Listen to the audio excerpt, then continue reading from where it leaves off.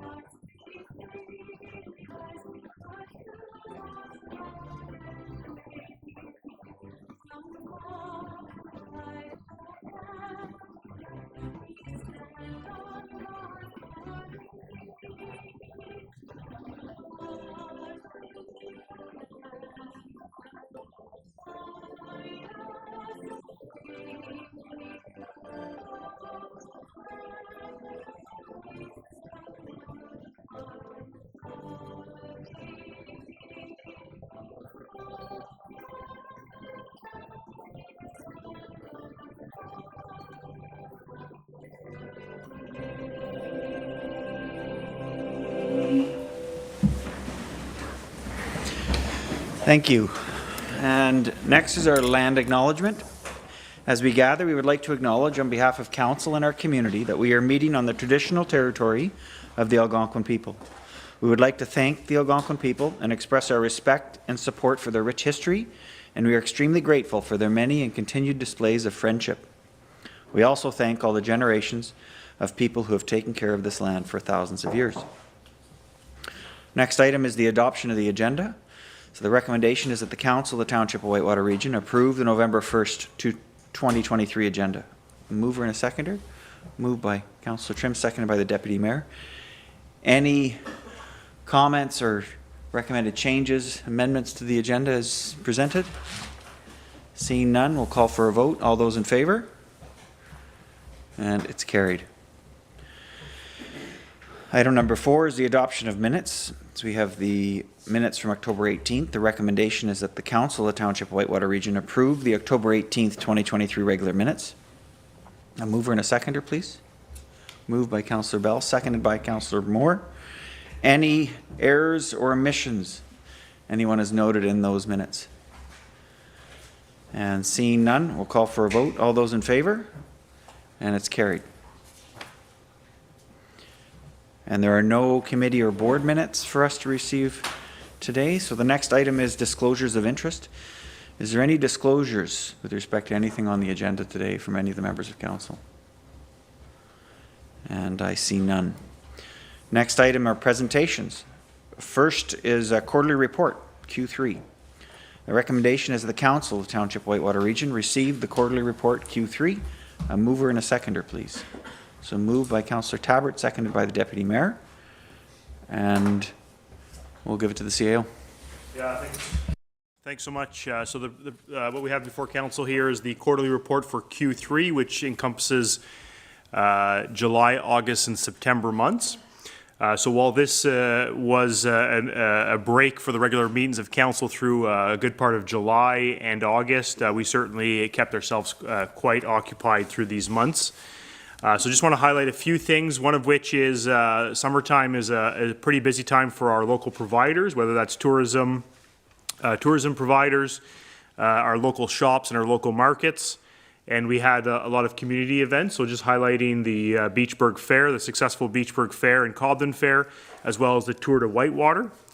So through this time of year, we see thousands of tourists and residents alike that come through our community to visit all of the different things that we have to offer.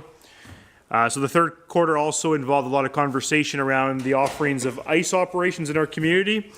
So just reflecting on that, this process and engagement has proven to bring residents, community organizers, businesses, and ourselves together to solve a problem that we have, and the problem being the funding of the operations and the future capital investment in our ice facilities.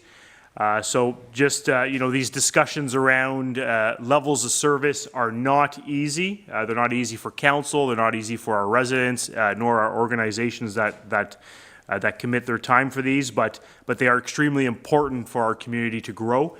So I just thank council and all of staff that were involved in those discussions in our community. A couple last things. I attended the AMO conference with the mayor and a couple councillors.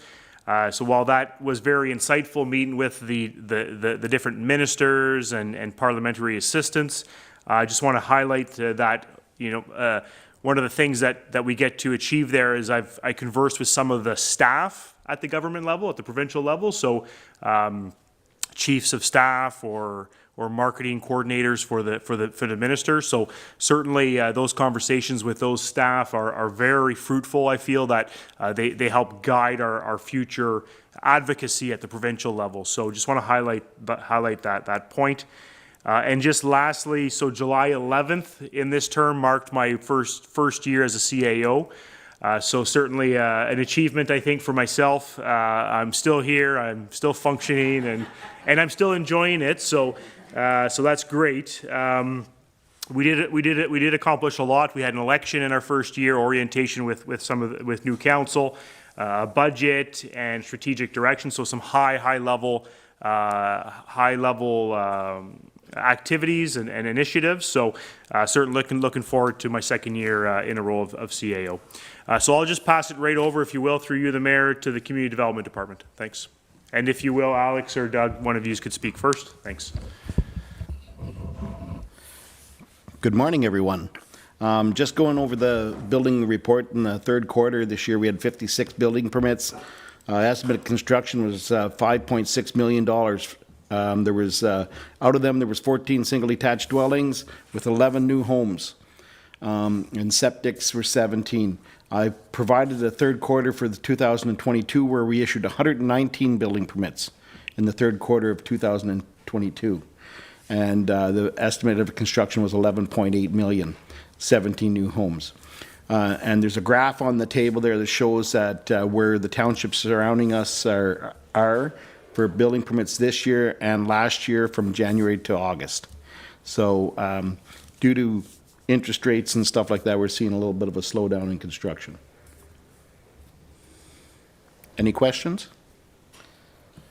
Maybe if I could, certainly at the discretion of council, you could ask questions throughout, or we could reserve the questions for the end.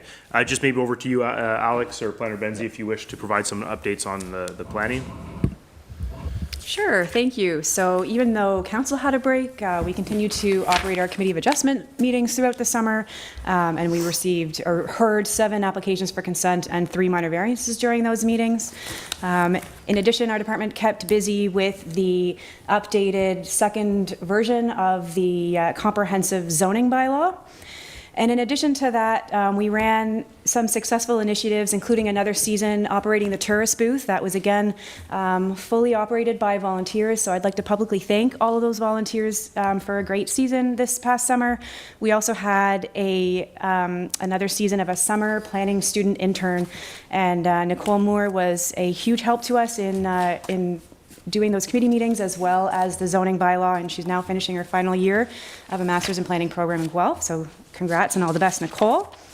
And you'll see later on in the agenda that our CAO is going to be bringing a report on another exciting news for us in terms of getting awarded a grant for marketing and other related initiatives from OMAFRA, a RED grant. So I won't give too much information there. There will be a report in a little bit after our budget meeting on that.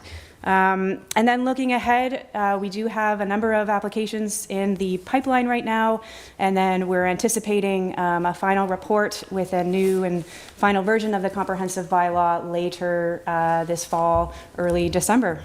Thank you. Good. Thank you, CBO and Planner. I'll just pause here for a moment if there's any questions from any members of council on community development. What was presented here. Good.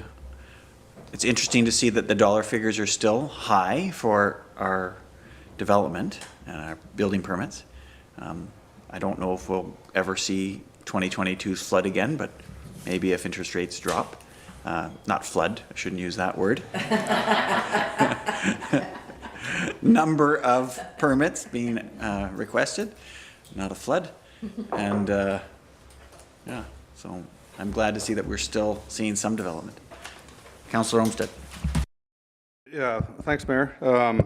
Just looking through the numbers quickly, just building permits themselves, it does look like we have dipped more than some of the neighboring municipalities. Of course, you've got some big ones like Arnprior. Actually, Arnprior's gone up. Petawaba's gone up.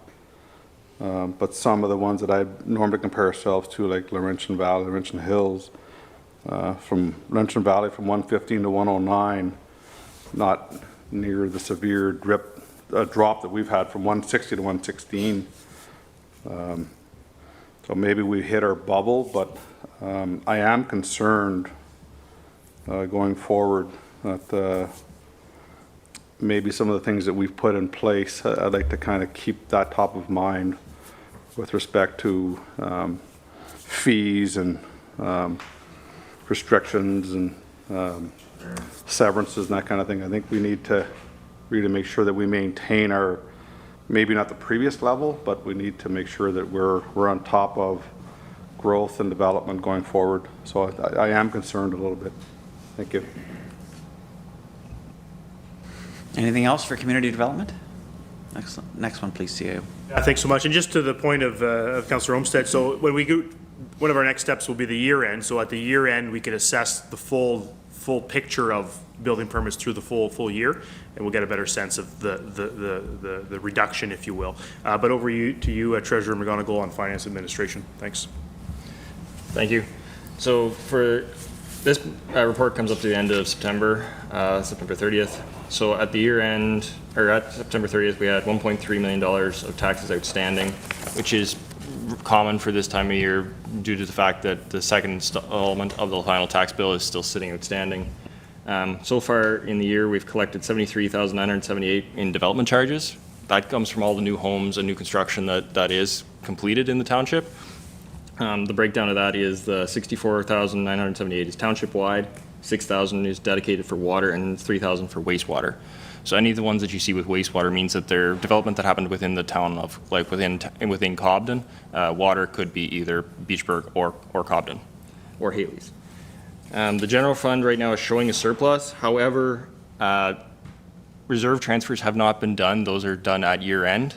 So any of those expenses that we were dedicating money or budgeted money to be transferred to reserve has not been allocated yet, and that's where a majority of that will go. Since we've recognized the revenue from the final tax billing, but have not recognized those expenses yet.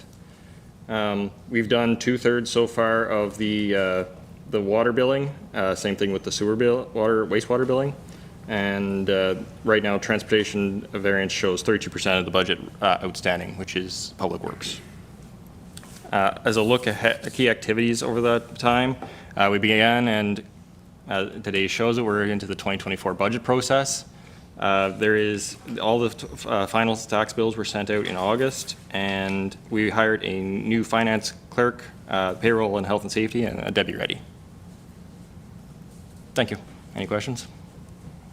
Any questions from any members of council on Treasurer's package? Councillor Bell. Just a quick question on the amount outstanding. So it says at the top there's, for 2023, there's the 10.14% or 697 remains outstanding from this year, and then 8.45% of the 2022 final tax bill still remains outstanding. Is that 696 inclusive of that 8.45 from last year, or those are two separate numbers? Two separate numbers. Okay. So it's two snapshots in time. So at the same point last year, there was only 8.14 or 8.45. This year, there's 10.14. I attribute some of that to the fact that last year, about this time, we had started doing processes to do extra collections, final notices, and sending things to tax collection. This year, I'm a little bit behind on that part, and some of them have been collected, but these are new people that are not within that 3-year period that have to go to that next step. What is the expectation year over year on how much remains, outstanding at the end of the year? Like, is 10% or around 8% kind of expected? 10% would probably be more the expectation, because I'm guessing that the 8% because this 8% that I'm representing here for 2022 would have only been the first installment. It's normally that last installment, the October one that just passed, that tends to not be paid as common. So 10% at year end would be more the expected. So with us starting the budget for 2024, is that number something that we incorporate into what the expectation is year over year? As far as how we adjust our levies, or what we're expecting to, basically our purchasing power for the next year, or what we're looking to contribute into services, is that something that we take into account? So this is it's a balance sheet item at this point in time, because we already recognize the revenue, so we put it to all our expenses, and then that's just revenue to actual funds to be collected. It is taken into consideration whenever we look at tax rate increases and things like that, as to how high that amount has gone and how maybe unaffordable the taxes are getting. But this is not anywhere within the range of crazy level. It's right at that, right on par. Okay, thank you. Any other members of council? Any questions for our treasurer? Good. I'll just note, I don't know if since we've started this new term that we've ever had the discussion about the 3 years and the tax arrears and the collection process. Maybe it's something we can put as an information piece to brief council at whatever point you're going to come back into that. Yeah, certainly noted. So I think just as a quick point of clarity on that is our new treasurer has enacted sort of a program with to try to get people to pay their outstanding taxes. But at some point it's going to be, we have to proceed to the next step where we're registering the properties, I think is what you call it. Yep. We're probably not too far from there. So maybe at the same time as that report, we would get direction from council to register these properties, if you will, a number of properties. Thanks so much. We'll go to the Manager of Public Works for Fire Services. So Jonathan McLaren, our Fire Chief, does send his regrets for both the administrative report and the budget, but he's drafted some notes, and I'll have our Manager of Public Works speak to them. And he's also drafted notes for me to speak to the items with respect to the budget. Thanks so much. Yeah, thank you. The fire department had 44 emergencies calls, which included 15 MVCs, 2 fires, and three mutual aid calls. Additionally, the Renfrew Central Communication Center, they had upgraded done in their dispatch center. Fire drills took place in September to ensure safety of resident staff and fire personnel. Utility vehicle 9851 was removed from service, and level 1, level 2 firefighting training was conducted in October. Thank you. Any questions on emergency services? Yes, Councillor Tabbert. This utility vehicle, what is it used for, and what station is it out of? I can speak to that. So it is, I believe it's 2008 Nitro. So I believe it's done, it's used with the fire captains. And it's used to respond to calls. So it's not firefighting? It's part of their fleet, but it's not a first line vehicle. Any other questions? Okay, next one, CAO. Yeah, thanks so much. So the next item is the Office of the CAO. So that would encompass sort of my position as well as the legislative services. So that would include the clerk CEMC. But by the numbers, we did see 17 marriage licenses issued in that quarter, including 3 weddings. So that's 17 licenses over 12 weeks. So we're issuing a marriage license at least one every week, which is interesting. Moving to key activities, so the CAO and Mayor, we continued our engagement with our neighboring communities. We met with the Bonnechere Valley at AMO, McNabb, Braeside, and Greater Madawaska at a subsequent event. We've also engaged with the Renfrew County District School Board, who have schools in our community. to get a better sense on the future state of that. And we've also attended the Regional Aquatic and Wellness Center with the City of Pembroke. So, there's no commitments made at these meetings. It's just an understanding of where these organizations are successful and how we could bring that to our community, and also opportunities for partnerships. Further to that, the acquisition of CN Rail Line continues. Through that term, we did see some progress. We are kind of at the final stages and just working through some formalities to sort of close the purchase. So we anticipate seeing that in Q4 of this year. And just lastly, the 2024 ROMA conference is upcoming in January of 2024. There is correspondence attached to this agenda that speaks about our submissions of delegations. So as we work through the budget, I would suggest to council that we consider potential ministers with whom we want to meet with at the 2024 ROMA. Perhaps I'll turn it back to you, Mayor, if there's any questions, and then I'll speak to Parks and Rec. Any questions on Office of the CAO, members of council? Nope. Okay, let's continue, please. Good. So Parks and Recreation was a busy time through our third quarter, as I noted in my summary at the commencement of this presentation. The Cobden Arena did open on September 18th, and the Westmeath Arena is scheduled to open today or yesterday, which is exciting. We've been able to successfully, if you will, recruit some volunteers to support the operations there, which is a sort of this hybrid model, if you will. Aside from that, we did issue our fall community recreation grants to the amount of $5,800 to 7 community groups. They're listed there in the quarterly report if you want to see the organizations to whom we sent money to. We continue our hiring and training of our operational staff in the arenas. The compressor at the Cobden Arena and condenser were both installed successfully. The plant room is, knock on wood, is operating quite well, I would say. Ice allocations are continuously ongoing for any new rentals, but for the most part, the major users have signed their user agreements and are committed to certain ice times in our facilities. Looking ahead, I would say that the one thing is that they're going to start focusing on arena advertisements if they haven't done so already. That would include sending invoices to the different companies that are advertising in our facilities and following up with them and the like. So that's it for Parks and Rec. Thanks. Thanks, CAO. Just one comment before I open it up. You mentioned our partnership grants. We awarded to, I've lost the number, 11 or 7? 7 organizations, and one organization received 2 grants, yes. Can you confirm how much the total ask was for versus what we actually allocated? I don't have that number, but I will have that number when we get to the budget, and I could give you details on what the ask was for this fall term versus the issuance. Yes, certainly. Perfect, thank you. Any other questions from members of council on Parks and Rec? Good, seeing none, let's move on. And then the next section pertains to Public Works. So over to you, the Manager of Public Works. Yeah, thank you. We had a long-time employee retire. Randy Buchwald retired in September, and we wish him well in his retirement.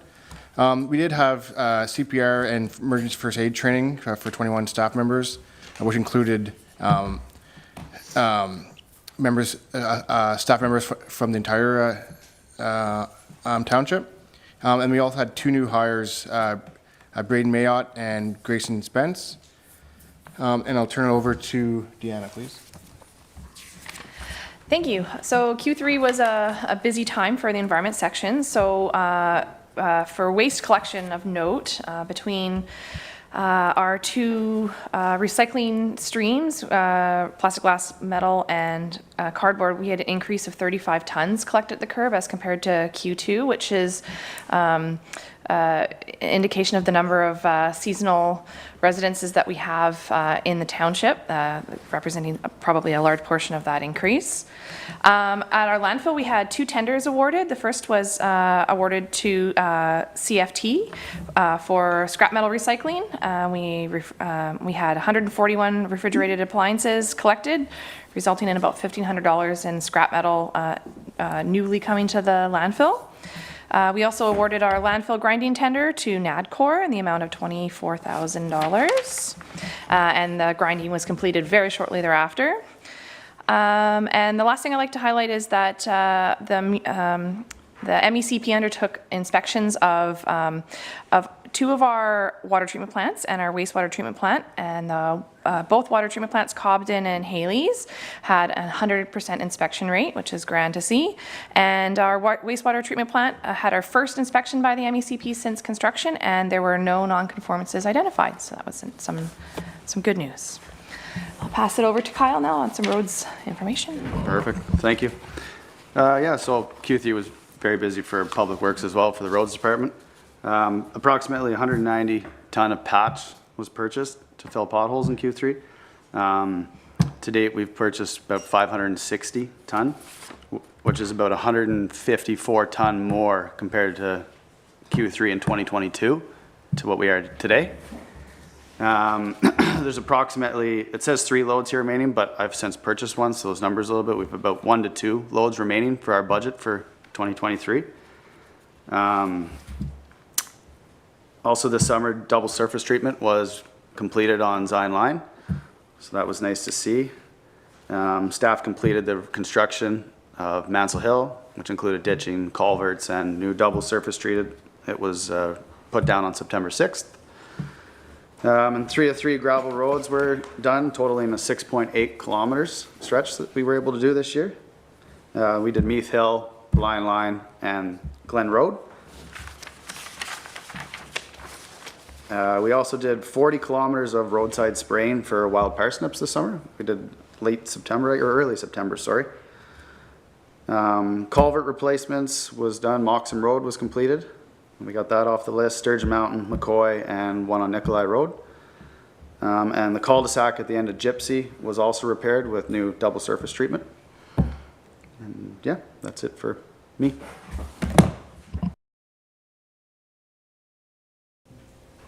Good, that's it for Public Works? Perfect. Any questions for Public Works? Yes, Councillor Olmsted. Yeah, thank you, Mayor. Just on the landfill information, I'd like to see comparisons versus the same period last year. My gut tells me that usage is up significantly at our landfill. I'm down there Saturday mornings, kind of keeping an eye and just getting a general feel of what's going on. And it appears that usage is up significantly. Just looking at some of the numbers, Q3 versus Q2, it does tell that same story. But I am concerned that we're seeing users from other regions coming in using our facility, number one. A lot of them. I'm seeing lots of different license plates from other provinces there, which is a bit concerning as well. And just with what's going on with the Ottawa Valley Waste Recovery Centre, I have some future concerns there too. So I'd really like to kind of keep an eye on that. That's a terrific asset that we have in our region, and it really needs to be properly managed. So I'd like to really keep an eye on that landfill. I did notice this summer versus other summers, on a Saturday morning, it's a zoo down there. It really is busy. And lots of users I've never seen before. So, and the guys are doing a great job at trying to reconcile people from our township. They're asking for IDs, they're asking for lots of information, but there's only so much they can do as well to verify who's coming in. So that's something maybe this year and in the next couple of years, I think we're going to have to really try to stay on top of. Again, it's a terrific asset. Other regions don't have that asset in their region, so whatever we can do to manage it and make sure we extend the life of it, I think we need to do. Okay, thank you. Maybe Superintendent Nicholson could speak to, especially the Ottawa Valley waste recovery impact on us. Yeah, so I will be bringing forward a very detailed report, hopefully on November 15th, that will provide some Q2, some 22 versus 23 information that's very, very clearly broken down to what waste streams we're seeing increase, because yeah, you've hit the nail on the head. We've seen a very large increase coming into landfill. Specifically, Ottawa Valley Waste Recovery Centre, it should be noted that that facility was closed to our residents in the early part of the spring. So we suspect that a large portion of the increase to our landfill is due to the fact that those are residents probably from the more northern parts of the township that previously would have been using Ottawa Valley Waste are now coming here, rightfully so.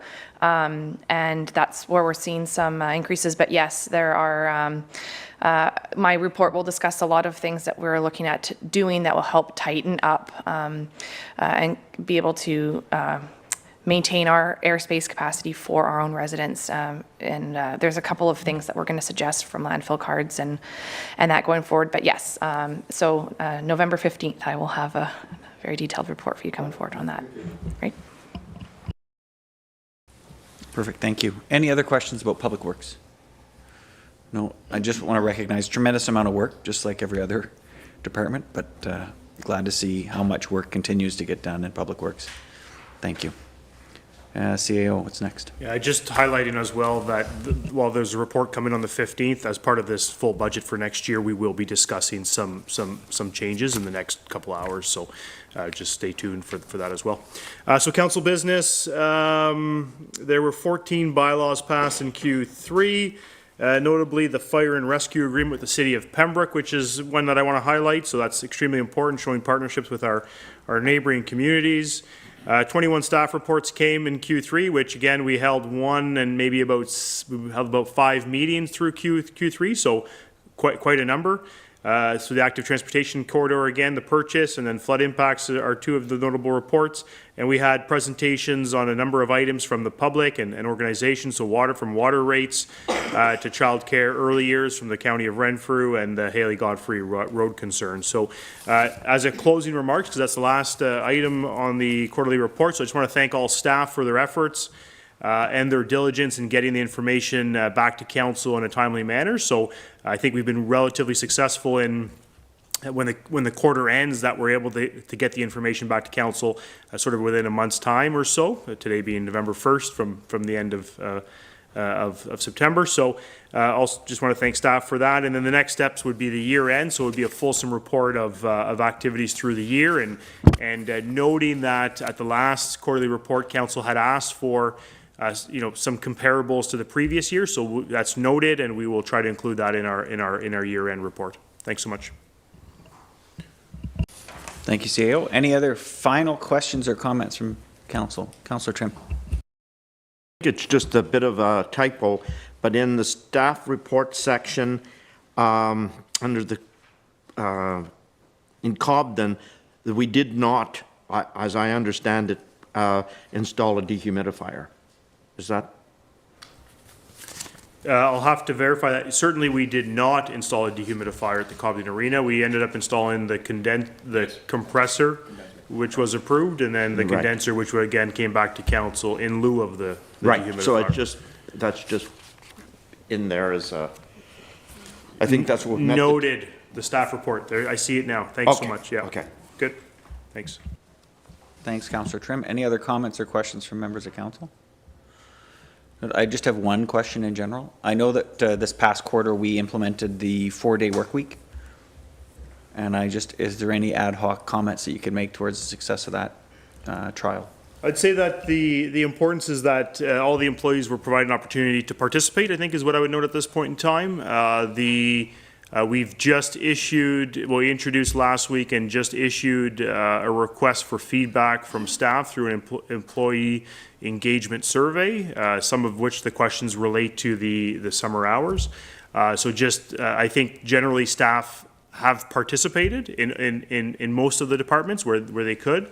So certainly, I would just say that the opportunity was there, and they accepted that opportunity and took it on. So we're waiting for the feedback as part of that survey, and then we'll report back to council on the results of that. So yeah, I would just say that. Thanks. Thanks, CAO. I'll just thank staff also on behalf of council for all the work that gets put into these quarterly reports. It's impressive when you see 3 months of work summarized in a small portion. Even though July and August is supposed to be the slowdown, especially for us, you can note it isn't a slowdown for staff. And at the same time, we implemented this 4-day work week. So it's great to see the number of things that got accomplished in that last quarter. And I also just wanted to recognize in your forward, you spoke to the arenas and the opportunity we had to work with the community to come to a successful resolution on those 3 arenas. And I think it's important to note that we've learned lots from that process.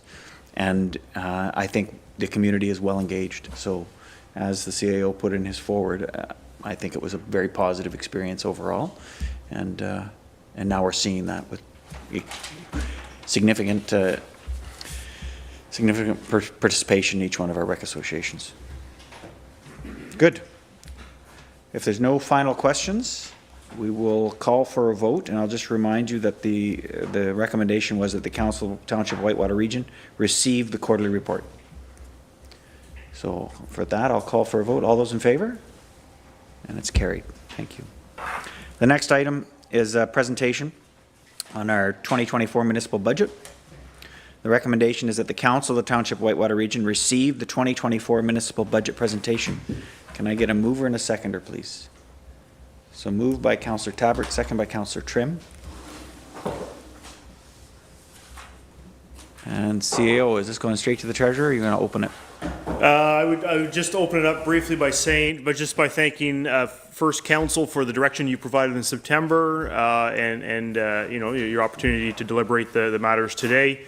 And also just thanking staff for their contributions. So while there are a number of staff here today, that's not all the staff that contributed to the preparation of this presentation and the draft budget.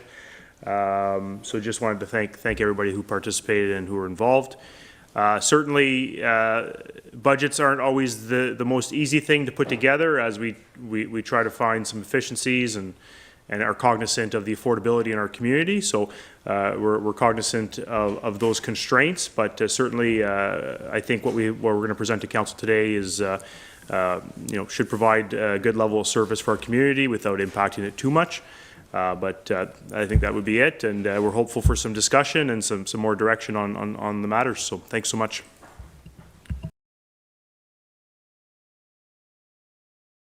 Ready? So I just want to thank everyone for being here today. It's been a process for creating budget, my first one.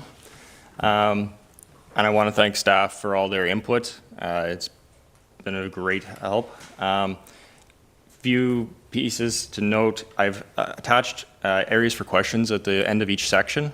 So if everybody could kind of keep their question part to the end, because some slides tie into the next slide. And then at the end of each section, there's a period for questions for each section. We'll just go through that way. So first off is the budget schedule. So at the October 4th meeting is whenever we had held the piece with budget direction for the 1% operating and 4.2% capital piece to the budget, as well as the water and wastewater. From that direction, staff has worked diligently to meet those guidelines, and we have.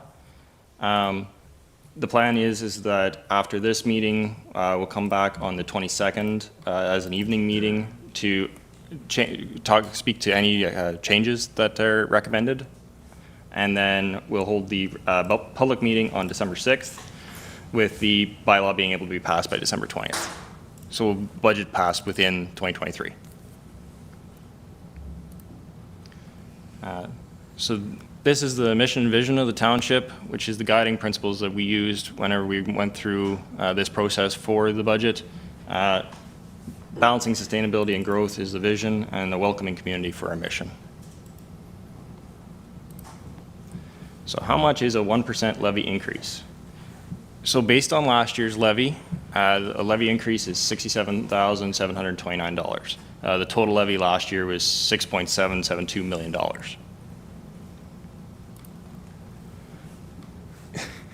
The municipal tax equation. So the tax levy itself equals the assessment, our total assessment for the township times the tax rates.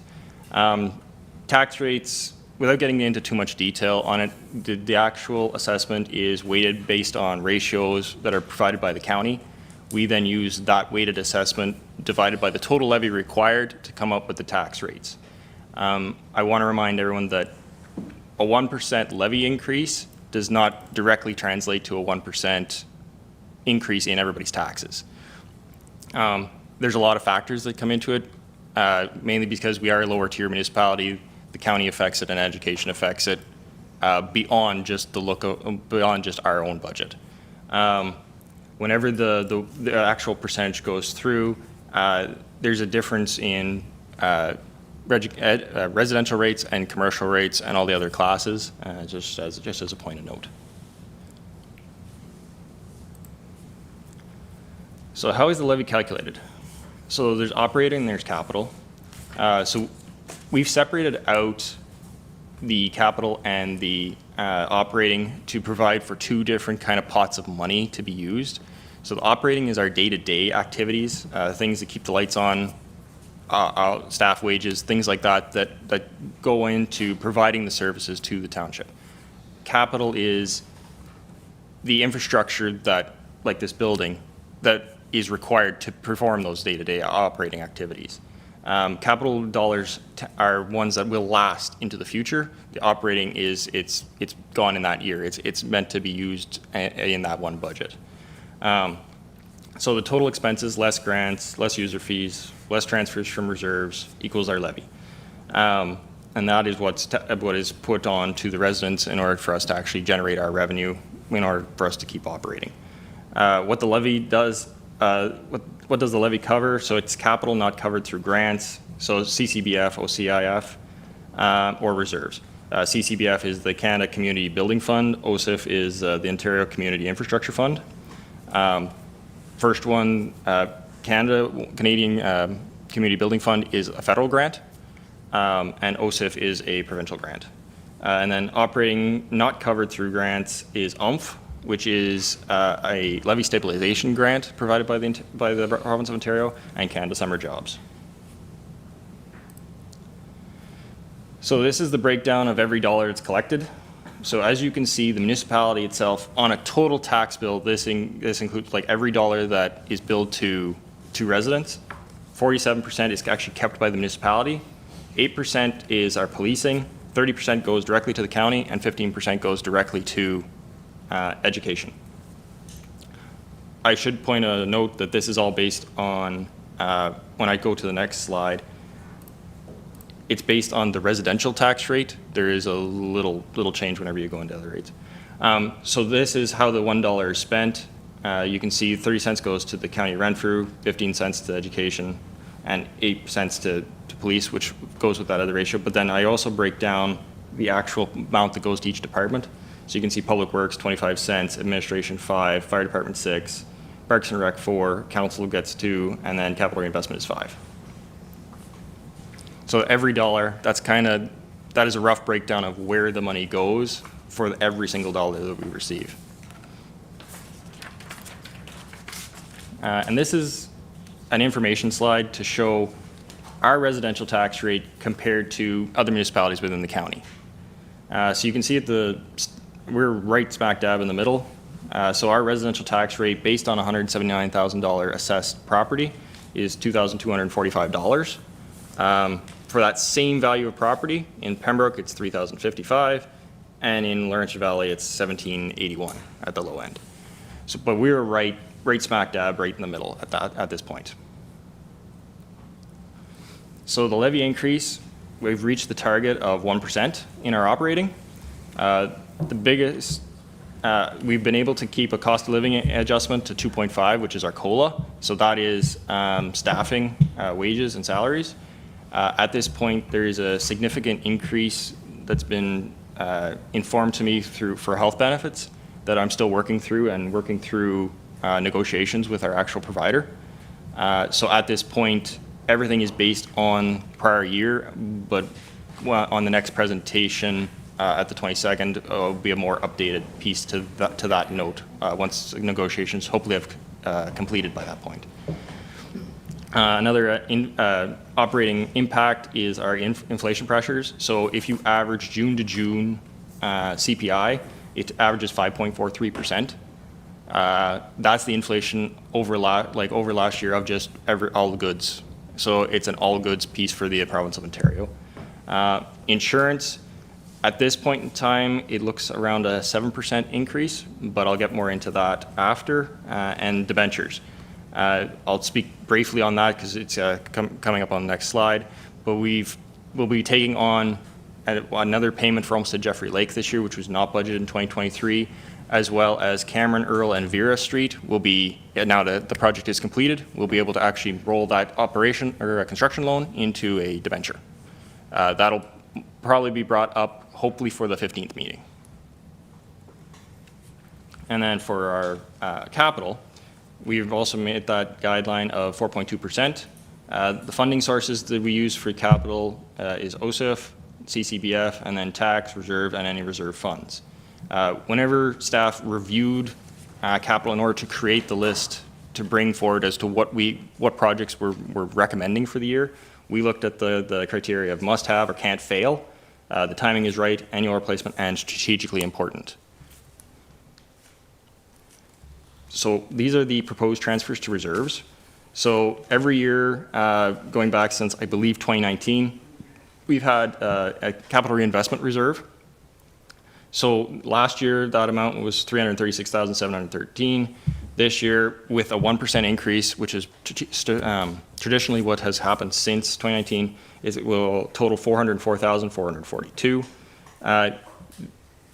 Leaving the election amount for elections the same at $7,500. So the idea there is every year we put in $7,500. Come the actual time for election in 4 years, we have enough to cover the election, and there's not a single impact on the tax levy at that year.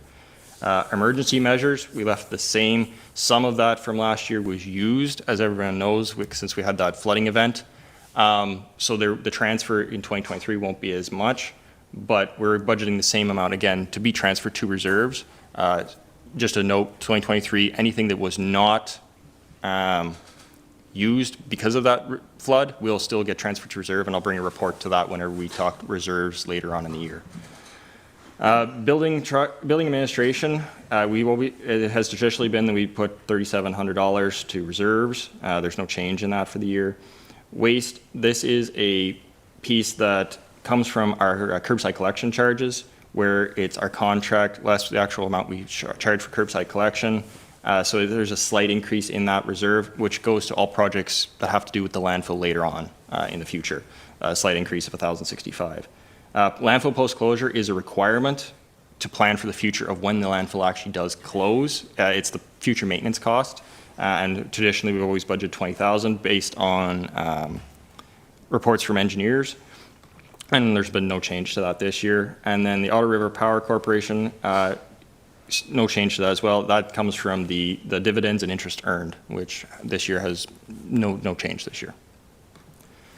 Any questions? Members of council, any questions? We'll start with Councillor Tabbert. What's the total amount in the ORPC account right now? Reserve right now, if I'm going by memory, is about $37,000. Thank you. Any other questions? Councillor Moore. On your second slide there, I think it was about future dates. You had a meeting down for November 22nd. Mm-hmm. I was under the impression our next council meeting was the 18th. So is that a special meeting? CAO? Yeah, so the next meeting of council will be on the 15th, which is 2 weeks from today. Okay, so that's a regular 15th. meeting, so we're going to deal with regular business. But I am proposing a special meeting, correct, on the 22nd, specific to the budget. Okay, thank you. Thanks. Good. And Deputy Mayor? Thank you, Mayor. I'm just wondering if we could get just a copy of that presentation. I don't know if anyone else wants it, but I wouldn't mind a copy of that presentation. It's easier to follow along. Okay. And I do like to put notes in there. I'd appreciate that. If we want to take a quick break, I can do that, run that print. Or we can. I even could at lunch print it or- as we converse here, and then we'll get some copies to everybody right now. Yeah. Thanks. Thank you. Perfect. Any other questions? Good. Whoever's got the presentation up, can it go back to the comparative slide to other municipalities? That one? Yeah, I just want to take a look again. Yep.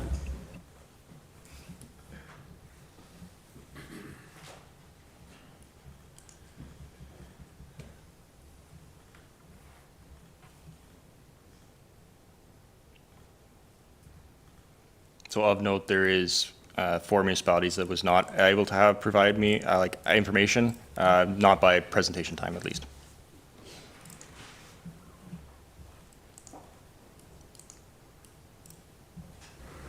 I'd love to know how Laurentian Valley does that. Yeah. So Sorry, if you could comment, Treasurer, I'd appreciate it. I can. As a general note, there is a large amount of commercial in Laurentian Valley, and that does. So Whitewater has a significant amount of farmland. Farmland, whenever you operate as an actual farm, only gets 25% of the actual taxation revenue. It's a 0.25. Whenever I talk to ratios, it's 0.25 instead of residential is a 1 when you talk through the county. So we only get quarter of the actual revenue from farm property. Not saying farm is bad. I'm not saying that. But whenever you get a municipality like Laurentian Valley where it surrounds a city like Pembroke, which Pembroke is limited into its size, so all growth tends to happen in Laurentian Valley, it allows all the commercial space to happen in that area, and then they get a lot of commercial assessment. That's the biggest thing, where if we can look towards things like our industrial parks and the areas that could be developed for those industrial purposes, those are the higher revenue generating assets to the township, or properties to the township. Good, thank you. Just to know, I don't think we have any room in our industrial park, but that's on the list. Good. Can you also speak to user fees? So this is pure tax rate comparison. Yep. Some municipalities have pulled out user fees, like garbage and waste. We have, for example. So that household at 179 is paying 2245, but it's also paying the pickup fee. That's correct. Other municipalities have done that as well. Yep. Do you have any information that you could share in terms of comparisons with that additional not factor? right in front of me. I know Laurentian Valley, for example, is 210. Pembroke, I believe, is 195 for garbage collection. But it's all special charges, so this is just based on just taxation rate. There's nothing else in there except for your actual property taxation.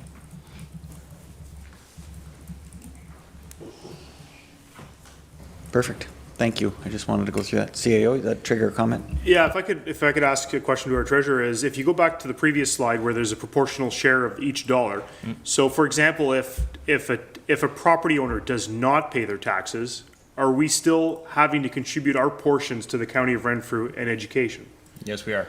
So just a note is that it's our duty as a lower tier municipality to collect these funds. And where we don't, we still have to transfer the funds to the county, and the county into education. So the second question would be, what role does the County of Renfrew play in trying to recover outstanding taxes? Do they play any role in the registration of properties and the like? No, so the entire responsibility rests upon the municipality. Yeah. We are the lower tier and the final, we're the collection agent, for lack of a better term. Anything that has to process through goes through us, and then, but the money, as soon as we bill the money, we are automatically billed by the county and by education to pay that money, even though we haven't received it. So even though it's a receivable on our books, we still have to pay it out. Needless, whether we received it or not. If something was to come of, say, a taxation write-off, that was initiated by the township, that we needed to write something, that we'd have to request the county to approve that write-off. there's nothing in the books at this point in time, but I'm just using that as an example. The money does not just directly come back.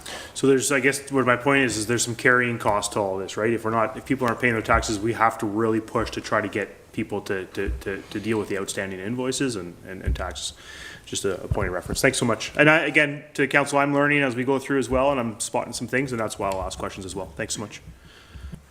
Just going to bring that around one more degree here. So Councillor Bell highlighted, I think it was $700,000 is the carrying. So $700,000, we don't take action, we don't register a property until 3 years. So you're carrying $700,000 times 3, so $2.5 million in uncollected taxation. How do we actually operate missing $2.5 million or $2.1 million? I know the answer. We have a line of credit. Where does the carrying cost of that line of credit come out of in this tax dollar? Is it administration? It is.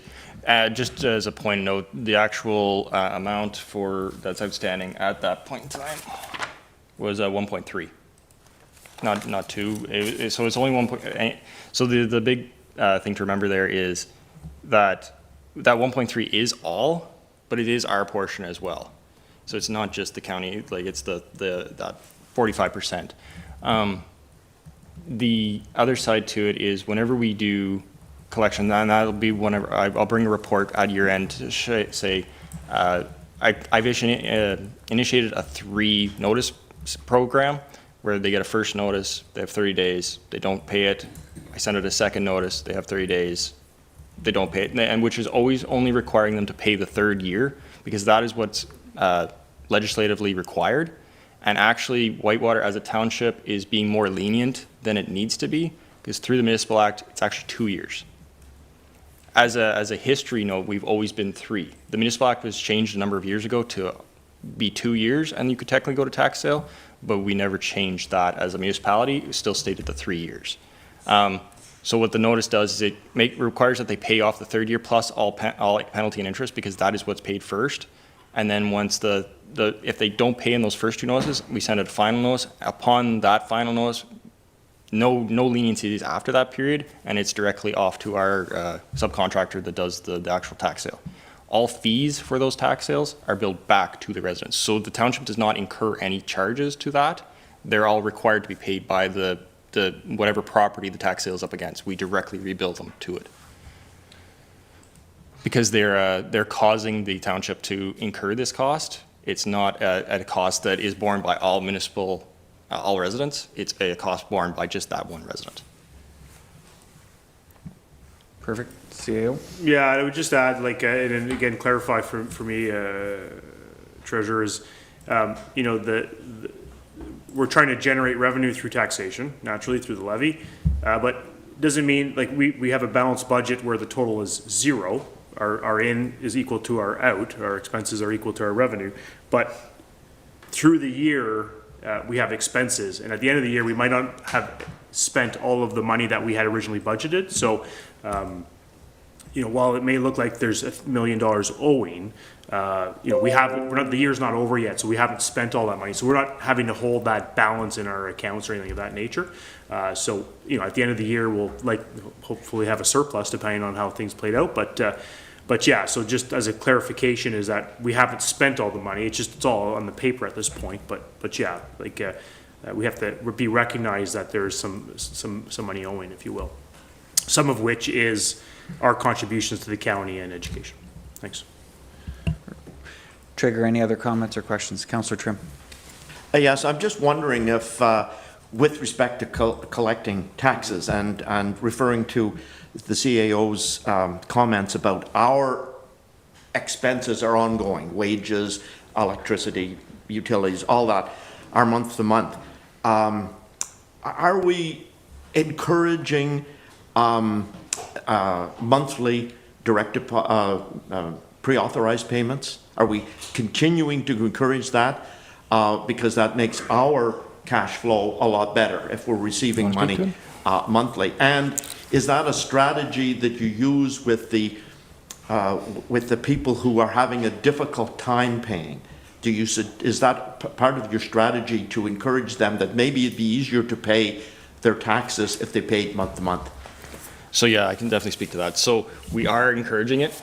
The only caveat is that it's required that whenever you go into a pre-authorized payment plan, you don't have any arrears owing. You have to have your account paid up to date before you can start into that plan. Okay. The main reason for that is because anybody who has amounts outstanding means there's penalty that should be charging because we are holding that carrying cost. Right. So we want them to pay up to date before we can actually start on that plan. There's lots of people that have paid up, and I always encourage them to start right into that monthly payment plan because it makes it a lot simpler, and then they don't incur any penalty anymore. And I should note that. So anybody who's on the pre-authorized payment plan, which I believe a majority of you are, there's no penalty attached to that. So we break it down over the 12 months. It's equal billing all the way time. And as another point of note, change that occurred whenever I started here that I initiated was that we only adjust once a year now instead of making a catch-up payment in December.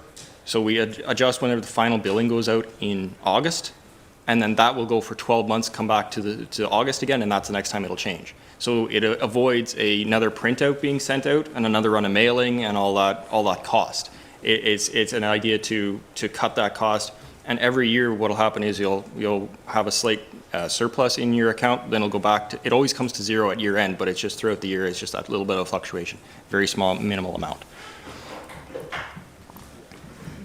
Thank you. Any other comments or questions? Good. Is the plan to keep moving on? Perfect. Back to you, Treasurer. So next into salaries and wages. So this slide shows our comparison between 2023 and 2024.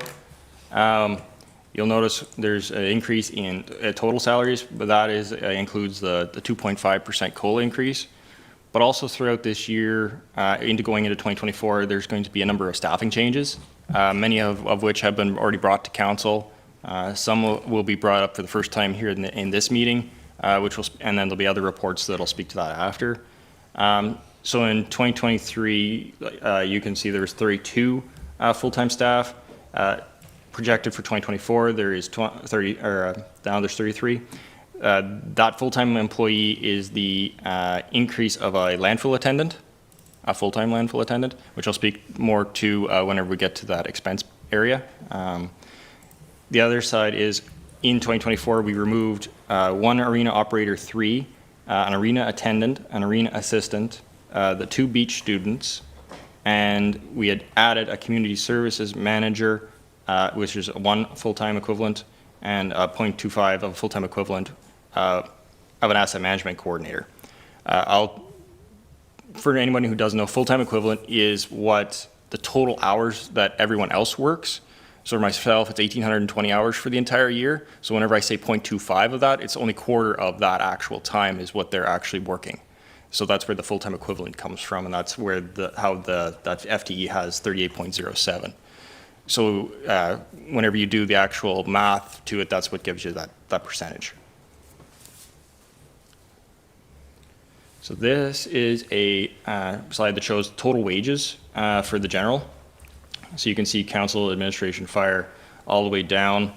So last year, in 2023, it was just a little over 4 million, and now this year we're at 4,101,850. The notable part is the slight increase in roads. The bigger increase that you see in landfill is due to the fact of that landfill attendant. But again, I'll speak to that whenever we get to that portion of the general operating.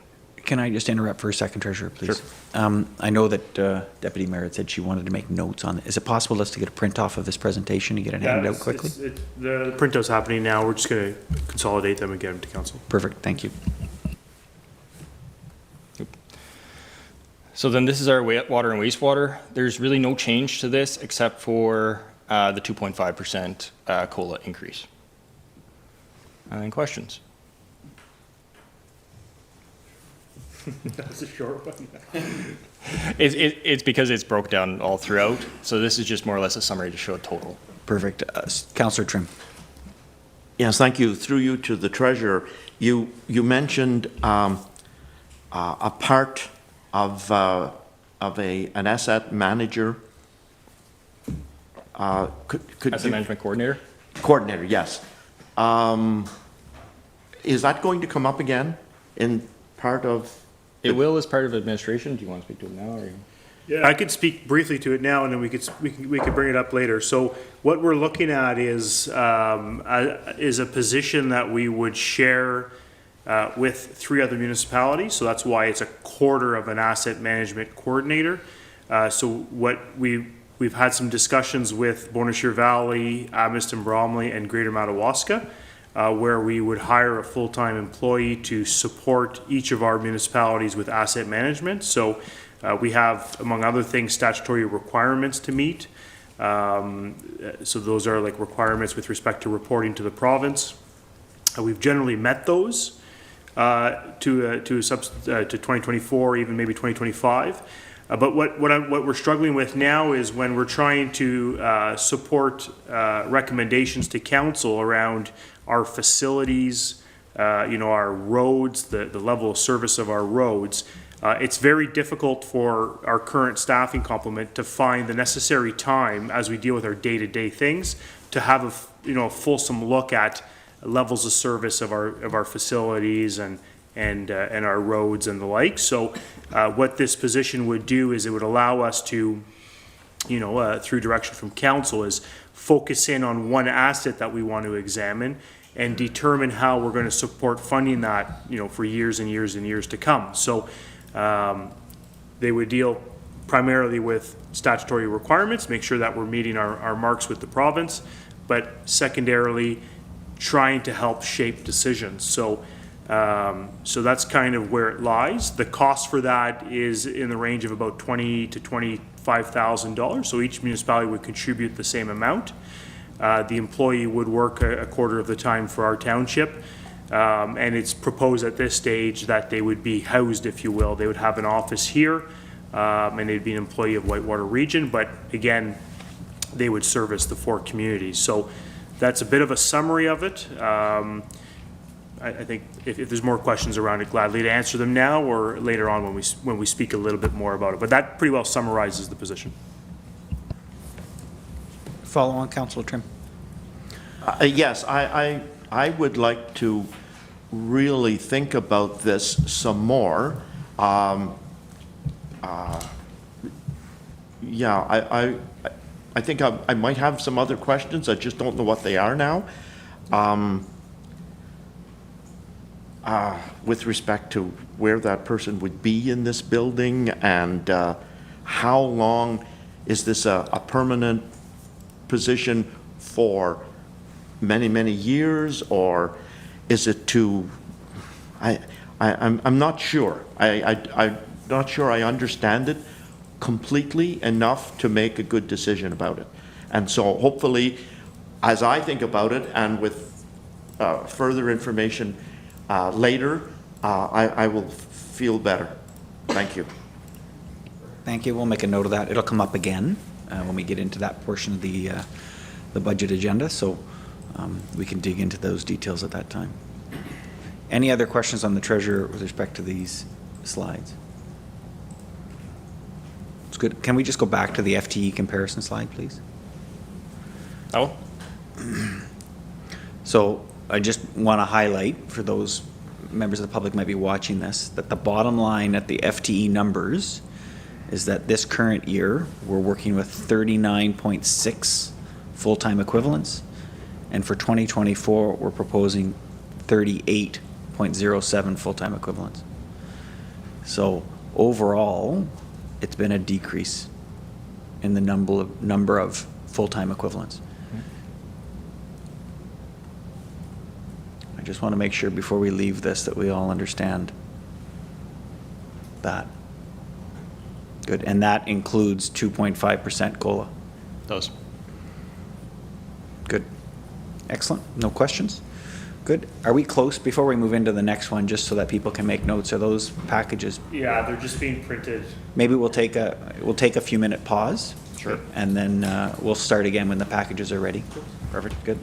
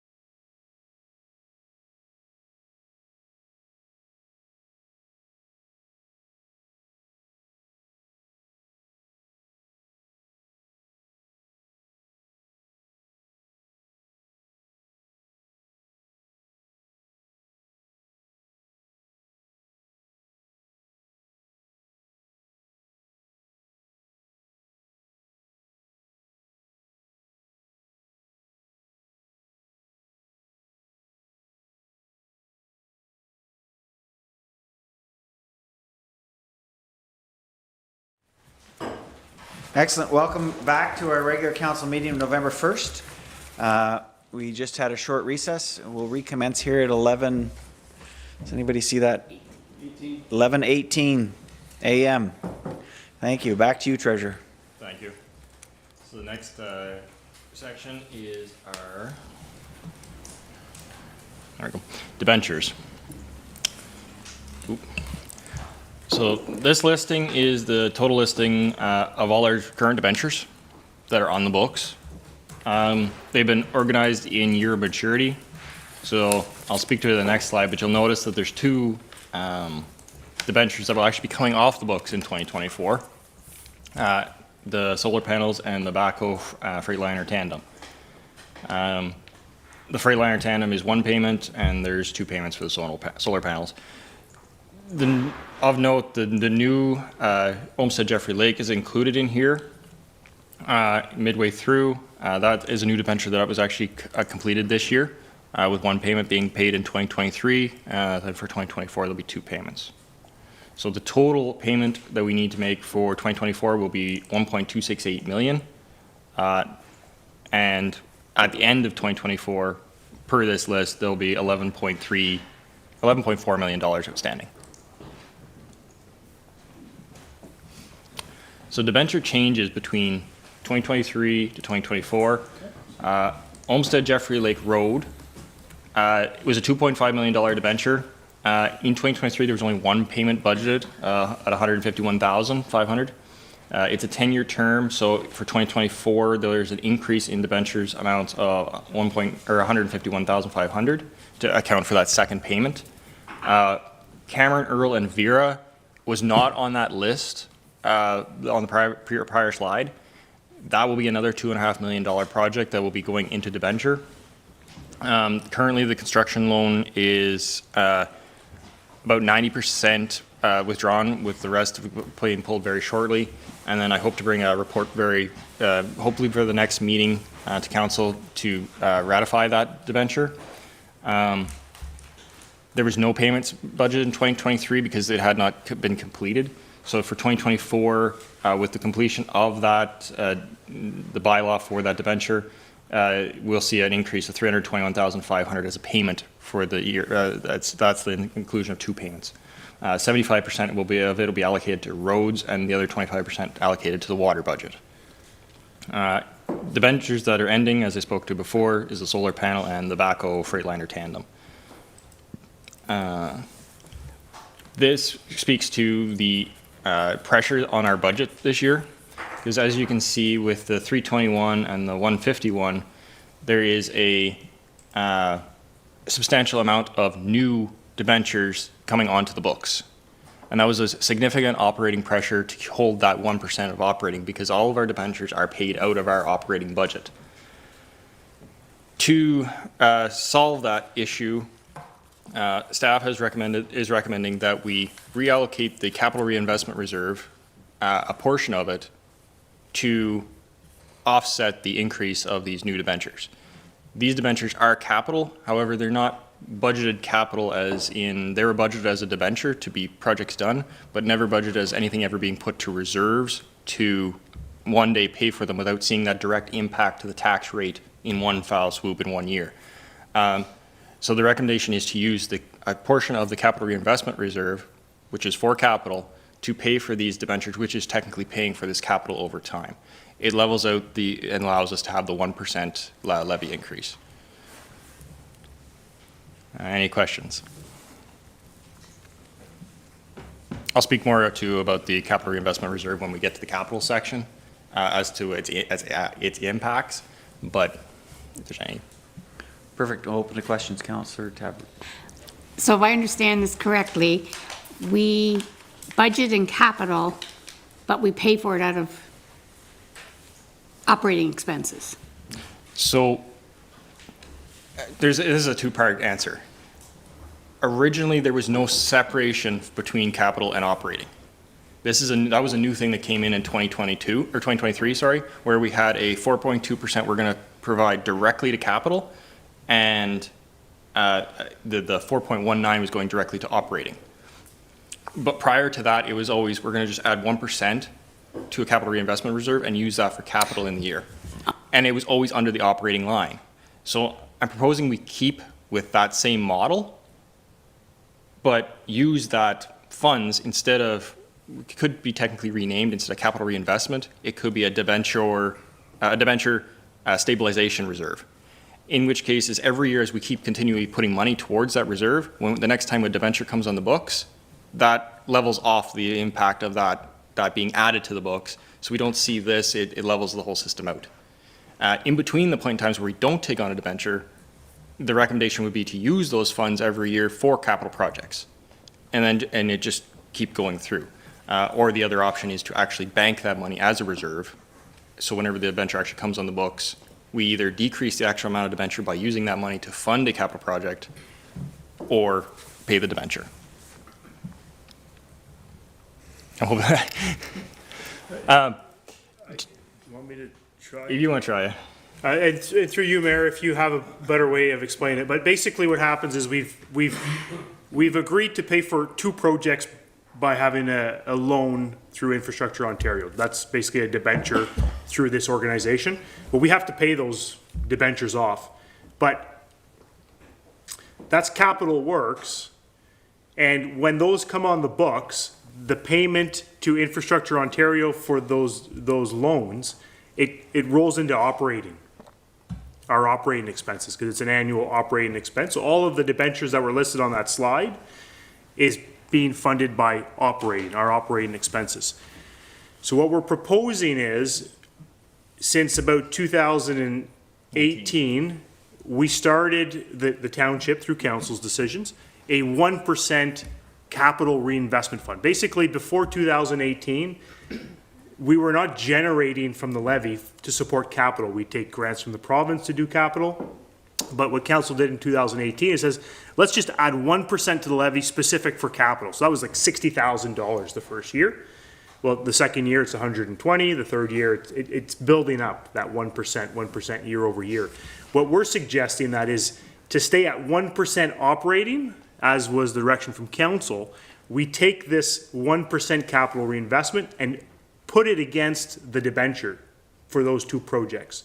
So it's not, the view is that yes, it's paying debt, but the debt that we incurred is for capital works, right? It's to redo these 2 roads. So in fact, that reinvestment is being contributed to capital investment, right? So what that does though is it allows us to stabilize at 1% increase in operating. If we don't do that and we say we're going to take this 300,000 or 350 and do some more capital works, well, that 1% operating no longer exists. It becomes 2 or 3%. Yeah. You understand? So our proposal to council is we still keep the 4.2, which is what we're continuing to do based on our asset management, capital reinvestment, where we're going to do 4.2%, which equals $582,000 to capital works this year. But this 1% gets repositioned to pay for this new debt we've taken on. Kind of clarify things a bit. So the other thing too is that the proposal for the next year's budget, other than maybe one item, we're not proposing any new debentures, because new debentures mean more costs year over year over year. So we're trying to, as we move into the future, is fund the capital projects of that year without debentures. That would be the ideal state. So when we say we want to increase the levy by 4.2%, which is more or less what we did last year, that allows for a fund, a capital fund, to build and build and build and build over time. And what that allows us to do is to replace roads, to maintain our assets, maintain our infrastructure. Because what happens now is, the $582,000 is $582,000. That's not even a kilometer of asphalt road, right? So how are we to sustainably fund these capital, the renewal of our roads and all that? How are we going to do that if we don't increase? So that, my strategy and my recommendations to council is, try to constrain, if you will, to some degree. I mean, there's factors, the operating, so we could keep the capital growing, so we could renew our assets. That's kind of my strategy to council as a CAO, and do that as much as we can. So hopefully that provides some clarity, so, good. Good, Councillor Tabbert, that's a lot, but we can come back to it. It's actually a lot, but You got it. CAO Burton and I met earlier this week, and he sort of broke it down. So him explaining it again, it's sort of, I got my sheet out and it's clarified more. Thanks. Perfect, perfect. Does it trigger any other comments or questions from council? Councillor Olmsted. Thank you, Mayor. I would agree with that strategy, first of all. Secondly, since 2018, that 1% CR capital investment. So are there reserves in that capital investment fund? No. So the way that reserve, it was called a reserve, but it was being used as a transfer. So what would happen is that would be pooled into the operating budget as an expense, then moved back as revenue for the year to offset all the new capital expenses that was spent every year. Right. It would be put back into those capital items for the year. Right. The only difference is that it's a pooled amount. So that's how it got to the 440 is now. So every year we would add an additional 1% to it from 2018 to now, and that's how it's got to that 404. Okay, thank you. Trigger any other comments? Good, I just have 3. Yeah, so. So if we can come back to our debenture list. Perfect. So this question, when I total that slide up, we're at 11.3 million plus 2.5 for Cameron that hasn't gone up there. So we're actually at 13.8. Minus the 2 payments that will happen in the year. Okay, so just call it 14 million for now. Sure. I know that's a high, but Yeah. how much room is left? How much more could we borrow? You knew it was coming. So that's a difficult question to answer. 2 reasons. One reason is the length of term that you borrow for. You can borrow more money for a longer term.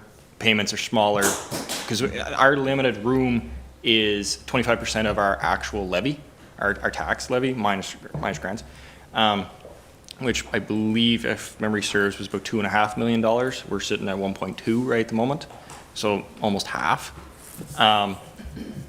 So there's technically room there for payments in the year. That is what limits us to how much we can borrow, is the overall amount of payments we can make. Yeah, not so the as our total levy value. increases, our room for payments actually increases at the same time. That 25% becomes more and more. But there's the offset fact of if you make a lot of loans for, say, 5 years, the payments are high depending on the size of the loan, means very little room to actually, you can only maybe do 3-4 loans. If you do them for 30 years, which I'm not recommending, but 30 years, those are very small payments, can equal a lot more money that could be borrowed. There's certain things, and at one point, we will be bringing a debenture policy to council to kind of get council's direction and lay out what we as staff feel are more advantageous projects to debenture and which ones we should stay away from debenturing. Like certain equipment would be a stay away from debenturing just because it limits that room and there's that carrying cost along with debenture, the interest charges. That's perfect. You answered my second question. Yeah, okay. Which is, do we have a debenture policy? And we don't. We don't. So it's strategically making sure that we borrow money for those projects we need to borrow money for, and we force ourselves to save for those that we can save for and pay off as we want them. We save the debenture room for the big ticket items or emergencies. Like if we need to go and rebuild something, a road washes out completely and it's $2 million to replace it, and we don't have that. Right? Because we've got our borrowing room packed up with a bunch of small things that at some point we should have started saving for rather than borrow for and pay into the future. So that debenture policy will help shape us going forward. So it'll come. So anyway, you led. I'm going to save my third question. We'll jump to Councillor Olmsted. Just to note, it's really a double-edged sword. I'm speaking about the room to make payments, the ability to make payments, because it's really tied into grant applications as well. Because if you can demonstrate that you have the ability to pay because you're nowhere near your upper limit, In a lot of cases, it really limits your chances of success when you're applying for grants, because you can really demonstrate to the province that you have the ability to make these payments on your own. So you need to be very strategic when using debenture policies in conjunction with applying for grants. It's very political, in my opinion, but we'll save that discussion for another day. I don't like the slippery slope of getting anywhere close to our upper limits. I'm kind of comfortable where we are now. In fact, I'd like to see some of those 25, 26s come off as quick as possible. But just to note that you need to be very strategic when making these decisions in conjunction with applying for grants. And we all know that we need to apply for some grants right now. We've got some stuff actually on the page I see there that we could use some help with. But again, discussion for a different time. Thank you.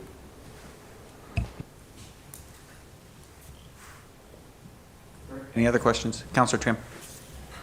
Yes, and something I force myself to consider, and that is how much we are constraining, hobbling, committing for future councils, because what we decide to borrow for now, a future council will have to pay for.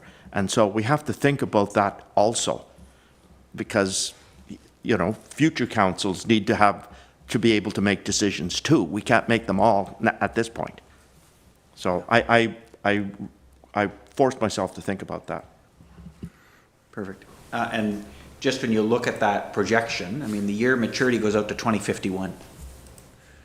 So if we wanted to replace a rink, and we wanted to put $12 million out to replace a rink, have we got room? Have we forecasted that in? Have we planned for that huge purchase in our future? A new garage, new fire halls. Those aren't in that plan right now. And that debenture policy will help us shape that long-term financing plan. Where do we want to borrow money, like Councillor Councillor Olmsted said, and leverage our debt to have the province and the federal government to also assist in payments. So that debenture policy, I think, is going to be a key piece going forward to kind of help shape us. And my last comment is just with proportion that with respect to that capital reinvestment reserve. I think that's why we're getting to that point where we can make these decisions to properly use it for what it was intended, and I think we're on that track. So I support the approach. Good. No other questions, Deputy Mayor. Thank you. Just a comment. I just want to add that we have to look at services as well. When we're looking at this big picture, we also have to take a hard look at services and where we want to go with that as well. Just, we can't lose sight of that, because that'll make a huge difference too. Thanks. Excellent. Back to you, Treasurer. I will make one note that the 25, 26 debentures on that list, the excavator and drum roller, are at very low carrying costs. So that was, I think, believed to be the reason why they were put into those debentures in the first place. Very short term, and very low carrying cost, because at the point in time, borrowing money was cheap enough that it outweighed the actual other financing costs of that piece of equipment.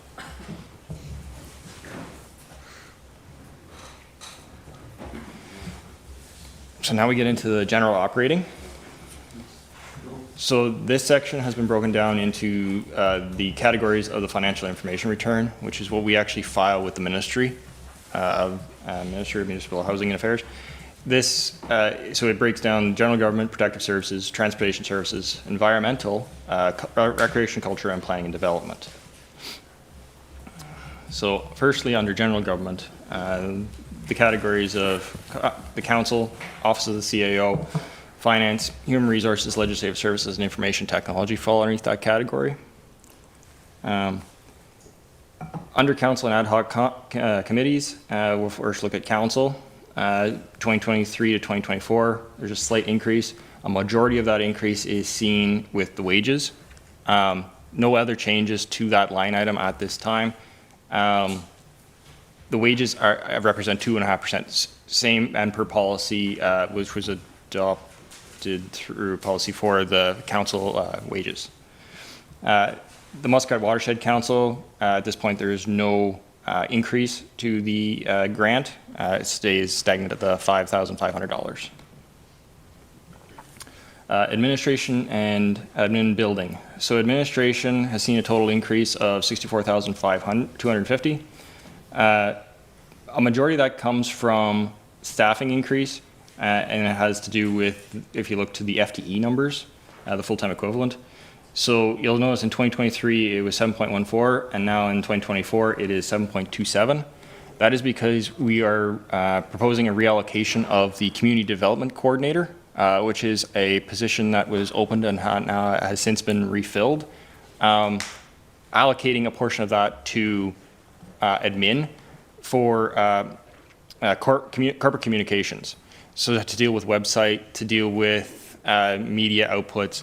Originally that was part of the job, but it was never being allocated there. So we're recommending a change just to change for that allocation. Computer expenses has gone up. That's majority due to just a neglected portion in the actual expense per the contract with our IT provider. It wasn't included in 2023, so that budget item will actually be over budget this year. So this is just to correct to the actual amounts. And health and safety as an increase because we're looking at a new software to encompass all employee training, which I'll be able to talk to on a different slide, but I'll bring into here. The program that we're looking to do allows us to enroll in the WSIB Excellence Program. So what happens is whenever an employer enrolls in this program, if they meet certain standards, they can actually decrease the amount of WSIB that they pay going forward. And it stays that way. You get a credit back for the year. So every time you meet one of their goals, there's 32 of them, you get a $1,000 credit back. We pay ballpark numbers around $100,000 for WSIB in a year, so we could technically bring that down to the high 70s. And that would be a going forward. So with this program that we're recommending, it would bring in that side, allow us to do the excellence program, and then lower our cost, which would be a considerable savings. So the actual cost of the program is not near as what we would be saving in WSIB over the coming years. And it also tracks health and safety for all employees, which is a mandatory requirement, and just as a whole, make sure that as employees we're all up to date on everything that's required for our health and safety.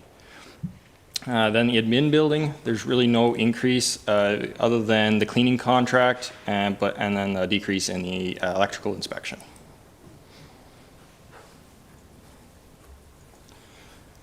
So user fee changes that are proposed is to take the tax and water certificates from $60 to $65. The one-day rush note here for tax certificates is to make it that if they require, so our standard piece is we can have like up to 5 days to respond to a tax certificate, but there are some areas where they require one, like lawyers ask for urgent. So we're proposing to add extra $10 to it for the fact that we have to take away from other staff time when they're doing other tasks in order to provide this extra service. So it's an advanced level service, but they will charge extra for that. The other side to it is the tax account statement reprint and receipt reprint, charging $5. There is a number of people, like residents, who will contact the township looking just for a copy of their taxes when it comes to income tax time, but their tax bill actually shows it, like shows the total amount. And this is to avoid the clerical work that's required to resend out a new piece of paper via mail, all the costs that are involved with that when they already do have that amount provided to them with our statutory notices whenever we provide their final tax bill. Questions? Councilor Bell. Two questions. So with that health and safety program, is that a one-time payment of that $10,300 then? So with the software that you purchase so that you can enroll in that program, is that a one-time purchase or is that a subscription fee, or how does that So operate? there's a subscription fee of, I believe it was $1,400 a month, but I can pass that on to Public Works Manager Cleary. He's been heading that side. Thank you. Yeah, so the program that we're it's been approximately 13 to 14,000 a year, annual. Out of that return, there's a cost savings as the treasurer stated, that there's cost savings in WSIB premiums. After the 3 years of that, the actual program will come down to from 14,000 to 4,000 going forward. So it's a 3-year program to get to those 32 steps that you mentioned then, like that you work on that over that 3-year period, and then the cost of the program goes down to 4 as opposed to 14, and you get to save that additional $32,000 per step over that 3-year program. You got it. And 100% achievable, like there's no way that you enroll in the program and it's like, oh, we actually can only achieve 4 of these steps. Like it's 100% achievable that we can get all 32. We've been recommended so far that we can at least do the first 10 real simply. There's a few changes and policies that might need to be brought forward for the remainder, but it's fully achievable. And then the other side to it is once we achieve that, we're then classified as a WSIB excellence employer within. So whenever you look up the municipality, it actually says WSIB excellence participant and achieved. So it's that extra step that we can say we're as a provider. The also thing to remember too is 3 years is doing 10 programs per year to get to the 32. There's nothing limiting us on 10 programs. So if we really wanted to push, we could technically do that within 2 years, 15 and 15, and there's nothing that limits us for the amount that we actually want to push for the year. That's just a recommendation that they put as the easiest way to get through 5 per half of year. And will that be on management to achieve those points, or is that something that all employees of the township are going to be expected? Like the way I understood it is it's a way to track certain certifications. So it's certifications that all employees of the township are going to be getting then through that 32 steps. So it's the employer itself as the municipality does the main process, which will be headed up through the finance clerk that was just hired on for payroll and health and safety. So that'll be the champion of the actual program. Any policies and stuff will be brought forward to council to approve. Once those policies are put forward, then we disseminate that to staff. And as they complete it and the program shows that they've completed that step, then once it more or less turns green, everybody's completed that step, we submit that to the WSIB board, get the credit back. So there's a little bit of intake from employees, but it's all required input from employees because we should have that. There's certain things that should be done anyways, and it just gets to the next step and the next step. Our employee training day actually ticked off about 3 of those topics, just going through that piece. But this is a regimented way that every year there are annual ones that have to be done. It just avoids us having to do extra work for that. It's just we send out an email and everybody completes their piece, and everybody can track their own training.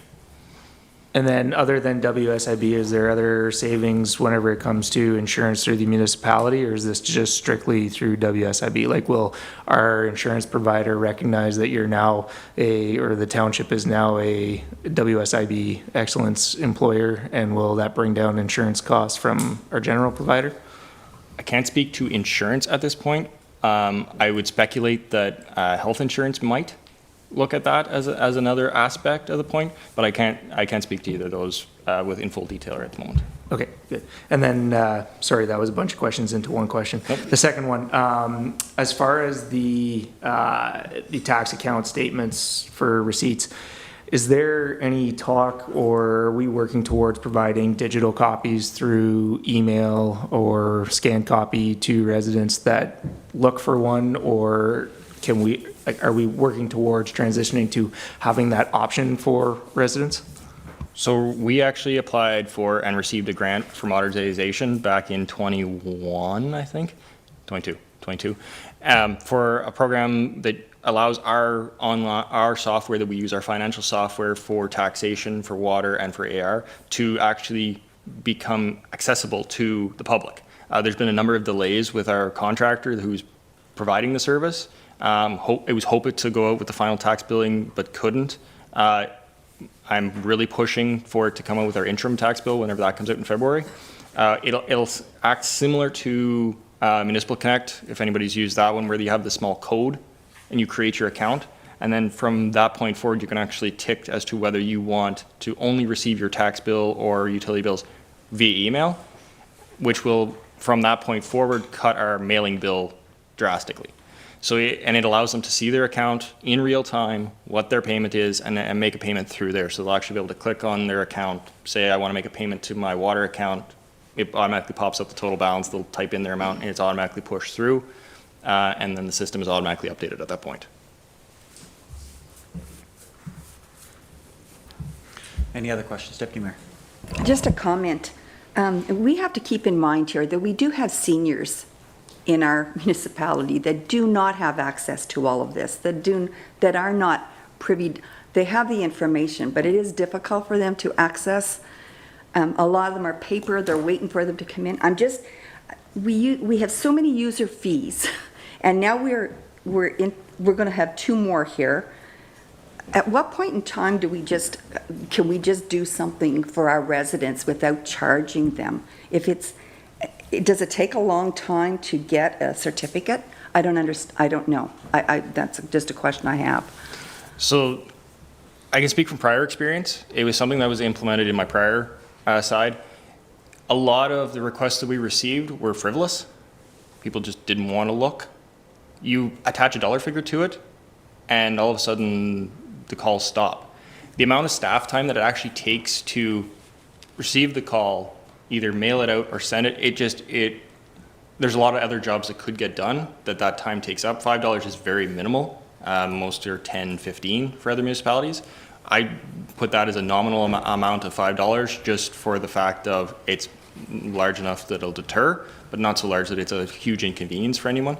Having said that, there is the understanding that some people may not be able to do it, and maybe that could be a caveat that there could be a discretion factor to it.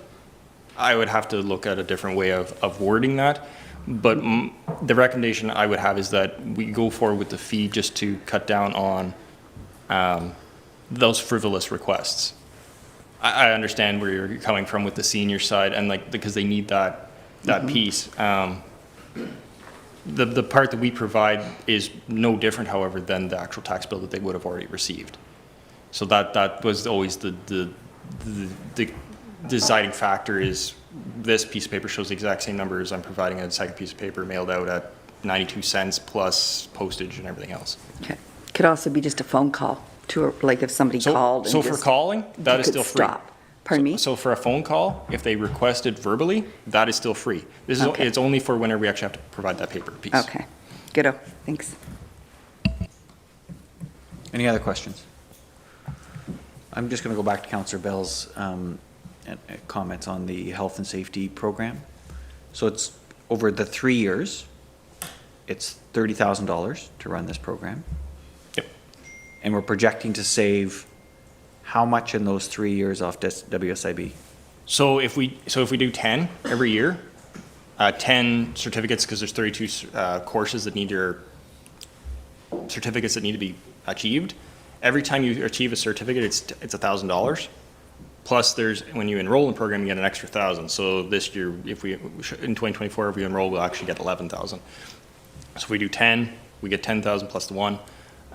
If we did 15, we'd get 15 plus the 1, so on and so forth, and then that goes forward. So we take the WSIB rate that we're at right now, and it would substantially decrease it. So then going forward, we'd see the refund in 1 year, and then just would never get charged in the next year, and the next year, and the next year going forward. So once we've achieved that, there is some little pieces along the way after it's achieved to prove that we're still holding to that. But that's what this program that we're recommending allows us to do, saying, yes, we've reached it all, they're all still approved, and we just send that report off. So for the first 3 years, it's almost break even. Yes. But the savings comes in year 4 and 5 and 6 and beyond. Exactly. Good. And what mechanisms do we have in place within the township to manage that? Is it part of the work plan, expectations within the departments? How do we ensure that we maintain that level so that we see that payback? So a lot of the requirements that they have are legislated. So that's why I'm saying a lot of the actual certificates we'll be able to achieve very easily because we've already done them. It's for the ones, it just gets us to the point where it helps us, any ones that we're not or very close to, guides us in that way of what we have to change or fix in order to get to that next process. Yeah, I think, so the work plan item that you're mentioning is that, traditionally we've had annual work plans by department. So yeah, I think one of the opportunities here is that we have a new employee, current employee who's transitioned into a new position, which is the finance clerk, which is payroll and health and safety, are the areas of focus. So it's an opportunity where we could have this employee champion the program. And one of the things we do to a lesser extent is track everybody's training as a whole. So this will be an opportunity to just implement the program to a fulsome nature. So moving after the budget, we're going to be having the departments prepare their departmental work plans, which will come forward to council in early January, and the implementation of this program will be one of the items in there. The one thing I will highlight is that other savings here is that if we have statutory or non-statutory training that we provide to employees. In some instances, there's costs for getting external companies to come in and do those trainings. Well, this program allows us not only the statutory training, but a whole series of other trainings that we could do. So there's an opportunity there to have savings from not having to have a consultant come in and lead those trainings. So there's opportunities there as well. Thanks. Thank you, that's perfect. Triggered, we could also use this for volunteers. There may be potential. Yeah. Let's leave it at that. I guess Yeah. we'd have to examine it once we have access to the program. Thanks. Any other questions or comments? Okay, let's move on to the next one. So protection to persons and property. There is the fire, policing, emergency service, emergency measures, building, animal control, and bylaw enforcement. So first comparison we have is fire. Total increase is $19,622. FTE, which comes to our full-time employees, only the volunteers themselves are not included in the FTE. So the FTE makes up of the fire captain, 2 deputy captains, and the fire assistant. Wages increase of $10,200, it makes up part of that. And the other part, which was already spoken to earlier in the quarterly report, was the water and ice rescue agreement of $10,842. One point of note on that is the $7,842 of that is a one-time cost for equipment. Going forward, so in the 2025 budget, it will only be $3,000. That's our annual requirement for continuing going forward. So in 2025, we'll see a decrease in that amount. That is a part one-time cost. Policing has been confirmed for 2024 with a slight decrease of $4,200. So to go with the fire side, there's a few changes to the user fees proposed. So currently our open air burn permit is no charge. We're proposing a $10 fee for that one. Our special permit, large agricultural burn, where the inspection is required to go from 80 to 100. Request for property information to go from 60 to 70. Letter to insurance and or lawyer, 60 to 70. And then inspections upon request for building inspection permits to go from 80 to $100.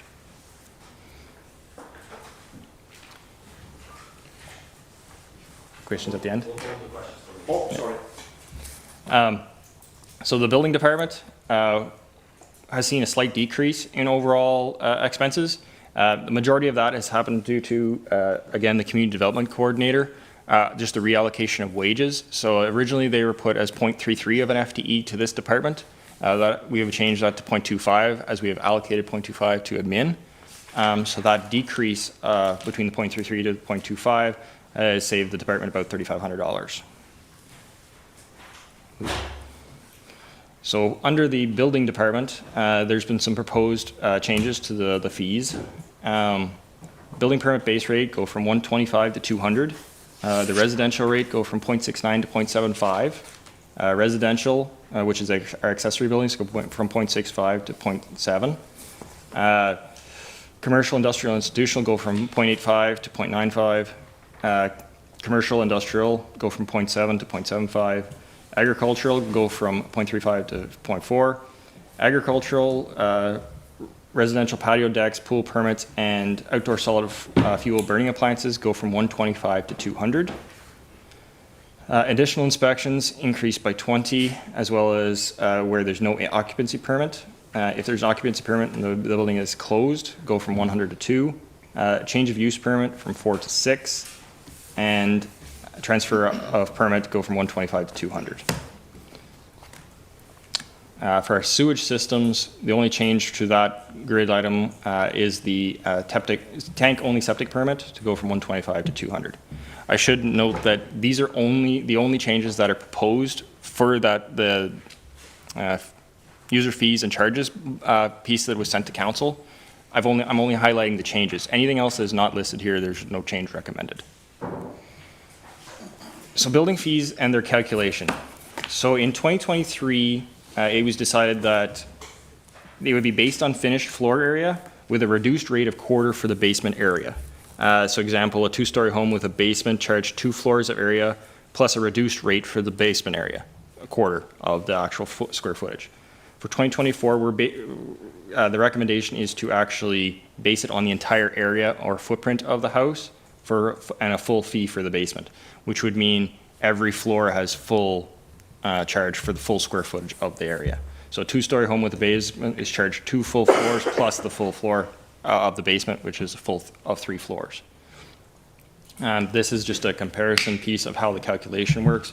So you can see in 2023, it was the residential building rate times 2,000 square feet, the 2 stories, plus 0.25 of the rate times 1,000, which was quarter of the actual rate of, which I realize is a typo, to account for just the basement, and then 0.65 for the, times 1,000 for the garage. What is proposed now for 2024 is 0.75, which is the residential building rate, times 3,000, which is all 3 floors, basement, first floor, and second, plus the garage. And then you can see the comparators below between Arnprior, Renfrew, and Petawawa.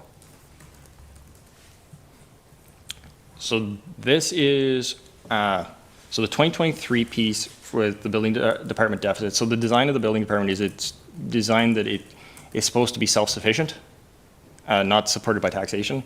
However, with the tax rates that they were, budgeted was very close. However, when we actually look at actuals this year, due to the decrease in actual building permits we've seen, we're actually looking more like $135,000 loss in this year, deficit, instead of the $15,800 that was originally proposed, because we're back to early 2022 rates of building. That's why where we do the actual budget for 2024, it's looking at the 210 is what the new rates based on the number of homes being built, back to the 2022 rate, and then the budget expenses, and equates a shortfall of around $76,900. And then lastly is emergency measures, animal control and bylaw.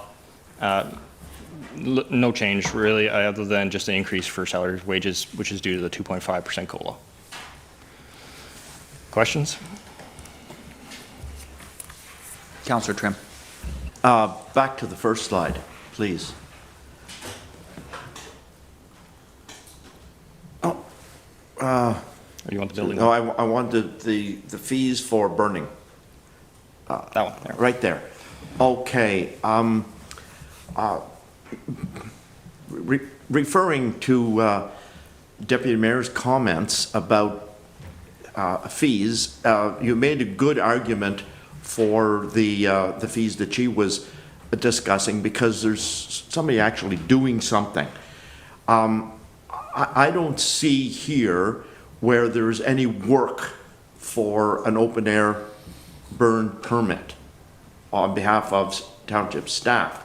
And I'm thinking this is going to encourage people, for instance, reporting that they're doing recreational when they're doing open air, in fact, or not getting a permit at all. So I would argue that this is a fee without any service. And so I would argue that we continue open-air burn permits for no charge. Thank you, Mr. Mayor. So- Noted. Can I Sorry, make go it? ahead, Treasurer. Yeah. Thank you. So 2 points of note, because I talked to the fire department and the fire chief on this note. Open air burn permits are the ones that they actually get called out more often or frequently to investigate because of their size, because they are more of the 6x6 actual fire. And to your other point of the residential, like saying they're a residential burn permit. So if the fire department was called out to a fire that was 6x6 was actually an open air burn permit, we technically have a fee, I believe, if memory serves, about $750 for bylaw enforcement to say that you did not have a permit for that size of fire, and we could actually enforce that. So that's the enforcement piece to ensure that they actually do purchase the $10 permit. The $10 reason is for the fact that it is one that the fire department actually gets called out for the most. So it's more of a, is that the one you need, or is people just getting the recreational burn permit? Right now, there's no stipulation in between, so most people would go, instead of buying a residential burn permit, they'll go, well, it's still free, I'll just get an open air burn permit, but we don't know the actual size of the fire to stipulate the difference between the two. So you could have a large amount of residential burn permits or a large amount of open air burn permits, and really most of them are just recreational. They just got that permit because it's easier, and in case they wanted to have a bigger fire. So it's that stipulation between, other municipalities do charge fees for these, and that's kind of where that side comes to as well. Just to kind of that, I have a feeling that there might be very few of these open air burn permits compared to the residential ones, and so the impact would be very low, but it stipulates as to what people are buying. It separates that. Whenever both things are free, most people are just going to pick the open air burn permit because it counts for a bigger fire. Follow up, Mr. Mayor. I'm thinking though, because as was stated earlier, we have a very large agricultural community, and that is very common in the agricultural community to have open air burning permits.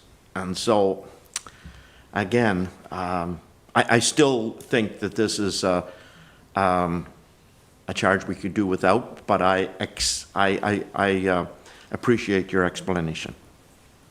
If I could. Yeah, CAO. Yeah, so just what we could do is understand the number of, what is the proposed generated revenue from these $10 permits and how it may impact, because we're proposing to generate revenue with this $10 permit, and what does that equate to over a year? Is it $1,000 or $2,000? Is it 20 permits?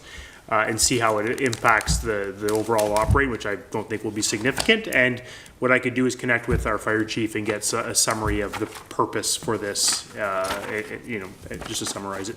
I have notes from the fire chief, but they're relating to his capital requests, not so much the fees and charges. Thanks. Thank you, CAO. Councillor Tabbert. I've never applied for a burn permit. How do I know if I need one or not?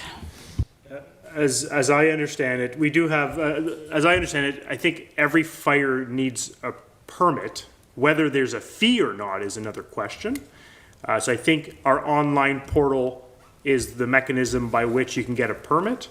It's not a difficult process. You go online, or you can call, and you could obtain a permit for free, for recreational. As I understand it, I see Councillor Trim might have had some experience with it, but I think all fires require a permit, whether it's your backyard little pit or the campgrounds and the like. So every time I want to burn in my burn pit that I now have, I have to get a burn permit? No. Maybe I'll clarify. So you get a permit at the start of the year. It lasts for the year. What we do ask residents to do is that they call this number, the fire permit number, and advise them that I will be having a fire on the weekend.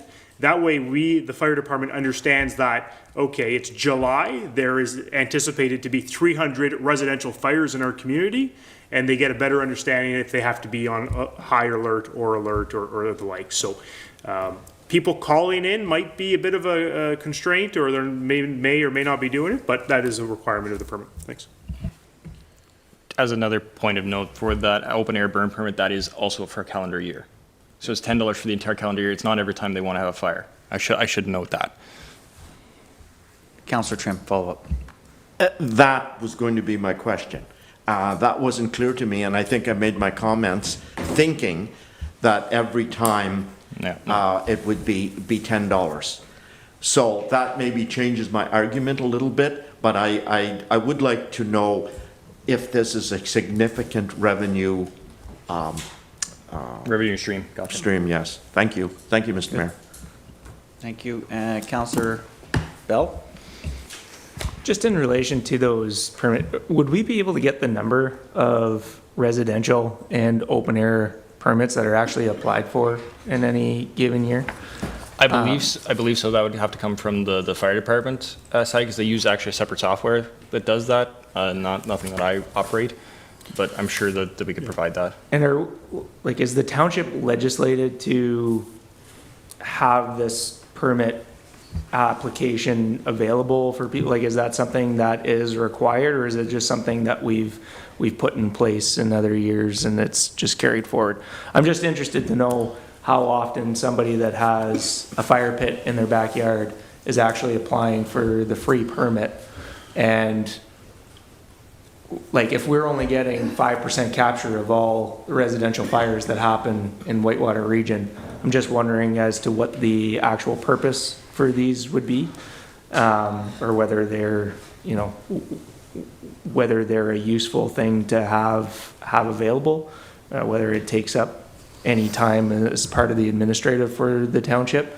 Yeah, I'd just be interested to see the numbers for how many permits were actually applied for last year versus what we think might be the case through the township. Yeah.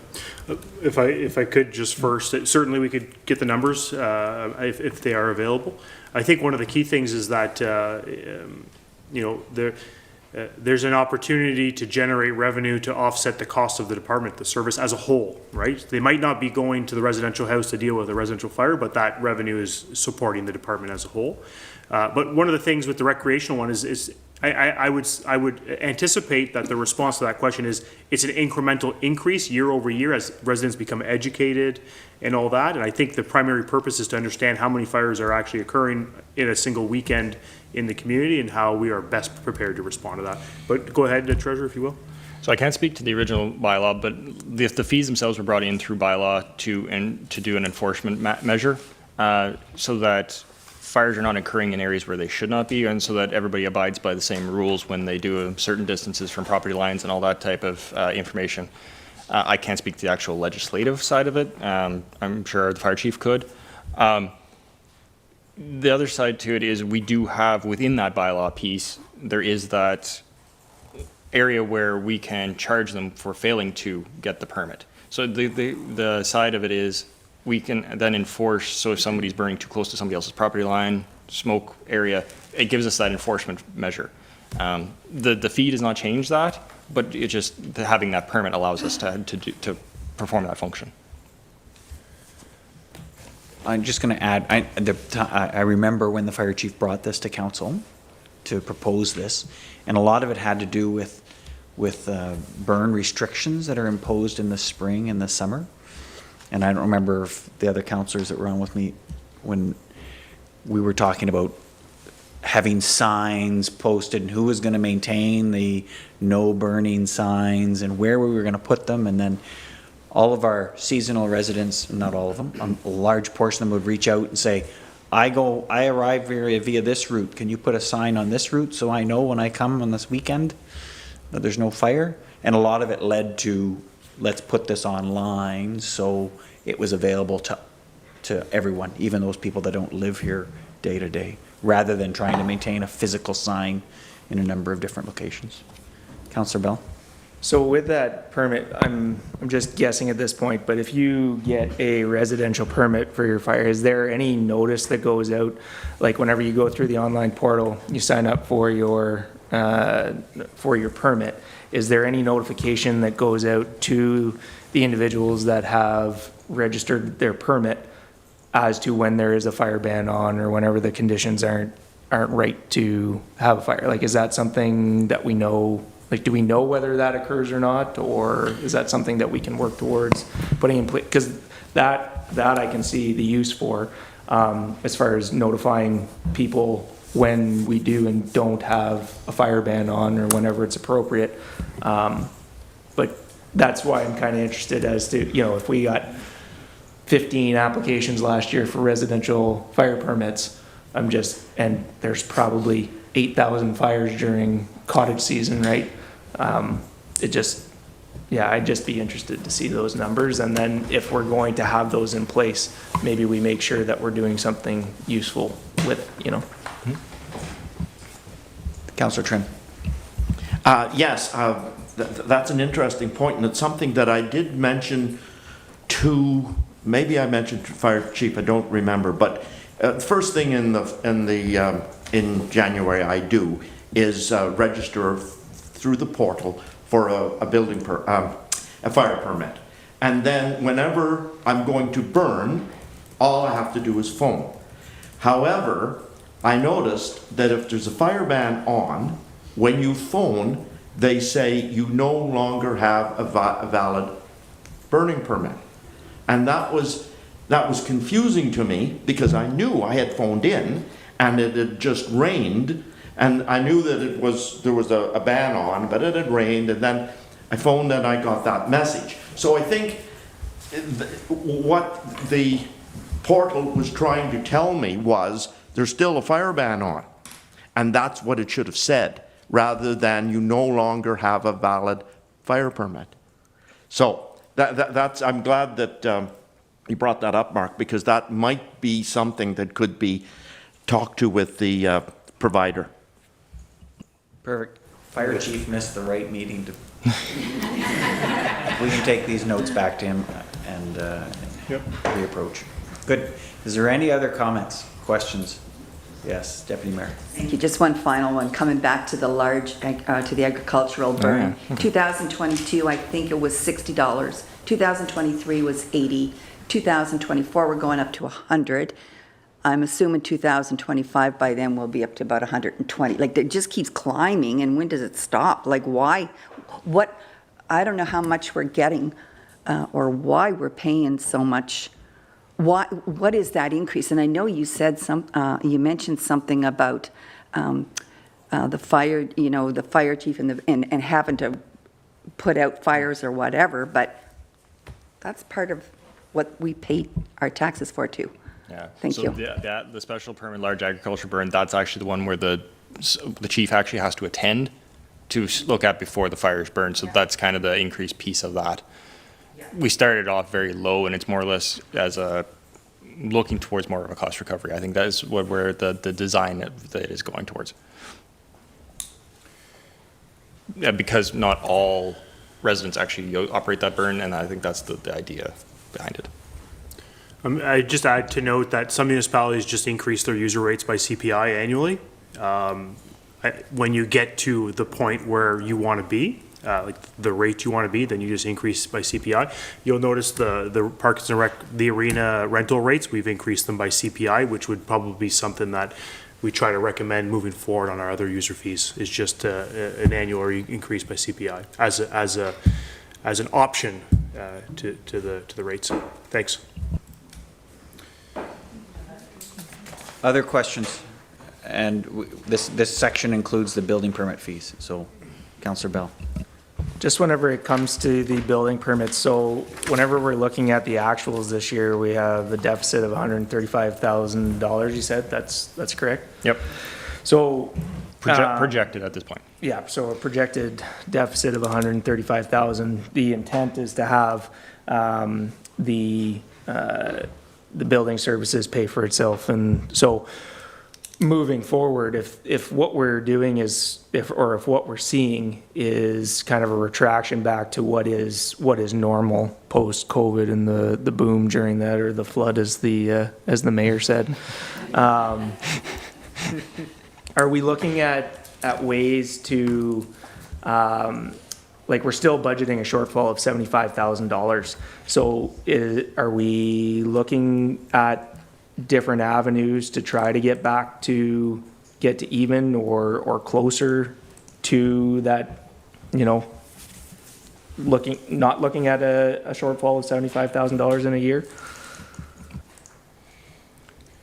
So I can speak to the first part where that's part of the reason for the increase in actual. It's very hard to predict what the actual revenue will be, because it's not something that we can directly control, is how many permits will actually come through the door and how many homes will be built.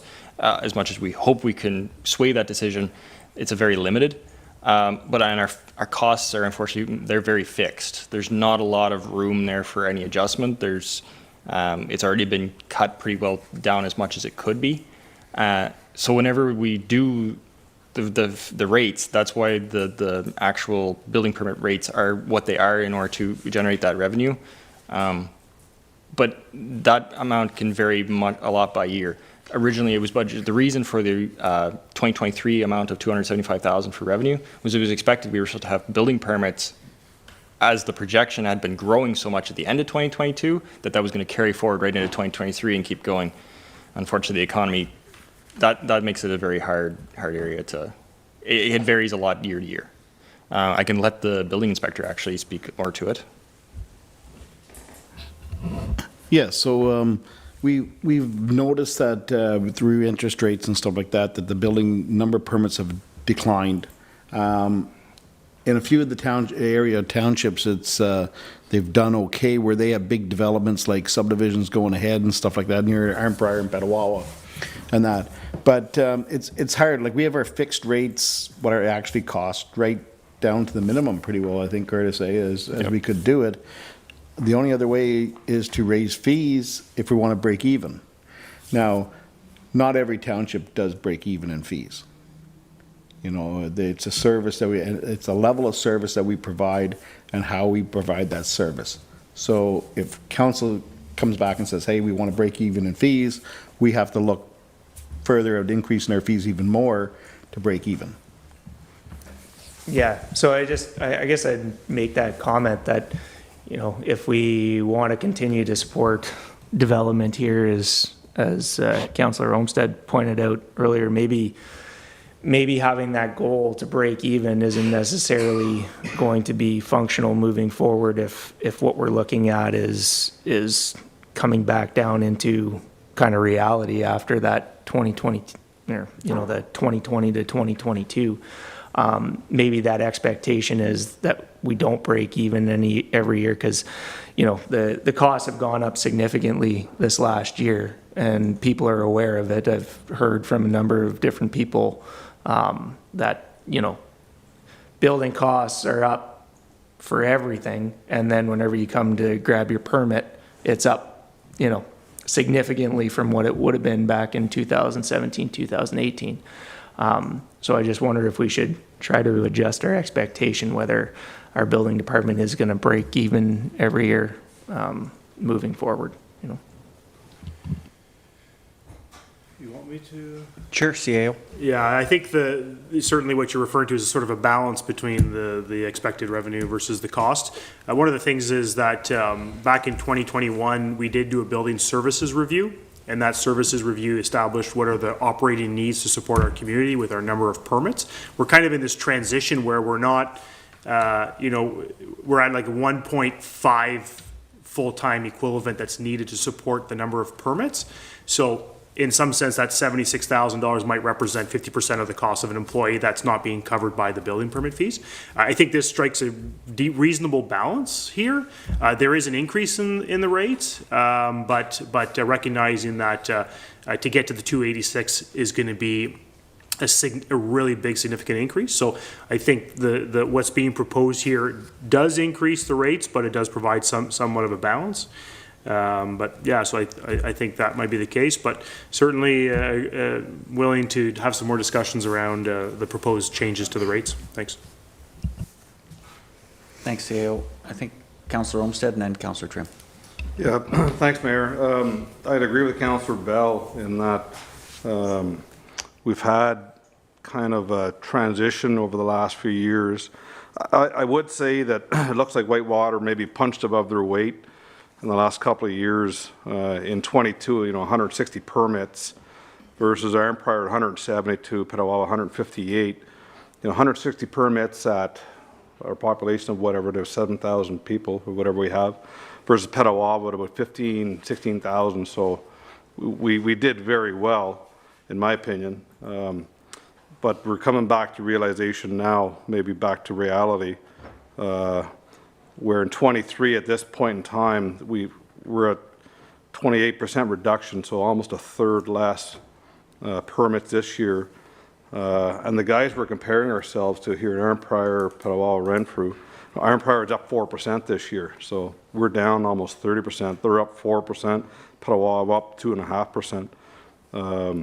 And as the CAO said, or one, maybe Doug or somebody said, these guys have lots of big developments going on, which is adding to it.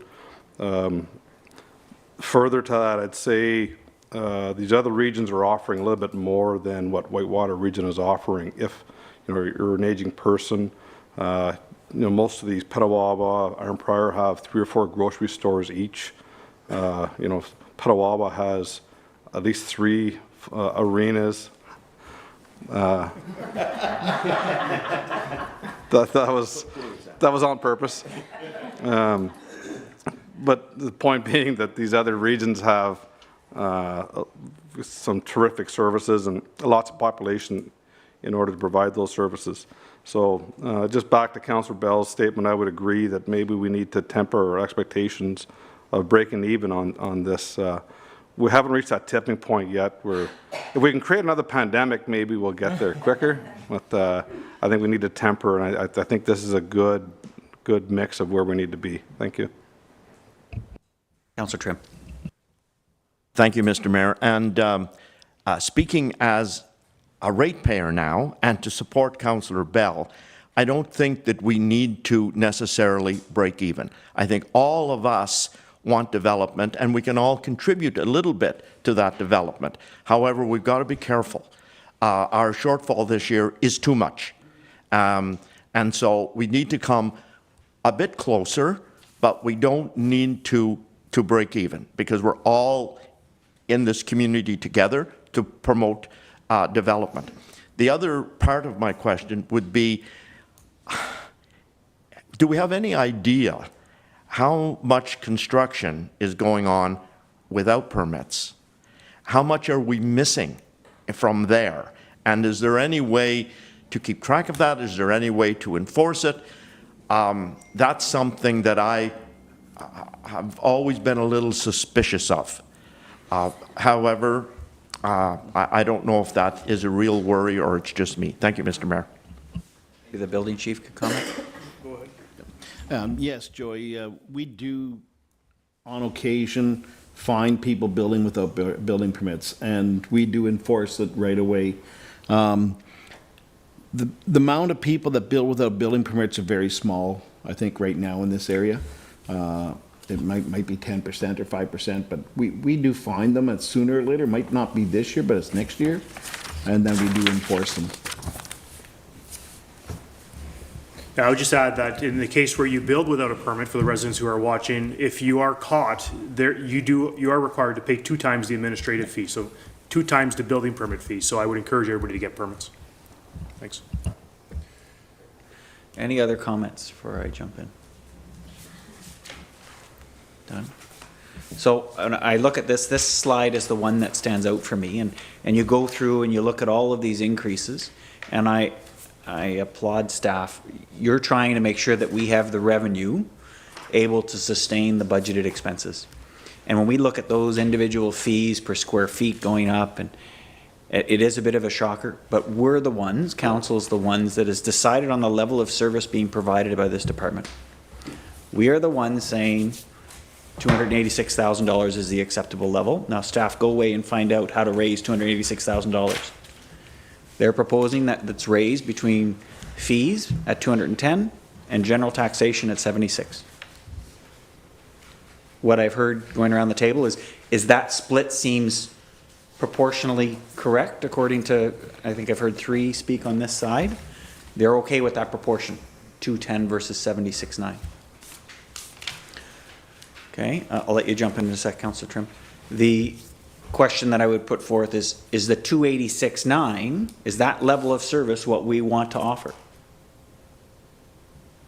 And if it isn't, and we want it to be less, is that something we want to consider? Do we still want the same response from our building staff for demands and inspections? Do we still want the same ability to process your building permit or your septic permit in so many, as quickly as we do right now?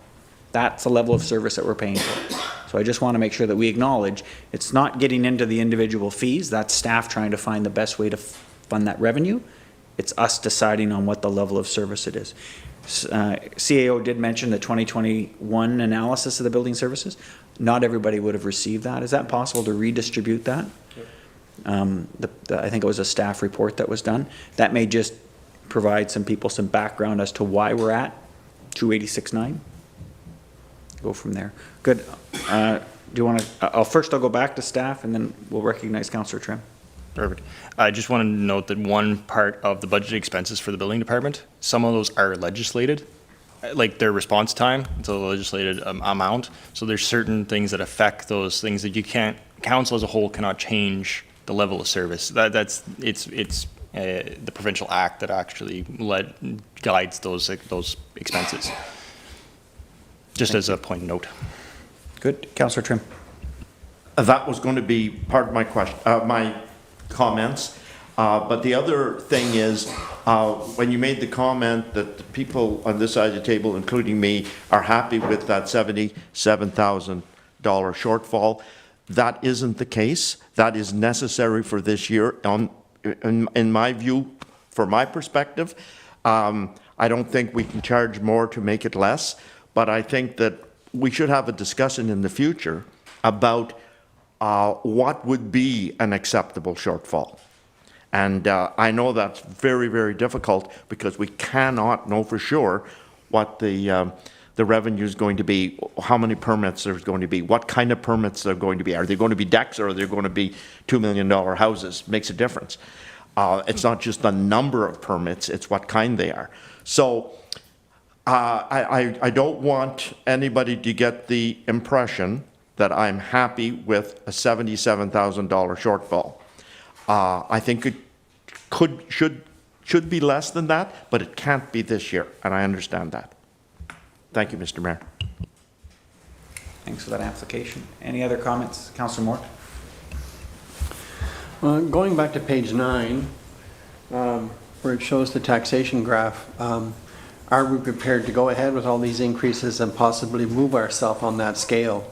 Right now, we're middle of the road. Is that someplace where we want to try and stay during this taxation talks? Or are we prepared to move into the more expensive side of the graph? That's my only comment. And just to confirm, the current proposal in front of us forecasts only a 1% increase in operating. Yeah. So in essence, staff is trying to keep us to the middle as much as possible. Good. Does that trigger any other comments? Staff, is there questions based on that, or any comments you want to make based on that discussion? Good. I'm just noticing that time right now. Lunch is planned? Yeah, so we do have lunch.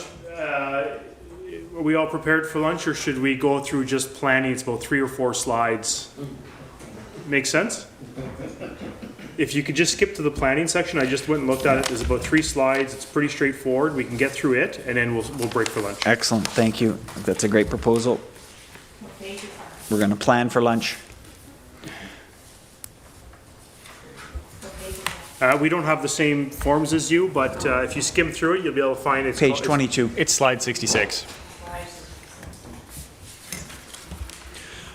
Okay, back to you, Treasurer. Okay, so planning and development. So within this, it comes into planning and drainage. So planning itself has seen a very minimal increase due to the decrease in wages.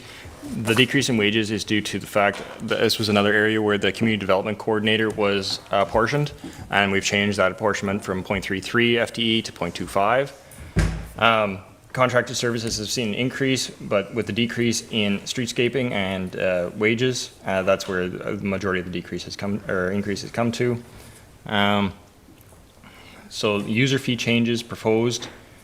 Severance, so there used to be 2 severance categories on, or is currently on the user fee schedule, where it says severance is $200, and then with county insight is, I believe, $950. So we're proposing removing the severance of the portion with the county, the $200, removing that one, but adding a severance cancellation charge. So whenever somebody cancels an application for a severance, we're able to charge them $200 for the work that has been provided on that severance, just to make up that cost. It also gives that point of people decide before they go and do it, there is a repercussion for just deciding, hey, I don't want to do it. Changing site plan control approval from 900 to 1,000, so an increase of 100, and then plans of subdivision condominium from 1,400 to 1,500. Drainage has seen a substantial decrease, but that decrease is majority because in municipal drains in 2023, it was budgeted for a CCTV inspection of the municipal drains. So that's a one-time cost. It does not need to occur in 2024. So that was where that decrease has gone. Tile drain loans are down in the year. However, there is a new one that it will be coming to council very shortly, where a new install that was installed by a farmer. The thing to remember about tile drain loans is they're an in and an out. They net themselves out. We see the revenue on one side and we see the expenses on the other side, so it has no impact on our actual budget. Questions? Councillor Trim. Mr. Mayor, through you to the treasurer, the last statement you made that it doesn't have any actual impact on our budget. What about administrating the program for the province? Do we get anything to do that? We do not. And so there is some administration that we're... It's an in-kind that the municipality provides to anybody who makes those applications for a tile drain loan. Yes. Oh, okay, thank you. Any other questions? Yeah, Councillor Olmsted. Yeah, sorry, can we just go back to the severance portion of that? I think that was the first slide. So just so I'm clear, so somebody used to apply for a severance, cost them $200. That went to the county. That's removed now. I don't understand what happens now. So yeah. Could I clarify? Yeah. Thank you. So there used to be 2 severance lines on the current fees and charge bylaw. There is 2 severance lines. One is when the county were the approval authority, and the other one was, as it stands now, that we're the approval authority through our committee of adjustment. So we had both from 2021 when we weren't sure if we were going to get it, but we got it. What our proposal is just to remove the old one that says the county is the approval authority. So the county used to charge $900 or $1,100, but we used to charge $200 on top of that for our planning comments. That no longer exists. Our fee for severances proposal is $900 for a severance application.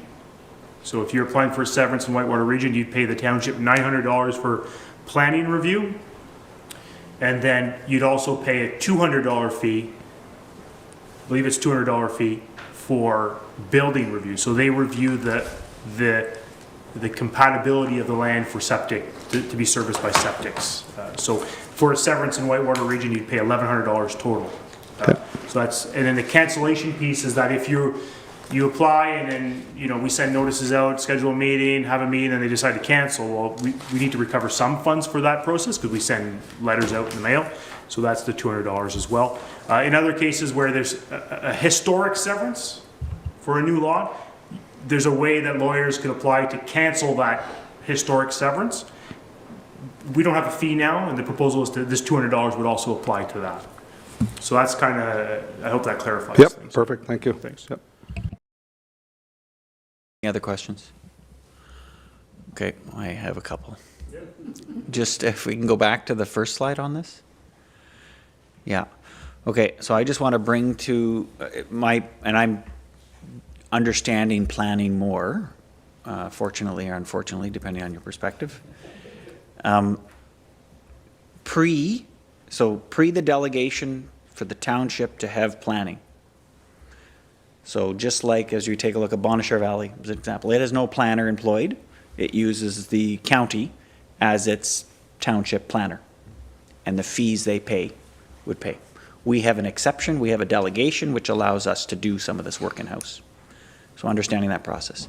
If we didn't have that delegation, what would be our operating expenses if you could guesstimate? I would say that the expenses would generally remain the same because we have a full-time planner on staff. The revenue would be affected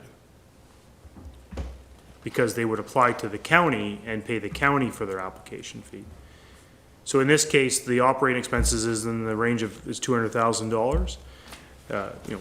The planner doesn't only deal with severances, they deal with zonings and all the like. So the anticipated revenue from severances alone is for this year in the range of about $22,000. So we would sort of lose that $22,000, it turn into probably about $2,000, or does that answer sort of? Yeah, you're going down the direction. Yeah. So the point I'm trying to make, and we'll come back to the numbers, is that we've decided as a township that we want a higher level of service when it comes to planning supports, right? We've decided to seek the delegation, you did as Reeve, and obtain the delegation for us to be able to do our own planning. We were able to then hire a planner. That cost, that level of service has cost us something. We reap some of the revenues to help compensate for that cost to have this higher level of service. But in some cases, general taxation is going to also pay for a portion of it. Following me so far?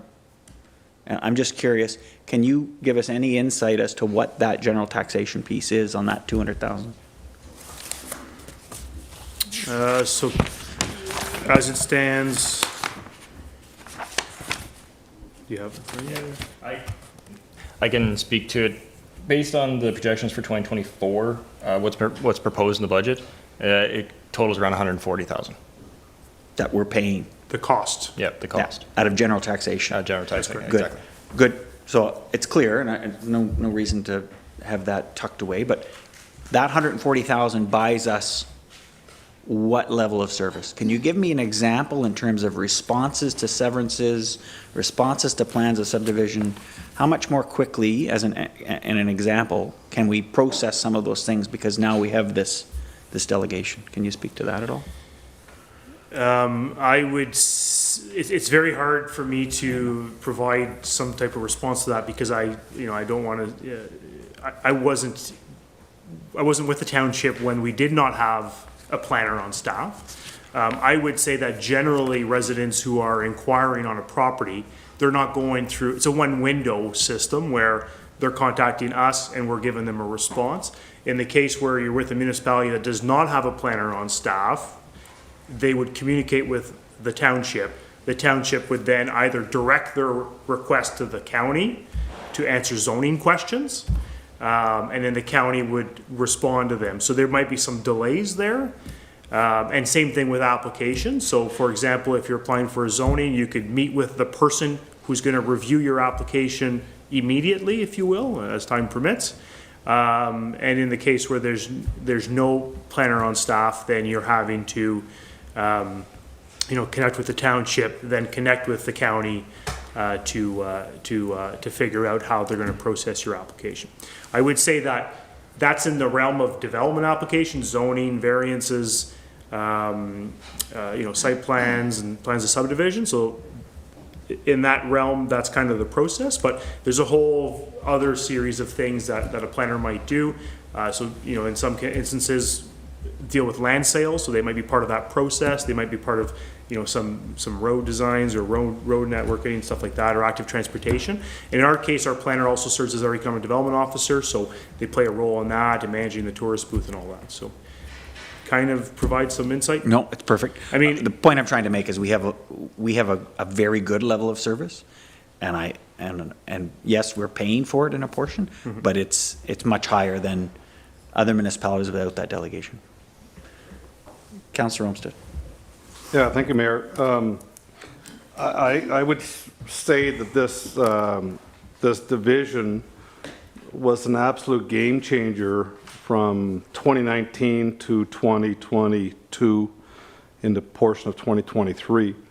In fact, when CAO, did you come in 2018? 2019 and 2019, right. So the stars aligned, and we had a number of things happen. And as I stated earlier, you know, we're punching above our weight all of those years, in my opinion. But the big reason for that is because we made that conscious decision to bring our own planning division in. And I read some stats to you earlier. Whitewater region with 6,000 or 7,000 I know I should know that number. 7,000 population, 160 permits last year, more than Petawawa. I think they're at 18,000 population, maybe even more than that now. So, and I know the reason for that, being in the business, is our response times to the applications that were coming in. I heard nothing but positive things over the last 3 or 4 years. Having said that, I think moving forward, it's very important for us to continue to support those applications, those severances. If we want to get anywhere close to breaking even points that we discussed earlier, we have to support development in our region. We are there's a reason why I think we're right in the middle of the Ottawa Valley, Renfrew County. We're in the middle of taxation, as you saw earlier. It's because we've been there to support over the last few years, and we have to continue that trend if we want to continue to look to break evens and provide this level of support that's showing on this page right now. Thank you. Good. There's one last thing. Just, I know that county has implemented a pre-consulting fee. Are you looking at me to suggest we should do that? Or No. I would say that one of the reasons we're not charging that is it's a service we want to provide to our residents, that they could inquire on development applications without paying a fee. And we might be, and I'll look at Alex, our planner, to see, like, I mean, certainly she has a lot of inquiries that come in, some of which are fruitful and people apply, but some of which they don't apply, right? So, you know, I'd be cognizant that I would hesitate at this stage to apply a fee to pre-consultations unless they become so onerous that we want to reduce the amount of pre-consults. No, and I think that's a general flavor. But again, just from a council perspective, we talked about level of services and making sure that we stay affordable. This is an enhanced level of service we have in Whitewater region. We've chosen to deliberately do that because of we believe that $140,000 in general taxation reaps us benefits well beyond that $140,000. But we need to be cognizant of where those areas are of enhanced levels of service. So good. I appreciate the discussion. Thank you. Is that any other questions on that item? No? Maybe we could pause now for lunch? Yes. Excellent. So we will recess now, and how long should we allocate for lunch? I would say 30 minutes if we can, or 40. Okay. So we'll plan to reconvene for anybody that's watching live at 20. 1:15. Perfect. Thank you.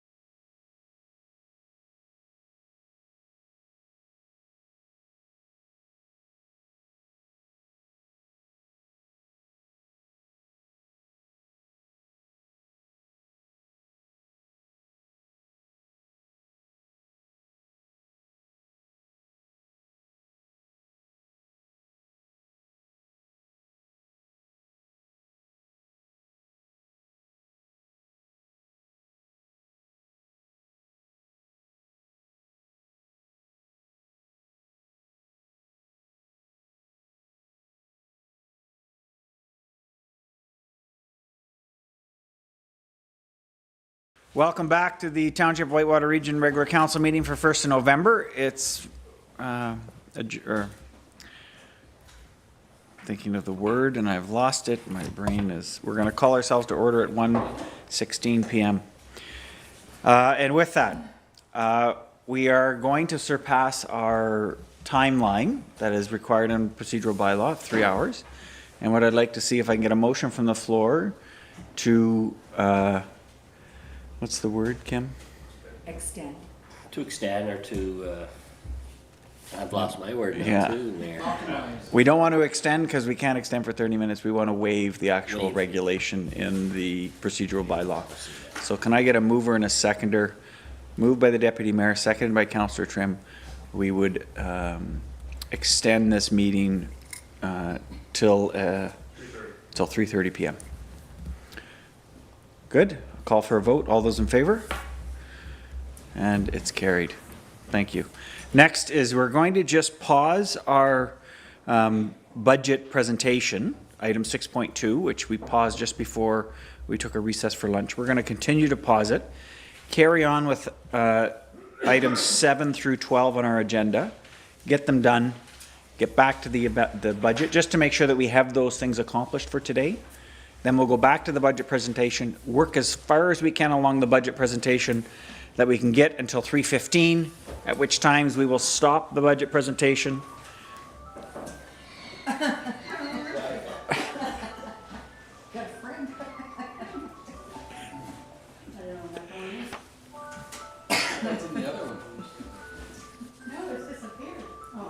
Oh, it's not.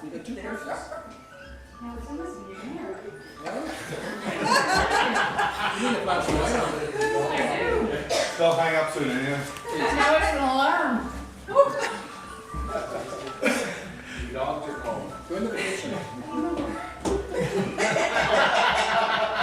Continue. No, it's not. No, she took it away. Okay, good. We are going to continue to 3:15. At 3:15, we'll pause and then get into our last two items on the agenda.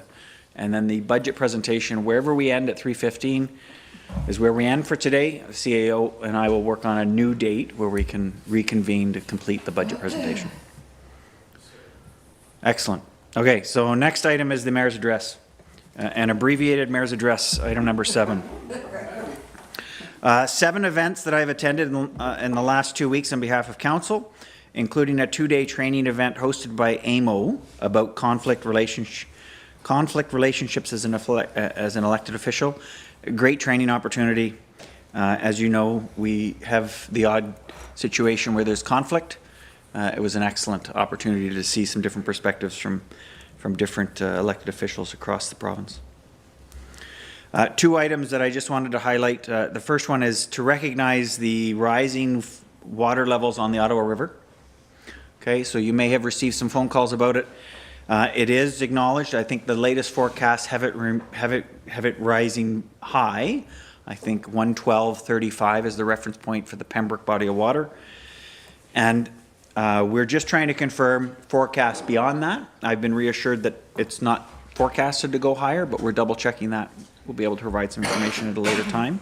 So just if you are receiving questions from residents, please, you can forward them to me, or our Public Works Manager is our acting CEMC in the absence of our clerk. The other point I just wanted to highlight is the upcoming week is the lead up into Remembrance Day. And we have 3 ceremonies here in the community. The first one taking place in Beachburg this Sunday at 2 p.m. The second one taking place in Westmeath, and it's scheduled to commence about 10 on Friday, November 10th, and of course here in Cobden, Saturday, November 11th, and I think it would commence about the same time, 10 o'clock. Good, that ends my mayor's address for today. The next item is number 8, public comments, and I'll just look to the clerk. Was any public comments? No, there's not. Perfect. None received. Item number 9 is a report, so we'll jump into the first one, which is a marketing strategy and implementation, the grant that was mentioned earlier in the presentation. The recommendation is the Council of Township of Whitewater Region authorize the mayor and the clerk to execute the contribution agreement between His Majesty the King in Right of Ontario, as represented by the Minister of Agriculture, Food and Rural Affairs and the Corporation of the Township of Whitewater Region, and approve the award of RFP 2023-17, Marketing Strategy and Implementation to Cinnamon Toast New Media Incorporated in the amount of $51,388.80, inclusive of non-refundable HST. A mover and a seconder, please. Moved by Councillor Trim, seconded by Deputy Mayor. Yeah. CAO. Thanks so much. So the present report refers to two things. One is a grant that jointly the Township of Whitewater Region and the Township of Greater Madawaska applied for through the RED grant, the Rural Economic Development Grant.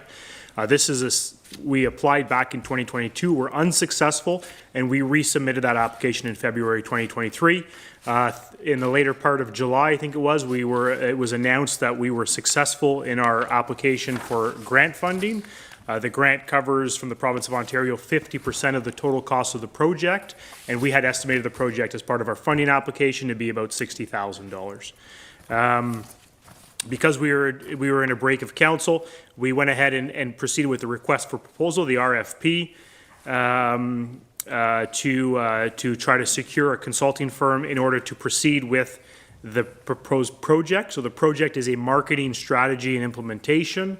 The project has two parts. One is the preparation of a marketing strategy for each municipality, which reflects our respective local governments and local areas.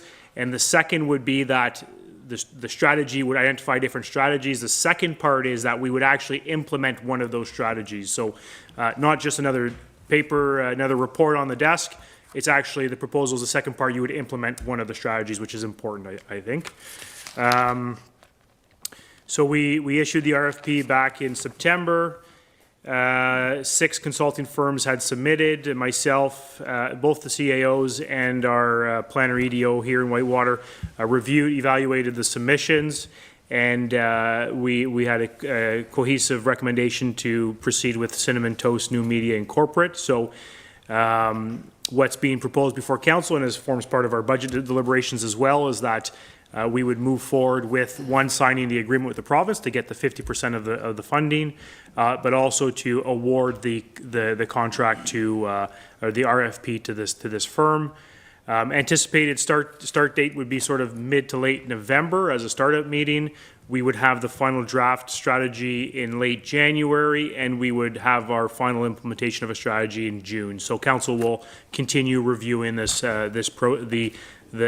project as information gets materialized. So the $15,000 is proposed to be funded from our 2024 operating budget. So that means it's incorporated within that 1% increase of the operating budget. I'd be glad to answer any questions if there are any. Thanks. Thanks, CAO. I'll turn it over to the mover first. Councillor Trim? No? Deputy Mayor? Any other questions or comments from members of council? No. Oh, Councillor Moore. What is the projected time frame of all of this, like start to finish? So the strategy, which would be a direction document, is anticipated to run from November till January, early February. So they're going to engage with councillors, they're going to engage with staff from both townships as well as the business and residents. So they're going to do some type of form of engagement through surveys and one-on-one interviews. So that'll take place through the part of the winter break, through the winter, and then in February we would give them direction to proceed with one strategy. One strategy would extend from February until June. So end of project June of next year. Thank you. Good. I will just add that I think this is a great opportunity for us to not only obtain a grant where we get 50% of the funding, but we're also partnering with a neighboring municipality. So it keeps those lines of communications open, finding other ways that we can synergize. So great, and thank you so much, staff, for putting the effort into this. If there's no other questions, Councillor Tabbert? A question, but a comment. Can we make an agreement between Her Majesty the Queen? How is that possible? Wouldn't it be the King? The report is miswritten. Our clerk did correct my draft agreement, or my draft bylaw. It was corrected for the bylaw. So when we adopt the bylaw later in the meeting, it will read the Majesty of the King. Thanks. Yep, thanks. Excellent, and I will call for a vote. All those in favor? And it's carried. Thank you. Item 10 of the agenda is notices of motion. Looking across at council members, no notices of motion have been declared. Item number 11, correspondence. There are 3 items here, and first one is the Rural Ontario Association, the ROMA 2024 Annual Conference Delegation Form. Did you want to speak to that, CEO? Yeah, so what's happening now is that ROMA has, or the Minister of Municipal Affairs and Housing has submitted the delegation forms to each municipality. So if we are seeking to make delegation to ministers at ROMA, which is in January of next year, we have until late November to do so. So that's, we have traditionally done about 4 or 5 per conference, so ROMA or AMO. So I would just, I will, if you have a proposal, please connect with me directly, and I would include that in a report on the 15th of November as a summary of, to get direction from council that we proceed with certain delegations. Noting that one delegation certainly will be with the Minister of the Environment relating to the water and wastewater rates is certainly on the list. And I'll review ones from AMO to see if we have to connect with them again. We always meet with the Minister of Seniors and Accessibility, so that might be another one. But if you have something you want us to connect with the Minister on, maybe through the Mayor or directly to me, you're welcome to come and see me. Thanks so much. Thank you. Next one is the County Council Summary for October 2023. It's in there. You can all read it. I will just highlight the one presentation we had from Pembroke and their warming center. So if you're not aware of the situation in Pembroke, there are a number of homeless people without homes within the Pembroke area. And the Grind had supported them last year with a warming center. And a warming center versus a shelter, why, you might ask, what's the difference between the two? A bunch of fire regulations, I'm sure the fire chief could tell us, and zoning in terms of where people can sleep and the building and the facilities that are required for sleeping accommodations. So a warming center would give a place overnight for individuals to stay warm. And last year, the Grind supported about 22 individuals over the winter. That is not possible this year, and the Pembroke City is looking for other locations to be able to host a warming center. They approached the county council and asked for their support financially to operate a warming center at the Zion Church, community church, and they needed about $225,000 to do that. So Laurentian Valley has already kicked in $20,000. Their council committed $20,000 to help. County is looking at it right now, and county is also discussing with Pembroke what their contribution might be. So it's something that is affecting a lot of vulnerable people in our community, and you'll hear more about that at later dates. But if you're looking for some more information, it's inside that council summary, and give me a shout if you want to know more. Good. Next item is the Municipal Road Tour Summary. CEO, did you have anything to speak to that? The purpose of this is only to inform the public that event occurred, or that initiative occurred, that there was a deputy clerk that was present, which was myself, and that the council did not advance any business. But it's also to inform the public that we've held this tour of our facilities and roads with members of council. Thanks. Perfect, and I'll just publicly thank you and the staff that put that tour on. I think it was very well done, and able to see with our own eyes some of the areas that we want to invest in, or issues that we need to deal with, opportunities, as Councillor Olmsted might say, opportunities we have within the township to invest. So thank you, much appreciated. And Deputy Mayor. Thank you. If I could just add one thing for anyone, there were some roads that we were not able to get down. We didn't manage to get through the entire tour. We just unfortunately ran out of some time, but just to take the time, if you need to just go down and take a look at the ones. There are some really good, like the Zach View Drive, and there's some different roads that were done that we just didn't get an opportunity to get to. So if you're out and about, just take a good tour down there and check those out. Thank you. Perfect. Any other comments or questions from council on correspondence? Seeing none, we'll move on. Next item is announcements. So we'll start with the Deputy Mayor. Any announcements? Thank you. Yes, Mayor. So we do have a couple of new hires in the municipality here. We've just hired a Rebecca Gill. She is going to be joining us in the Community Development Coordinator role. We had the review panel was made up of Councillor Trim, Amanda Nesbitt from the county, Alex, our planner EDO, and myself. And we have recruited her. Rebecca comes with a degree in business management and entrepreneurship and culinary management. And she has served in the administrator and marketing coordinator with the Warren team with Remax Hallmark Realty Group for the last 6 years.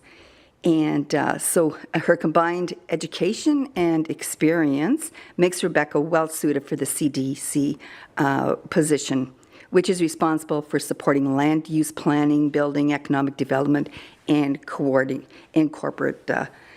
communications. So we welcome her. She'll be joining us on November the 27th. She is going to come in on the 13th just for an orientation, and we will be having her on board then. So we look forward to having her. And we also have hired Julie Bennett. She is the position for the Aging Well at Home Community Navigator. Once again, Councillor Trim, Amanda from the county, Moira Doe, all filled in on those at that interviews. She has a bachelor's degree in arts education and physical and health education from Queen's University in Kingston, and has extensive years of service in event planning and coordination, as well as an executive assistant to several foundations and committees. So we welcome her as well. With every good news comes some bad news. And it is with regret that we have to inform council and the public that Sam Buttle will be resigning from his position as building inspector, plans examiner. He will be pursuing other interests, and we are going to definitely miss having him around. We just want to wish him all the best in his new endeavors. And we will be posting for that position immediately so that we can get that filled. I'm sure that Mr. Schultz would be very happy to hear that. And that is everything. Thank you very much, Mayor. Thank you. And Councillor Bell. Just the one that was dropped. Oh, I guess there's two in one here. But so this Saturday, Borka's holding a poker ride starting in Beachburg. So all the details for that event is on their website. What's the start time here? I have it in front of me. Starts at 9 o'clock. Untimed event, $50 a person, so you can register online. And then I believe they've opened up registration for the Spring Chicken, which is always a big event in this area. So that's in May 2000. That's for May 2024. I believe registration's online for that as well. So. Thank you, Councillor Tabbert. I just have one announcement, and I'm not sure of all the details right now, but I know on Monday, November 16th, there is a children's vaccination center at the Ag Hall. It's put on by the Renfrew County District Health Unit, ConnectWell, and CHIO. They've partnered together. This is an opportunity for any child between the ages of 0 and 17 to get caught up on their vaccinations. It's for those who have or have not had a doctor. They just noticed that there's been an increase in children who are missing vaccinations. Thank you. Councillor Olmsted. I have none. Thank you. Councillor Moore. one very important one, and this Saturday at 2 p.m. in the Cobden Legion, Faye Bennett will be having a talk on those who fought for our freedom, and I would assume that it would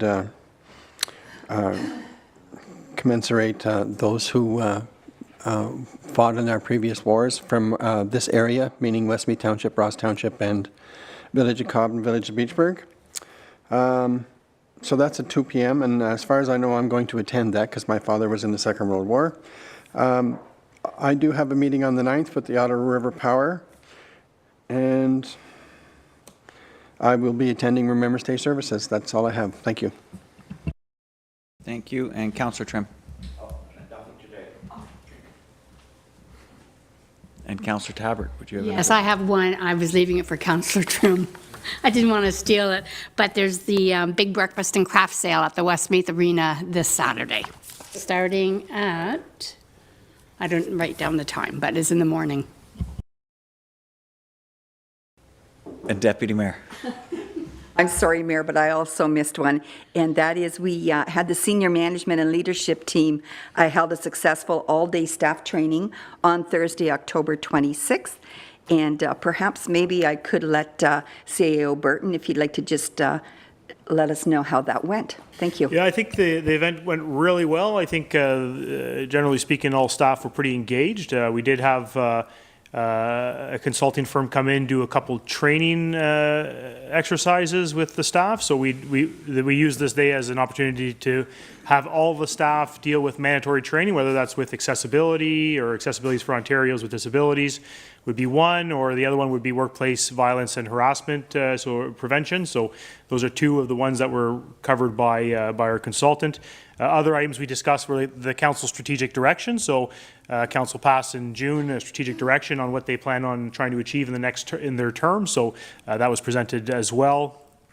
So generally a success, I would say. We did have some team building activities.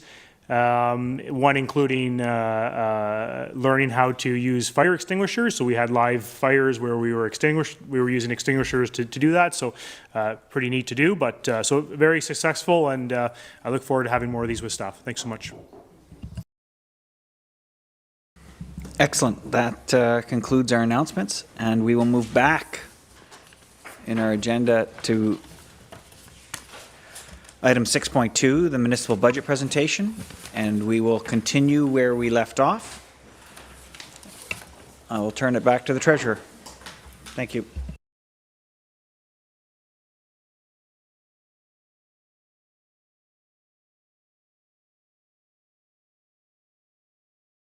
Thank you, Mr. Mayor. So the next area of the budget under the general operating is transportation. So under this area, there's the transportation, which is roads, streetlights, and the airport. So this one has seen an increase of $37,150. Slight decrease in the FTE. As we've removed one student, so in 2023 there was budgeted to have 3 students work for public works. They only wound up having 2, so we're budgeting that same thing for this year. But we're also adding 0.1 of the asset management coordinator towards this role, towards this area of the budget, which equates to the total wage increase of $49,850. Majority of back and forth of changes. Some areas where we were able to save, as you can see, in some areas where we had a decrease or more spent.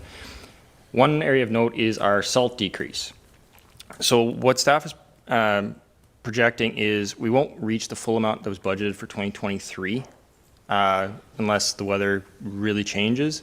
So what we're proposing is to actually take that overage of budget in 2023 and create either a winter maintenance or put it into just roads reserve, so that come next year, if we were to have a harsh weather or any other year going forward, we have that extra buffer to kind of soften the blow of that extra cost and target it directly towards the purchase of salt.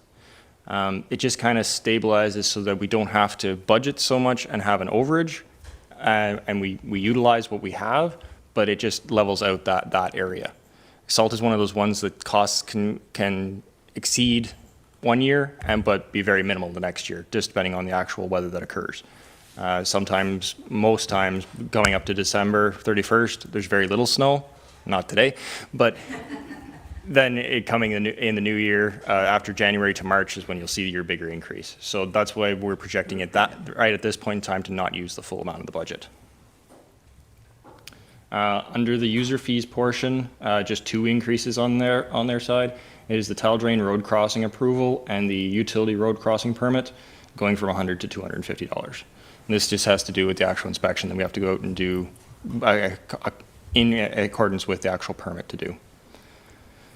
So every year, the Public Works Department does a gravel road program.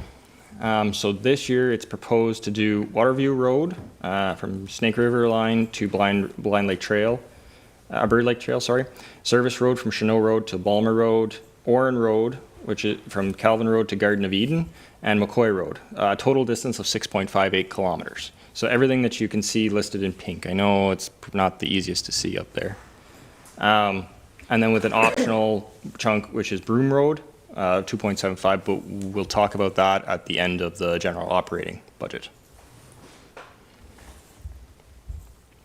Streetlights and airport, there's no proposed changes for the 2024 budget at this time. And questions? Questions from council? Good. Seeing none, we'll move on. Okay, thank you. So now we move into environmental services. This deals with the wastewater and water will be a separate portion of our budget at the end. So this deals with recycling, waste, and landfill. So under recycling, we're seeing a slight increase of $6,875. That's due to our contract with our collection agent for curbside collection. Same thing with waste. The landfill, the substantial increase that we're seeing there of $82,000 is due to the fact of the proposed increase of staffing levels for the landfill to go from 1 full-time attendant to 2 full-time attendants and changing the composition of part-time, well, leaving the composition of part-time the same as 2023 budget. So we've increased the wages proposed up to $88,500, but there was a landfill site study that was included in there that went down $7,500, which accounts for the actual total increase. Through this increase or this position, it can be fully funded by tipping fees within its own department. So the user fee changes proposed is to our waste collection fee, which is our curbside collection. This is the charge that goes to every resident with their tax bill. Looking to go from $164 to $168, which is an increase of $4. It's on track with the actual contract increase, which is the driving factor behind this. One note for council is there's been requests about a leaf and yard waste curbside pickup twice a year. That estimated would be an additional $9 per user to the proposed rate. So it's up to council's discretion whether they would be interested in that or not.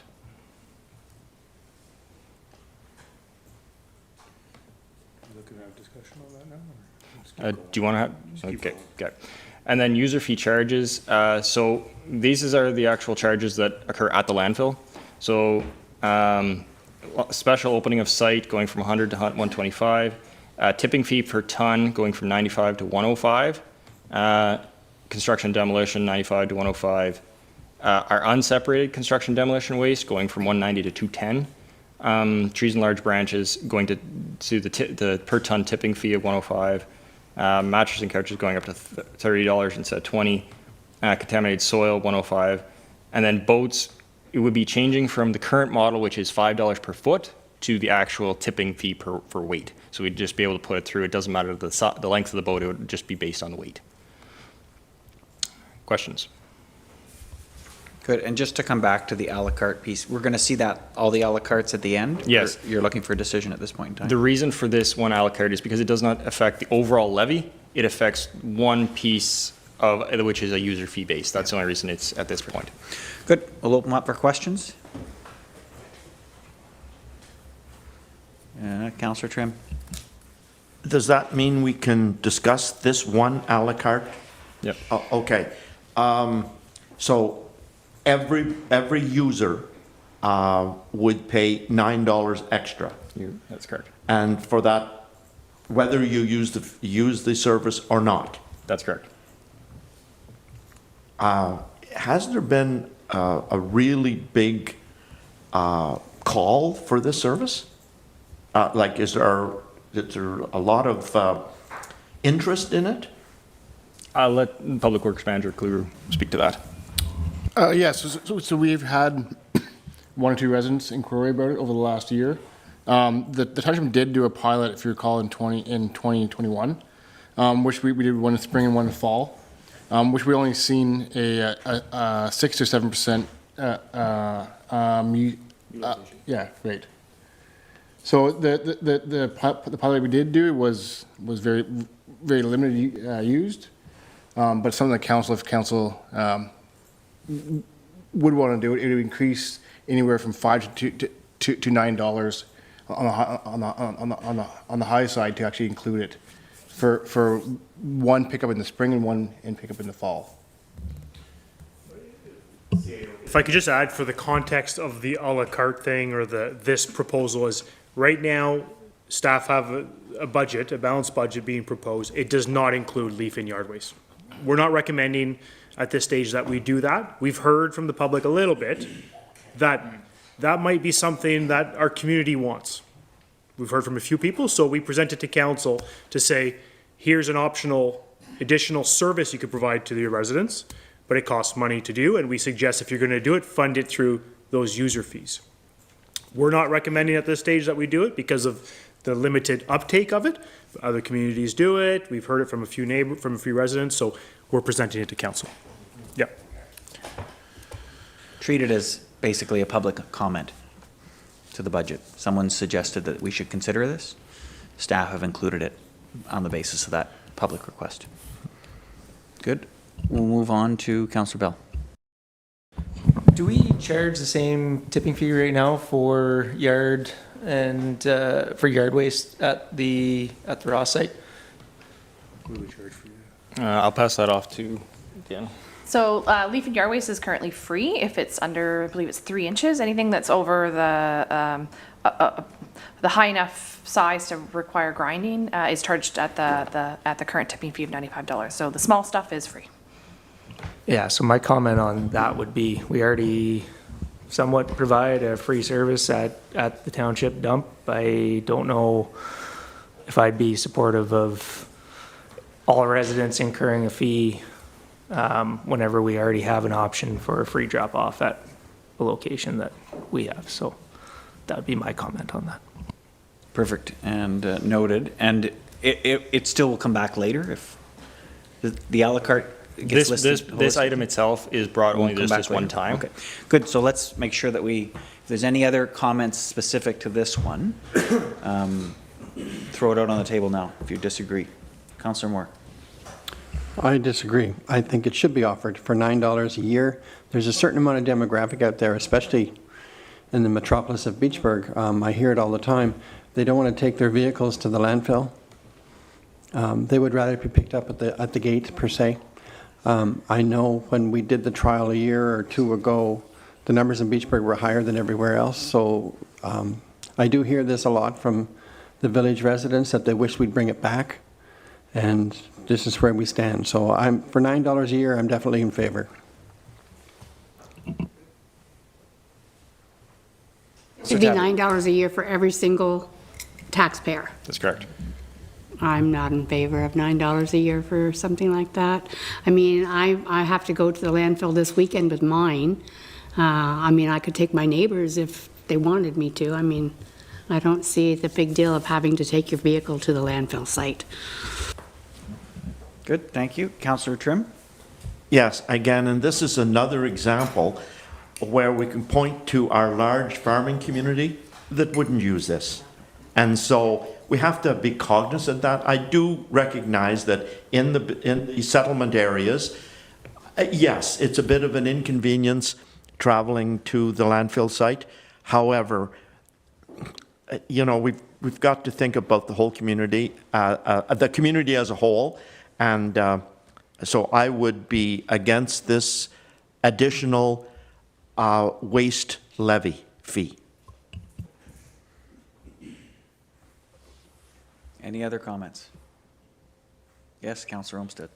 Sure, I'll give my 2 cents. As stated earlier, I've been down there Saturday mornings. I look at it as a way to control who's coming into our site. And I think if you talk to the employees at the site, the number of people that are there on a Saturday morning are too many to begin with. So that this would help curb that number, I think. But I think I'm in favor of, for twice a year for $4.50 per trip, I'm definitely in favor of the charge. Thank you.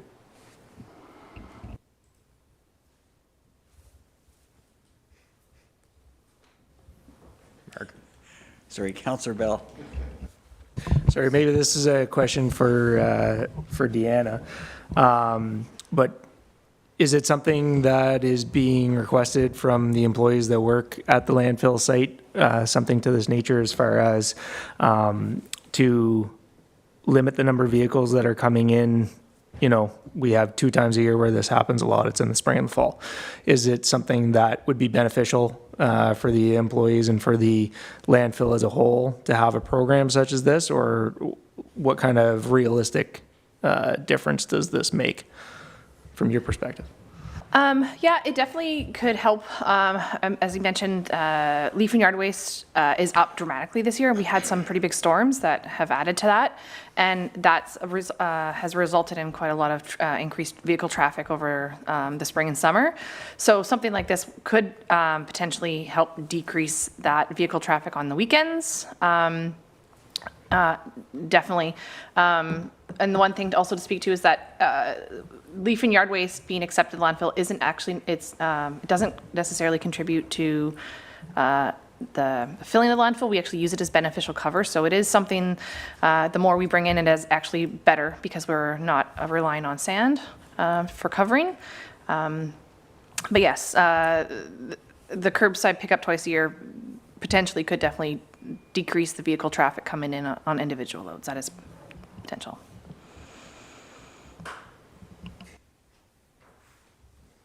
Councillor Tabbert. So this would be twice a year only, and it would be on a specific date. Yeah, so And that would be well advertised in advance, so that it would happen like in November instead of September. How I have previously run this program in a previous municipality, it was included in the annual calendar. So it's you would plan it and advertise it in January. You'd set the dates ahead. Generally one in the spring, generally one in the fall after leaf drop. Usually it's about the first or second week of November is when most municipalities line it up to be. Sometimes it takes several days to complete the collection, and especially in a bigger municipality with lots of roads to travel. So it would be one day of collection, but it might take the contractor a few days to complete it. And it wouldn't cost us any money then, because the $9 would cover the whole municipality? And we would need a vehicle for this, or we'd have to buy a vehicle, or where are we gonna get this big truck to collect all this leaf and yard waste? So it would be something that you would add on to the existing collection contractor's contract. So it would be something we would have to get a, so currently Miller does curbside collection for garbage, and this would be an additional collection that we would ask them to do using the existing trucks. So it would be contingent on them having existing vehicles to be able to handle that additional. Wouldn't go in the back of a garbage truck then?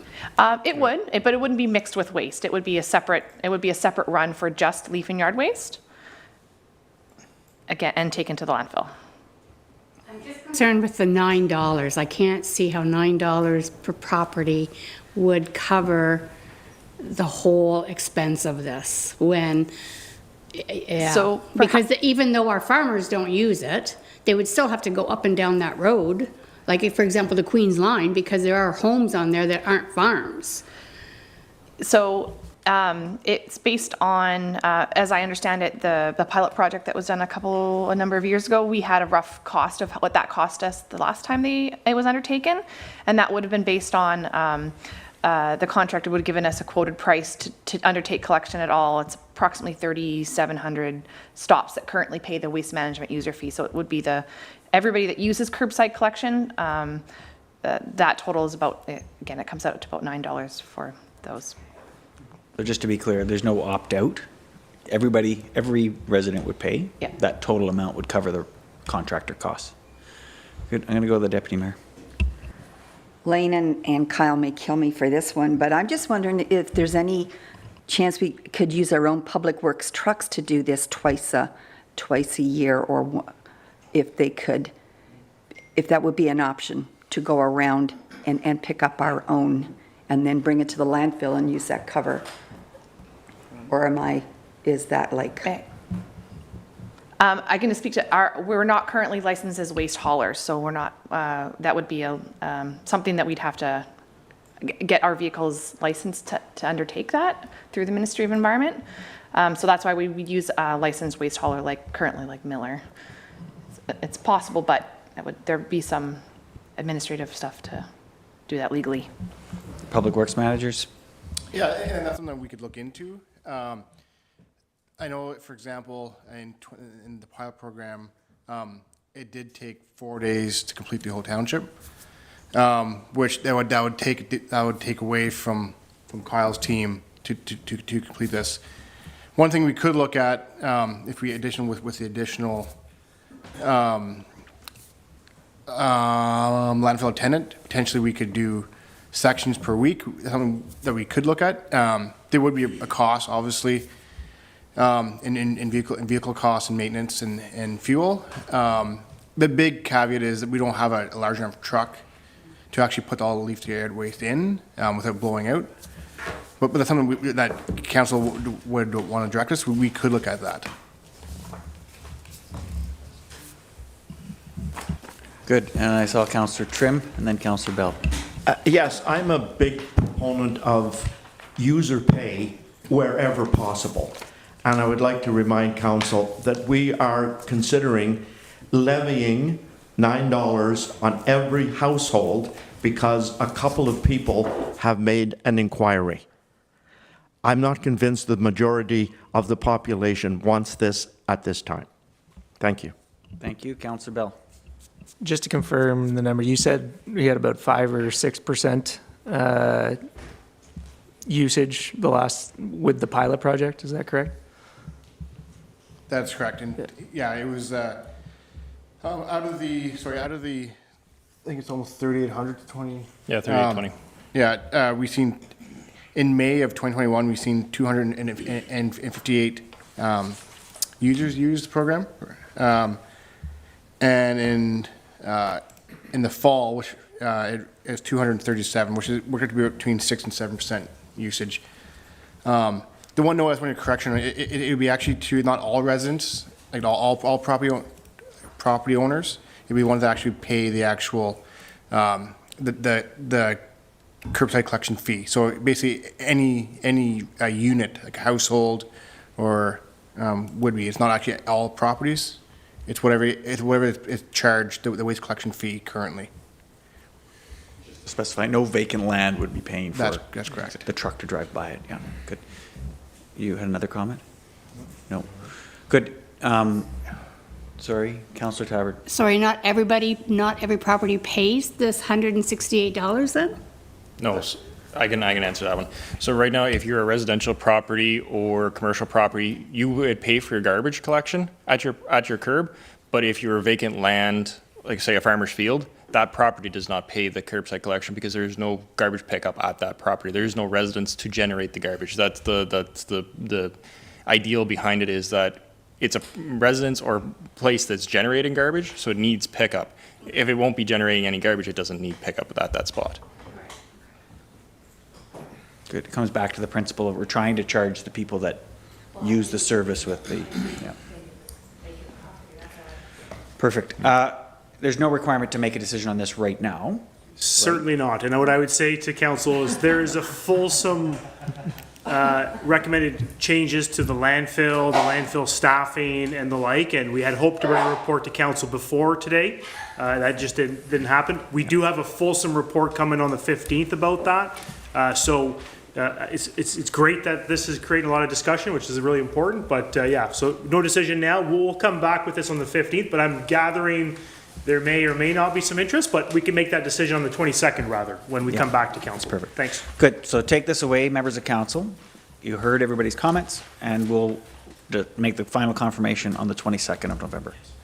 Just for a point of clarity, we will not, at this point in time, investigate having our employees go and do this on behalf of the township, the level of detail that it would take to do that.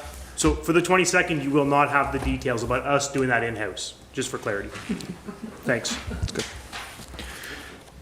Good. Is there any other questions on any other item that was presented today on waste and, yes, Councillor Trim? It's just a matter of interest, Mr. Mayor. When does the garbage pickup contract again come up for renewal? I believe it's March 2025. Which coincides with the Blue Box, the new Blue Box program. Thereabouts, yes. Yeah, so 2025, there's going to be a lot of changes. That's good. Any other questions on any of the other proposals that you saw under waste and, environmental services, recycling, waste, and landfill? Good. Seeing none, we'll move on to the next item, please. Okay. So the next area we're looking at is recreation and cultural services. This talks about our parks, tourist booths, economic development, arenas, social services, library, and museum. So recreation and cultural, and so for our parks, we're seeing a slight increase of $39,800. This is due to the new community services manager that has been proposed with the addition in of 0.7 of a FTE and one park student. The big change, though, the reason that you see the FTE actually drop is because we removed 2 beach students from this position, as well as one full-time operator that was at 0.4, area operator 3, and a park and rec attendant at 0.82. Then we look at ICE operations. So for 2024, proposing a transfer to reserve of $37,500, which is the savings of not operating ICE facilities. So this budget includes the Cobden as operational, Westmeath operational for half a season, so it's the completion of the 23-24 ICE season, no fall ICE season, and then Beachburg no operations at all. You can see from the FTE, the savings is $98,250, but from the FTE, you can see we went from 5.51 down to 3.58. So as a point of note, it will come back later. If another arena was to be opened, there would be other staff that would need to be brought in to equate for that missing piece to actually operate those facilities. So all user fees here have been just adjusted by CPI at 5.4%. I've compared to other municipalities and we're right on par with similar similar facilities. So the only ones that have been affected is the ice times and the ball diamonds. Tourist booth and economic development. There's really no change to tourism. The only change to economic development is the fact that the community development coordinator, who had 0.33 allocation here for FTE, has gone to 0.25 in account with all the rest of the changes with that position. Social services. So normally what happens here is there is a grant to offset costs, and we normally, as council, you budget a certain amount towards that grant. There's no grants confirmed at this point in time, so the only thing that I've included in this budget is the $5,000 that is the holdback revenue from the 2023 grant that will be received in 2024. So that's where you see the total decrease of $58,200, and there's no FTE. Library and museum, it's keeping their overall operating budgets exactly the same, so the only change that they see is a little bit of a grant change just to the increase in insurance. Any questions?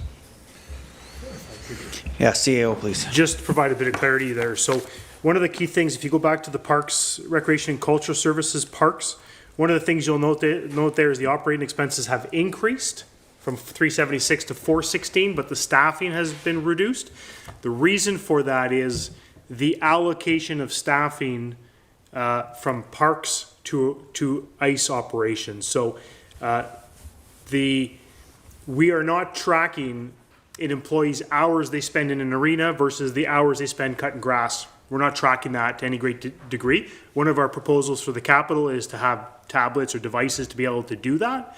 So the change here is that we've allocated what we feel as the treasurer and I feel as a better proportional distribution of the employees within that department to parks and to the arenas. Arena in this case would be because we're only proposing to operate one facility. So if you go to the next slide, the next slide speaks to, yes, so the proposal for the 2024 budget is that we would operate Westmeath for January, February, or March. I say we operate as in we have an operator there we're leading the operations of the facility, but moving into the fall of 2024, which is the 2024-2025 ice season, we would be operating one facility, which would be the operations at Cobden. Now, there are still costs associated with the Westmeath and the Beachburg facilities, even though we're not operating ice operations. So we are accounting for those costs as well. So that provides a bit more detail, I think, on this. But transfer to reserves as a result of the non-operations of, I would say, two facilities in this case, for next year is $37,000. We do anticipate that would increase significantly as we move into 2025 when there's a full year of no ice operations at two of our facilities. I think that provides a bit more detail. Thanks. Maybe I could add one last thing. So social services, which is our seniors program, if you skip to the next two slides, what is there is specific to the Aging Well at Home grant. That's the home support side of things. As it currently stands, we have an active living home support. It's there. We got a grant from through Eganville Seniors for 2 years. This is a full year of it. The active living part of it, which is our senior liaison coordinator, their contract for that position ends by December 31st of this year. We have no funds from the province to support that program into 2024. So unless we get funding, which we anticipate hearing from in the next 30 days, that program would in some sense dissolve unless we're committing to, to substantially subsidize or invest in that program. But we are hopeful in the month of November that the province will announce that we're going to get annualized funding. Then we would include a contribution from council. So this is a continued seniors working group, but for home support and not active living, which is what we have now as active living with some home support. Complicated, but either way, that's it. Yes, thanks. Go ahead. Councillor Bell. Just when it comes to that seniors program, whenever you say that potentially annualized, does that mean that they'll just continue the funding for the 2024 year, or are you anticipating that there might be more permanent funding moving forward for that program? The permanent funding piece. So it's annualized as in it's permanent annual funding from the province. So seniors active living centers, there's legislation that gets adopted where the province is mandated to give us money annually. So we've applied for a grant to have us join the group of those active living centers in Ontario, and we'll receive a response by the end of the month. We're hopeful. And the municipal contribution for that, the municipal contribution in that case is 20% of the operating cost, which we had a report come back when we applied for the funding, it's around $10,800. So if we do get that funding, we will have to add $10,800 to operating to support our contribution to the program. You'll note at the end of the presentation, it's an a la carte thing for now because it wasn't included in the 1%. But if we do get the funding, you got to increase the operating by 1% or find $10,000 to support that program. Good. Any other questions? Councillor Olmsted. Yeah, thank you. The new role, and forgive me, is it Community Service Coordinator? Community services, the manager? Yes. The manager of community services, yes. So how is that FTE broke out? Is it some in administration and then some in the recreation cultural? Could you just go back to the I think. first slide? That one. Yeah, so correct me if I'm wrong. So what we've done and what I've kind of directed the treasurer to do is put 10% of that position to the Beachburg and Westmeath arenas. If we are not operating those arenas, this is the managers that are going to lead the charge to deal with what's happening there. So would that be in the next slide then? Would that 10% Yes. be in the, okay, in Yeah. the operations? So 80% of their salary would fall in parks. Great, thank you. It's actually, And- actually 70% falls into parks. There's 10% is also allocated to the Cobden Arena. Okay. So it's 30% of, for the. In full arenas license. and then the other 70% Got it. is sitting Yep, here. yep. So Because without that position, then you'd be like 2.37 FTEs? Wow. And the reason for that allocation is because the position, while there is arenas happening and we need to deal with them, there's a whole realm of organizations that we're not finding cohesion, and the goal of this manager is to make all of these groups work together to some degree. I saw that in the last 3 months of the summer negotiations. Thank you. Good. Hats off to you. Good. CAO. Thanks. So Trim, you were next. Yes, this assumes that the arena in Westmeath will not be operational in the fall of 2024. By passing... Sorry, just to correct. Yes, it could be an operation, just not operated by the township. Okay, so by passing this budget as it is, then we're saying that it will not be operated by the township under no circumstances, even though we haven't seen how this year's operation is going to go. So it does not, in other words, it does not matter how well the volunteers and how well they operate the rink in Westmeath this year. It doesn't matter. The township is not going to be involved in ice making in that arena next fall. Is that what we're saying?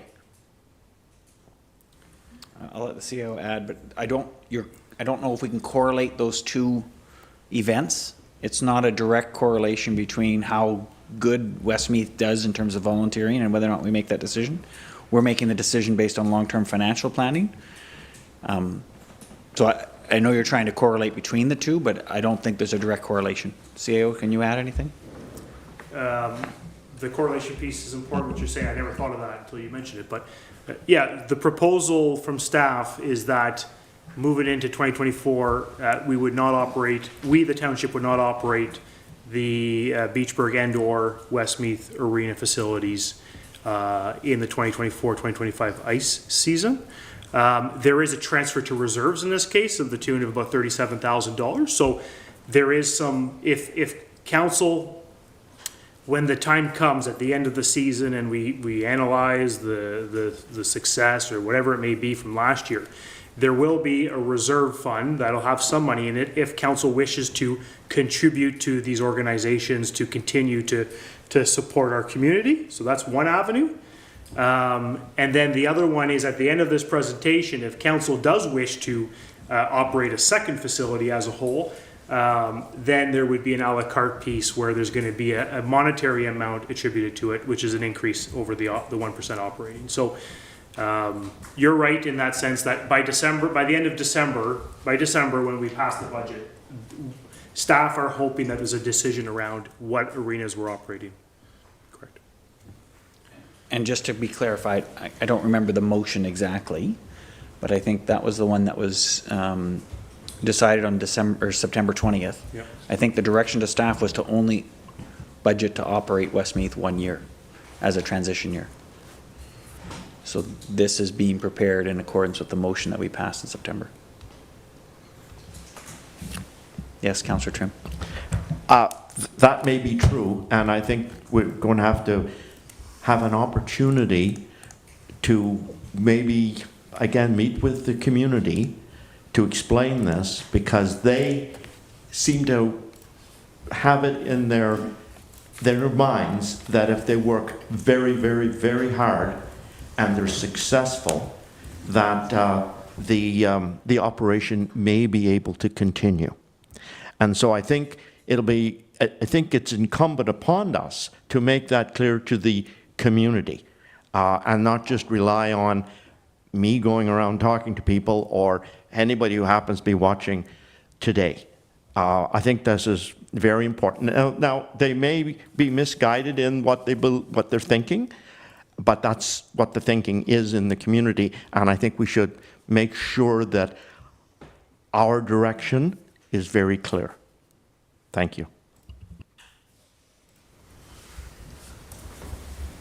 Perfect. CAO, you got that noted? Yep. Good. We'll take other discussion to see what other input is on this department and what's being proposed here, and then we'll come back to that. Councillor Trim. That's good. Other comments or questions on Councillor Moore? Two, actually. One is what we were just discussing. I'm most interested in how this ice operation ends in March.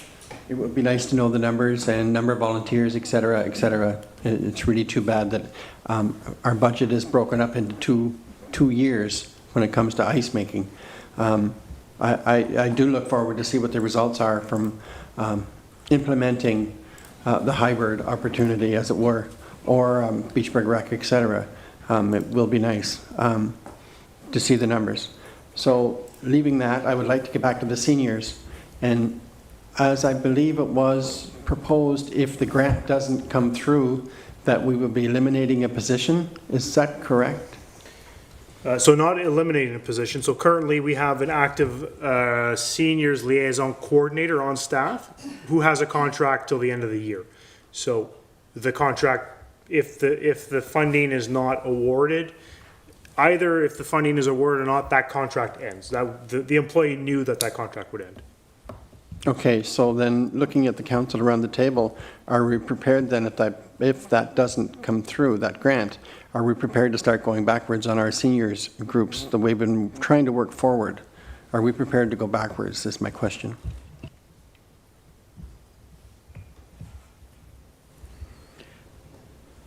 Do you want to take a stab at this, Councillor Trim? You want me to? Well, with this new grant, we are going to be providing some level of service to our seniors, not programming. However, we can access some programming from Renfrew, Eganville, and Pembroke through the organizations that have money to spend in our area. It's much better the way we're doing it because we have somebody local. And so it won't be as good as what we have now. And that certainly is unfortunate. However, every effort will be made to ensure that there's still some support here. And of course, we're going forward, I'm hoping we're going to continue to apply for annualized funding. The minister told us that this year there were going to be, he was going to provide annualized funding for 15 communities. But he'd hoped that by the end of his tenure, he would have some 300 communities provided for. And so we're still hoping for this year, but if not for this year, it doesn't mean we'll give up. So in a sense, you're right, Councillor Moore, and that is unfortunate, but it isn't for lack of trying, particularly on behalf of Mayor Nicholson. Thank you. Thank you. Good. Any other questions on this?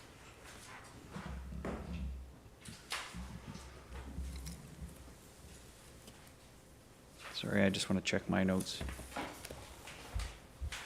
The user fee changes. We can, in the September 20th direction, we talked about non-resident fees. Is that coming later? This is just at the point we're at right now? My discussion with our treasurer was that in any situation where we would conduct a fulsome review of the fees, which may occur over the next 2 or 3 months as we hire a manager and the like, then we'd report back sort of in the spring with recommended changes to the fees for ice rentals. But we would certainly do that well in advance of the upcoming season in 2024, 2025. So currently proposing the CPI increase, but there might be some additional changes as a result of the resolution passed on the 20th. Any other questions? Okay, so we'll take the feedback from Councillor Trim on engagement with the WDRA and some members of the public there, just to explain where we're at with this. And I don't know if that's going to be possible for the 22nd, but That's certainly it. yeah, we'll work through that. Thank you. The next one up, Treasurer. Thank you. So we've gone through planning and development before lunch. So that brings us to the end of the general portion. So for the all-encompassing portion of the budget, the operating expenses is $10,403,868. The operating revenue that's recorded here is our grants that's received and our user fees that are received, which leaves our balance to be funded by a levy of $6.541 million. In 2023, the operating levy was 6.4, so that gives us a total increase of 1%, as directed by council. Now we come to the table of a la carte items.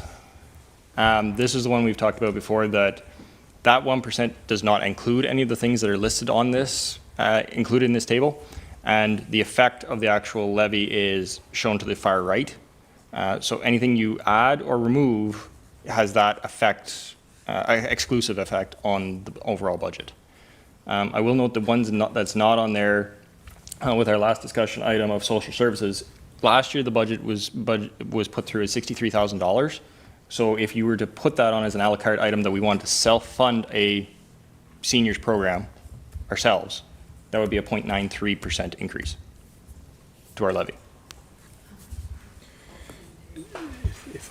If I could just, for the purposes of time, so this is a list of items that we've identified that would provide for additional service to our community.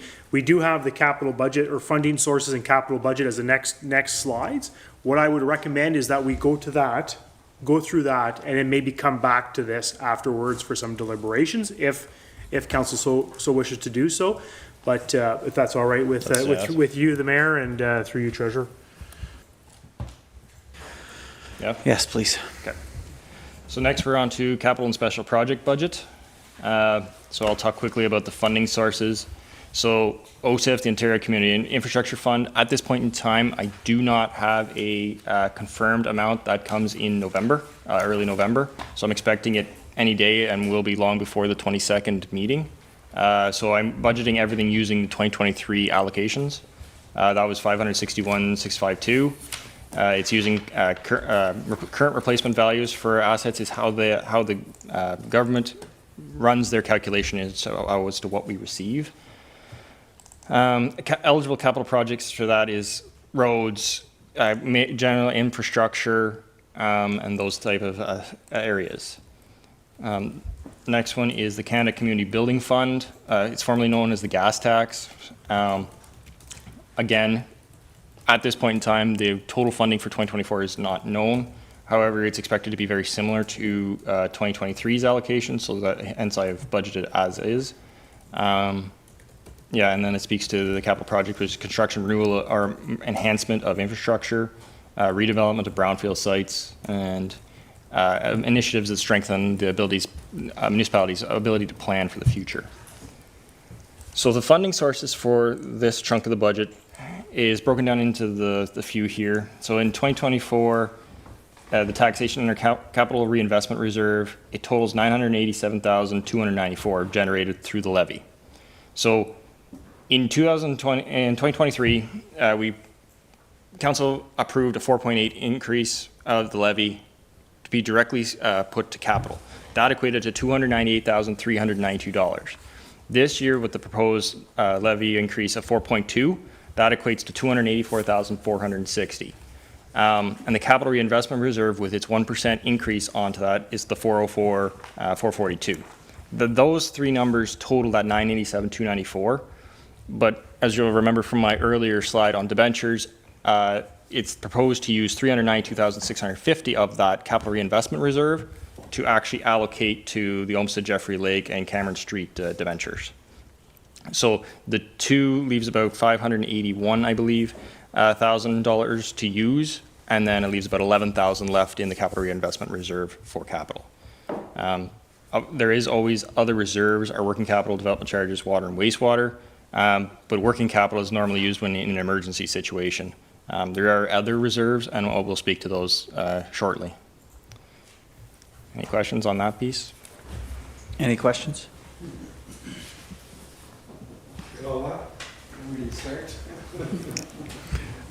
Yeah, CAO. If I could, so when I spoke earlier about the 4.2%, the proposed capital, proposed levy increase for capital projects, so if you go back 2 slides, or 1 slide actually rather. That one? Yeah. So you'll see that the third bullet down, it says $298,000. That's what that 4.2, or in last year it was 4.8%, amounted to, $298,000. And then proposal for this year, or for next year rather, is $284,000. That's 4.2%. And so that's only 2 years. We're going to be able to generate in 2024 $582,000. Now, that 4.2%, when it comes to the asset management corridor, which we haven't really spoke about, is 4.2% the right number is what I'm trying to figure out, because is that sustainable and affordable for our community is 2 things, but is 4.2% that's in our asset management plan the right number? So maybe it should be 3.5 or 3.7 or less. So we're trying to figure that out, and the coordinator might support that. But if you take that 4.2% and multiply it over 5 years, now I have a slide that's going to show. you have a slide, Yep. that generates significantly more income for capital projects. Now we can start doing some larger projects. So that's what I was alluding to earlier. But we need to, in my focus, my recommendation to council is to stay on track with that capital increase and try to, and through myself, try to minimize that operating increase so that we could start funding larger capital projects. Go ahead. Yeah, the goal of the 4.2 is to be able to self-fund our projects and not have to go to that debenture piece, which has the operating cost, which has the problem is whenever you do a debenture, it goes over down the line, right? You continually pay for that while you're trying to do other assets at the time. If you can generate that amount of revenue that you can actually fund the asset in 1 year, it's done, and you don't have to worry about it again. You're not still paying for it while trying to do another asset. That's the real goal of the asset management plan. And I have a slide here coming up that'll show as to what that looks like in the future if we stay on track. Good. Any questions about this? Councillor Bell. Just the one question, whenever we're talking about how the province calculates how much they're going to provide the township in a grant based on how much you've invested in that debt is what they're looking at, right? And I agree with what Chris said earlier. It's a balance, right? You don't want to put your township in too much debt, even if you can make the payments, because you're just kicking the can down the road, so to speak, right? But whenever you're doing this, whenever we're creating this reserve, or whenever we're creating through the tax levy, is it a means that we're going to get punished by the province because we're being fiscally irresponsible to a certain extent? Like whenever you're funding your own projects and not putting them into debt, does the province look at that and say, well, now you don't need our money, so the OCIF and the other grant that we looked at, is there potential that the grants that we're going to get from the province down the road are going to become less and less the more we fund our own projects? So my take on the CCBF funding is it's based on property, as to my understanding of how they do the actual calculation. Their layout of how the actual calculation is done is not real clear, neither is the OCIF. However, OCIF is based on replacement values. They don't ever talk about the actual debt that you have. They look at the total assets that you have, that you report on your financial information return, or which we just recently had to do, is actually do a separate report to the actual ministry. And then they look at and go, okay, you have, like we do, $480 million worth of assets. How much does it cost for you to redo those every year? We've actually seen a substantial increase every year since they've started into that. They originally in 2020 was about $250,000. In 2021, it went to 400. Went to 480, I believe, in 22. We're just now sitting at 561. We've seen about a 15% increase, and that's what I'm more or less projecting we're going to continue to see for the next foreseeable few years. Because they want to fund a certain percentage. They don't say what that percentage is, but they're looking to fund a certain percentage to take the burden off, because they do realize we have aging assets. If I could just add, I think like you guys, what we're saying is there's a balance there. So if the province is seeing that we're also contributing to the renewal of our assets, then there's some value there. If we're not doing that, then they're going to say, why aren't you doing that? And they're going to take that as a different way, I would think. So it's just a balance, I would say. I have one other point to note. These two funding sources are grants. The government could tomorrow say you're not getting them anymore. The threat with that is we use these more or less exclusively for funding roads. So if we were to lose these grants today, there'd be not one road done, because we don't have the funding for it. I mean, we're getting to that point now with the 4.2, we're able to fund our assets, but we're also able to be more self-sufficient than, so put $561,000 on to try and do a road, which doesn't do very much, and Manager Clearu could speak to how much it would actually do of a certain road. It's not much. And that's the piece, is you'd see a drastic increase in taxes at that point in time. So the 4.2 is kind of a staggered input into the point of we can fund our own, and if the grants went away, we would see less of an impact in our ability to still provide those services. If we were to lose the OSIF one, if we were to lose that one, that would be a substantial change. Councillor Trim. Yes, and I think maybe I don't want to put words into his mouth, but maybe what Councillor Olmsted was saying, that if we're applying for extraordinary grants, maybe this isn't a good example, but we're applying for a seniors grant, and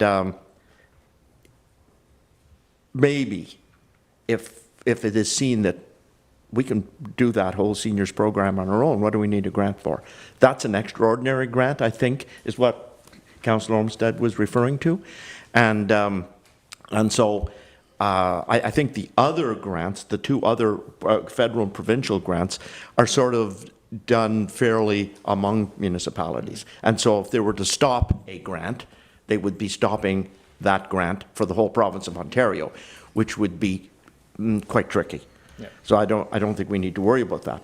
But my final question is, what other municipalities are applying this strategy? Is this a common strategy that other municipalities are doing, and how has it worked out for them?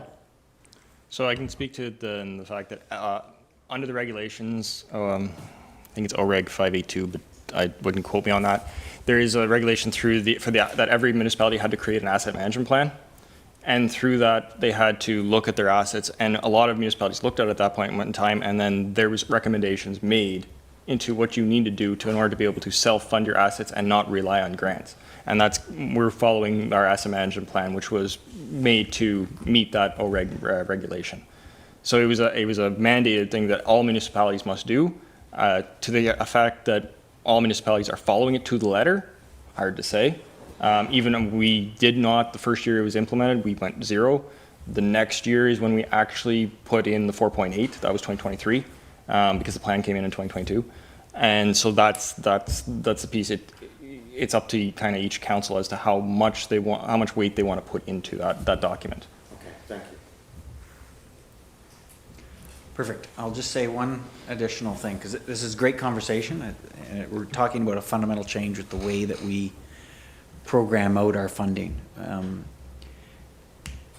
When I was talking to my kids about saving money, I told them, take 10% off, put it in a bank account, and have it, every time you just keep adding 10%, right? So you can at some point fund your retirement. That's kind of what we're doing. We're carving off 4.8, 4.2. Now the budget has that carved off every year going into this fund that we can pull out of. That fund is currently at $1 million this year, assuming that, or for 2024, assuming that we budget, or we continue as we have right now. If that's at $1 million, our asset management plan calls for 11. Right? So we're 1/10 of the way there. Part of the reason that we're asking for this, he's going to be proposing this 0.25 of an asset management coordinator, is to go back and say, is it really 11 million? Are all of the pieces of data that went into that 11 million correct? Are they really services we want to continue and plan for? So although we've started trying to get to the $11 million, we're at $1 million, we want to get there, we need to now get some fidelity to ensure that what we end up getting to, whatever that consistent amount that we're going to put away every year, gets to the right level and it stays there.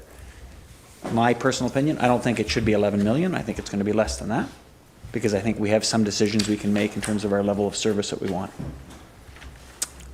Right? So we could look at those numbers. So the asset management person, I can't remember the name of the Coordinator.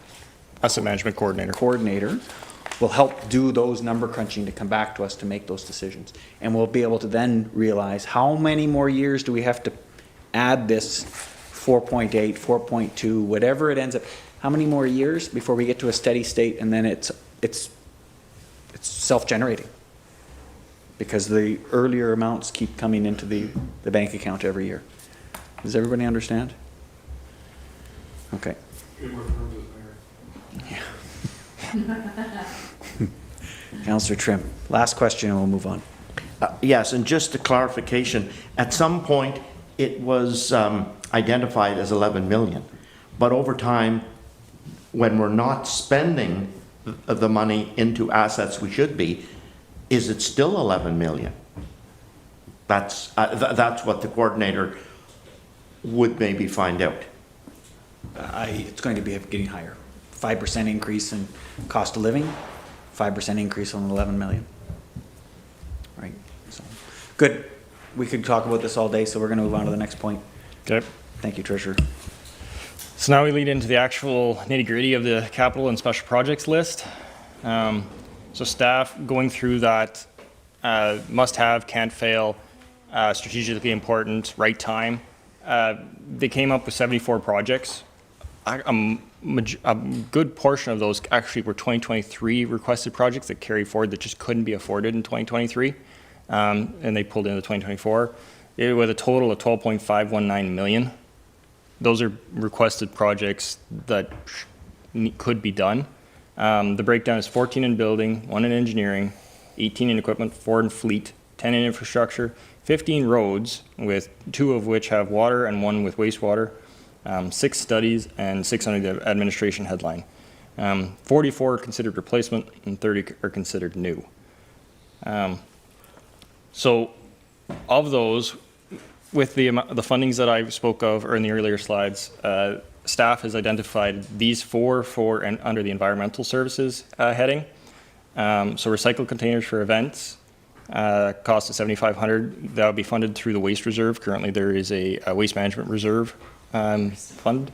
A landfill compactor, which at this point in time we're looking at a debenture for, but we'll speak more to that whenever the Public Works does their report on the landfill. They speak to more the benefits of that machine. Landfill improvement gates, bins, and tarp at a cost of $60,000. That also is from that landfill reserve, and a snow blower, $5,000.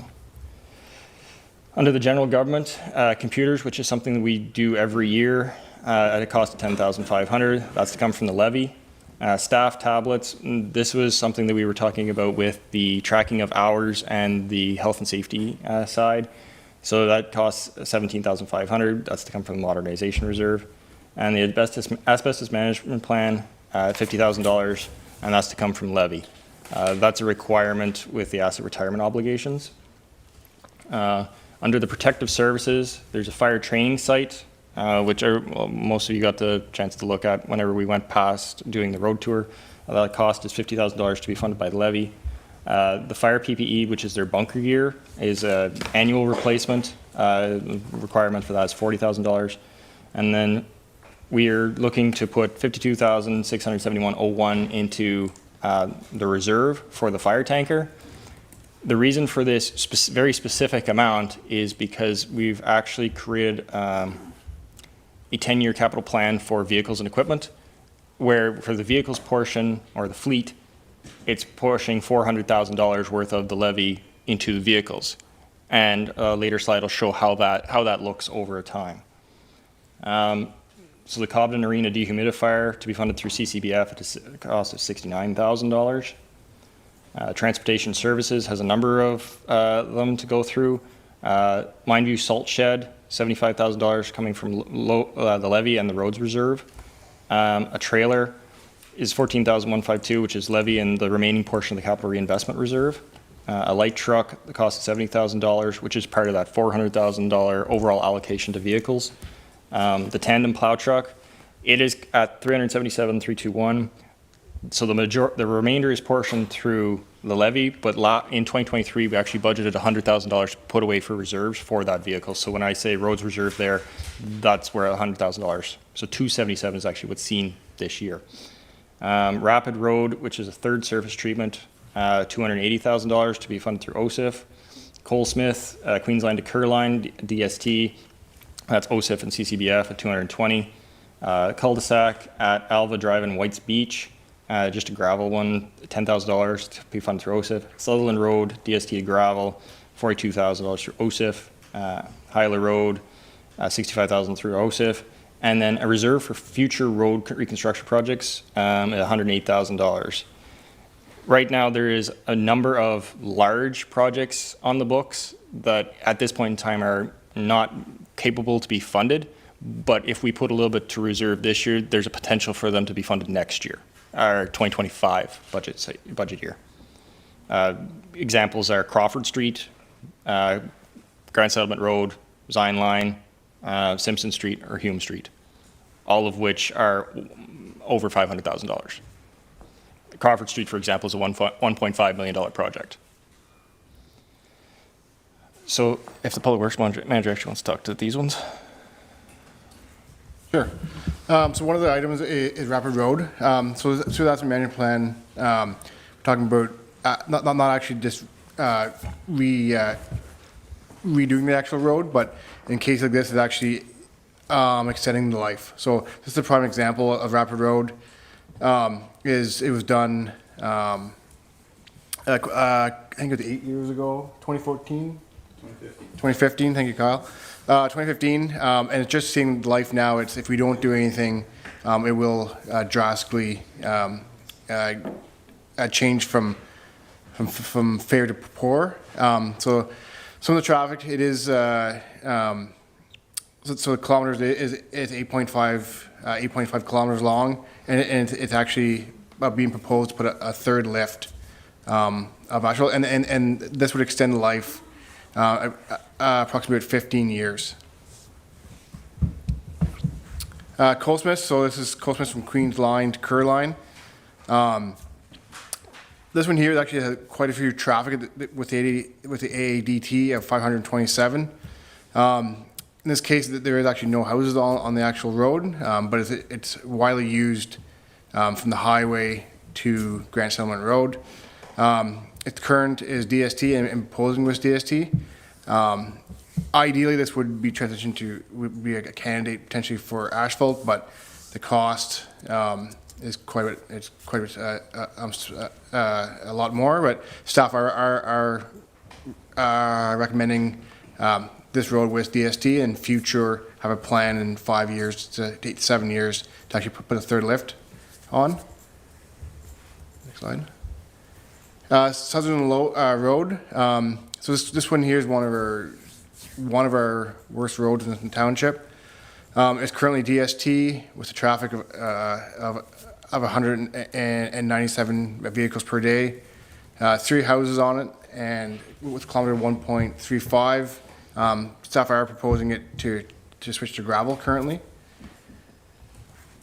And then Hyler Road, similar, switching it from DST to gravel.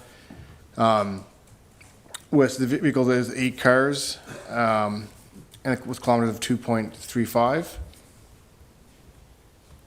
Thank you. So this slide is actually what the continual commitment to the 4.2% for capital represents. So you can see by the year 2032, so 10 years from now, we could potentially have nearly $3.5 million being generated from the levy. That would be a big impact into that $12 million list of assets that we're looking to fund. A road like Crawford Street, at that point in time, at $1.5 million, could be self-funded, and we still be able to do 2 roads like that a year, instead of right now we have to wait quite a while before we can afford to do 1 or debenture it. So it's just to put into perspective how that funds will grow. This is all based on if we do a 1% operating levy increase, because it affects the overall increase, because it's always 4.2 built on original levy. This was the 10-year capital plan that was spoke about, where for vehicles we're looking to spend $400,000 per year on vehicles. So you can see in 2024 there's the 2 trucks, and putting some away to reserves for other vehicles. In 2025, 2026, and by the year 2027 it becomes $500,000, and then continues all the way through. And then equipment, the same thing. Public Works Manager Claroux has gone through and looked at all equipment and valued it out as to whenever we would have to replace it based on the TCA schedule and how much would need to be put away each year for that. So on future planning, we can go through and go, okay, we need this much dollar figure for these capital items. It's already earmarked. We know exactly how much it's going to be, and then we know how much other money is left for other capital projects. We're looking to do this with roads as well, with and all other assets. Questions? Questions on this? Councillor Bell. Just in relation to Colesmith Road,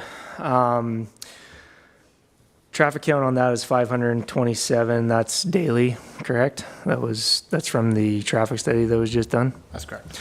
So I'm just wondering, like, I fully understand that the cost to do an asphalt road increases the cost on this kind of exponentially. But do we know what the cost on that would be? Just thinking that that is a road that basically services the entire township, because the dump, that is the route towards the Ross landfill for a good portion of the township. You know, there's heavy trucks driving on there with the garbage collection. Wednesdays and Saturdays sees a lot of traffic on there, as well as it's the connector to Grant Settlement, which services a lot of our tourism throughout the summer months. As far as longevity on this, the DST, if we're going to invest that almost $300,000 in a DST, is that one that's going to break down significantly faster because of the traffic, not just because it services the township with the landfill, but because it services the township with the tourism as well? Like, has that calculation been done as far as what we can expect the lifetime on that road versus maybe another one that doesn't see quite as much traffic? Yeah, so staff did analyze what the cost would be. It's significant, like two to 2.5 times the actual cost. And additionally, with traffic played a big impact with double surface roads. Additional failings we see on a lot of roads is actually like the heavy machinery. Sorry. Well, this one has less machinery, but has more traffic and more vehicle traffic. The one thing is with staff preparing like a 10-year and 20-year capital plan for roads, it's actually to have a plan in 5 to 7 years to actually have a third lift. Even with the third lift, the cost is significantly lower than asphalt.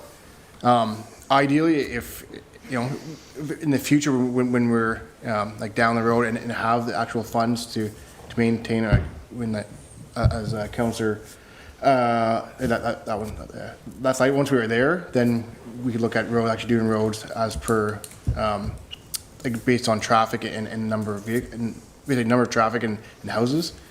But I think currently we're not there yet.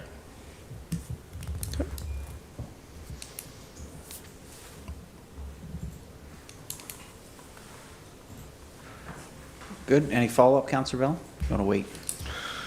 No, I just think and I can appreciate that maybe we're not there yet, but just see the deterioration of some of the double surface treatments that get used very frequently. It seems to degrade quite a bit quicker than kind of what we expect or what I'd expect from even spending $300,000 on a road. So I was just wondering if we're kicking the can again, as far as if we were just to bite the bullet, resurface this with asphalt, get, an extra 10 or 15 years out of a road that gets done in asphalt, whether that would be a better investment for the township than just going ahead with the double surface treatment. Just looking, because it kind of plays two factors, right? Again, it's the Ross landfill that's right there, as well as that connector to Grant Settlement. But that's just one of the thoughts that I'm having on that particular road. Thank you. And Councillor Trim. Yes. Just for clarification, what are the plans for Hyla Road? Current in this budget would be turned to gravel. Just as a point, not the entire length. It would only go from Zion Line to Beachburg Road. So the chunk of Zion Line that has just been it has new DST on it would actually continue on, like the DST that's there would still exist to get you back out to Westmeath Road. Okay, thank you for that clarification. Any other questions? Councillor Moore. All right, Cole Smith Road. Just wondering if there was enough money in the budget to raise that road so that we would have water runoff, so the water doesn't sit on the shoulders. And then when we go to do the third lift, then maybe we could re-shoulder at that time so the water continues to run off, so we don't get the freeze thaw going on, and maybe that will help eliminate the shoulders falling into the ditch.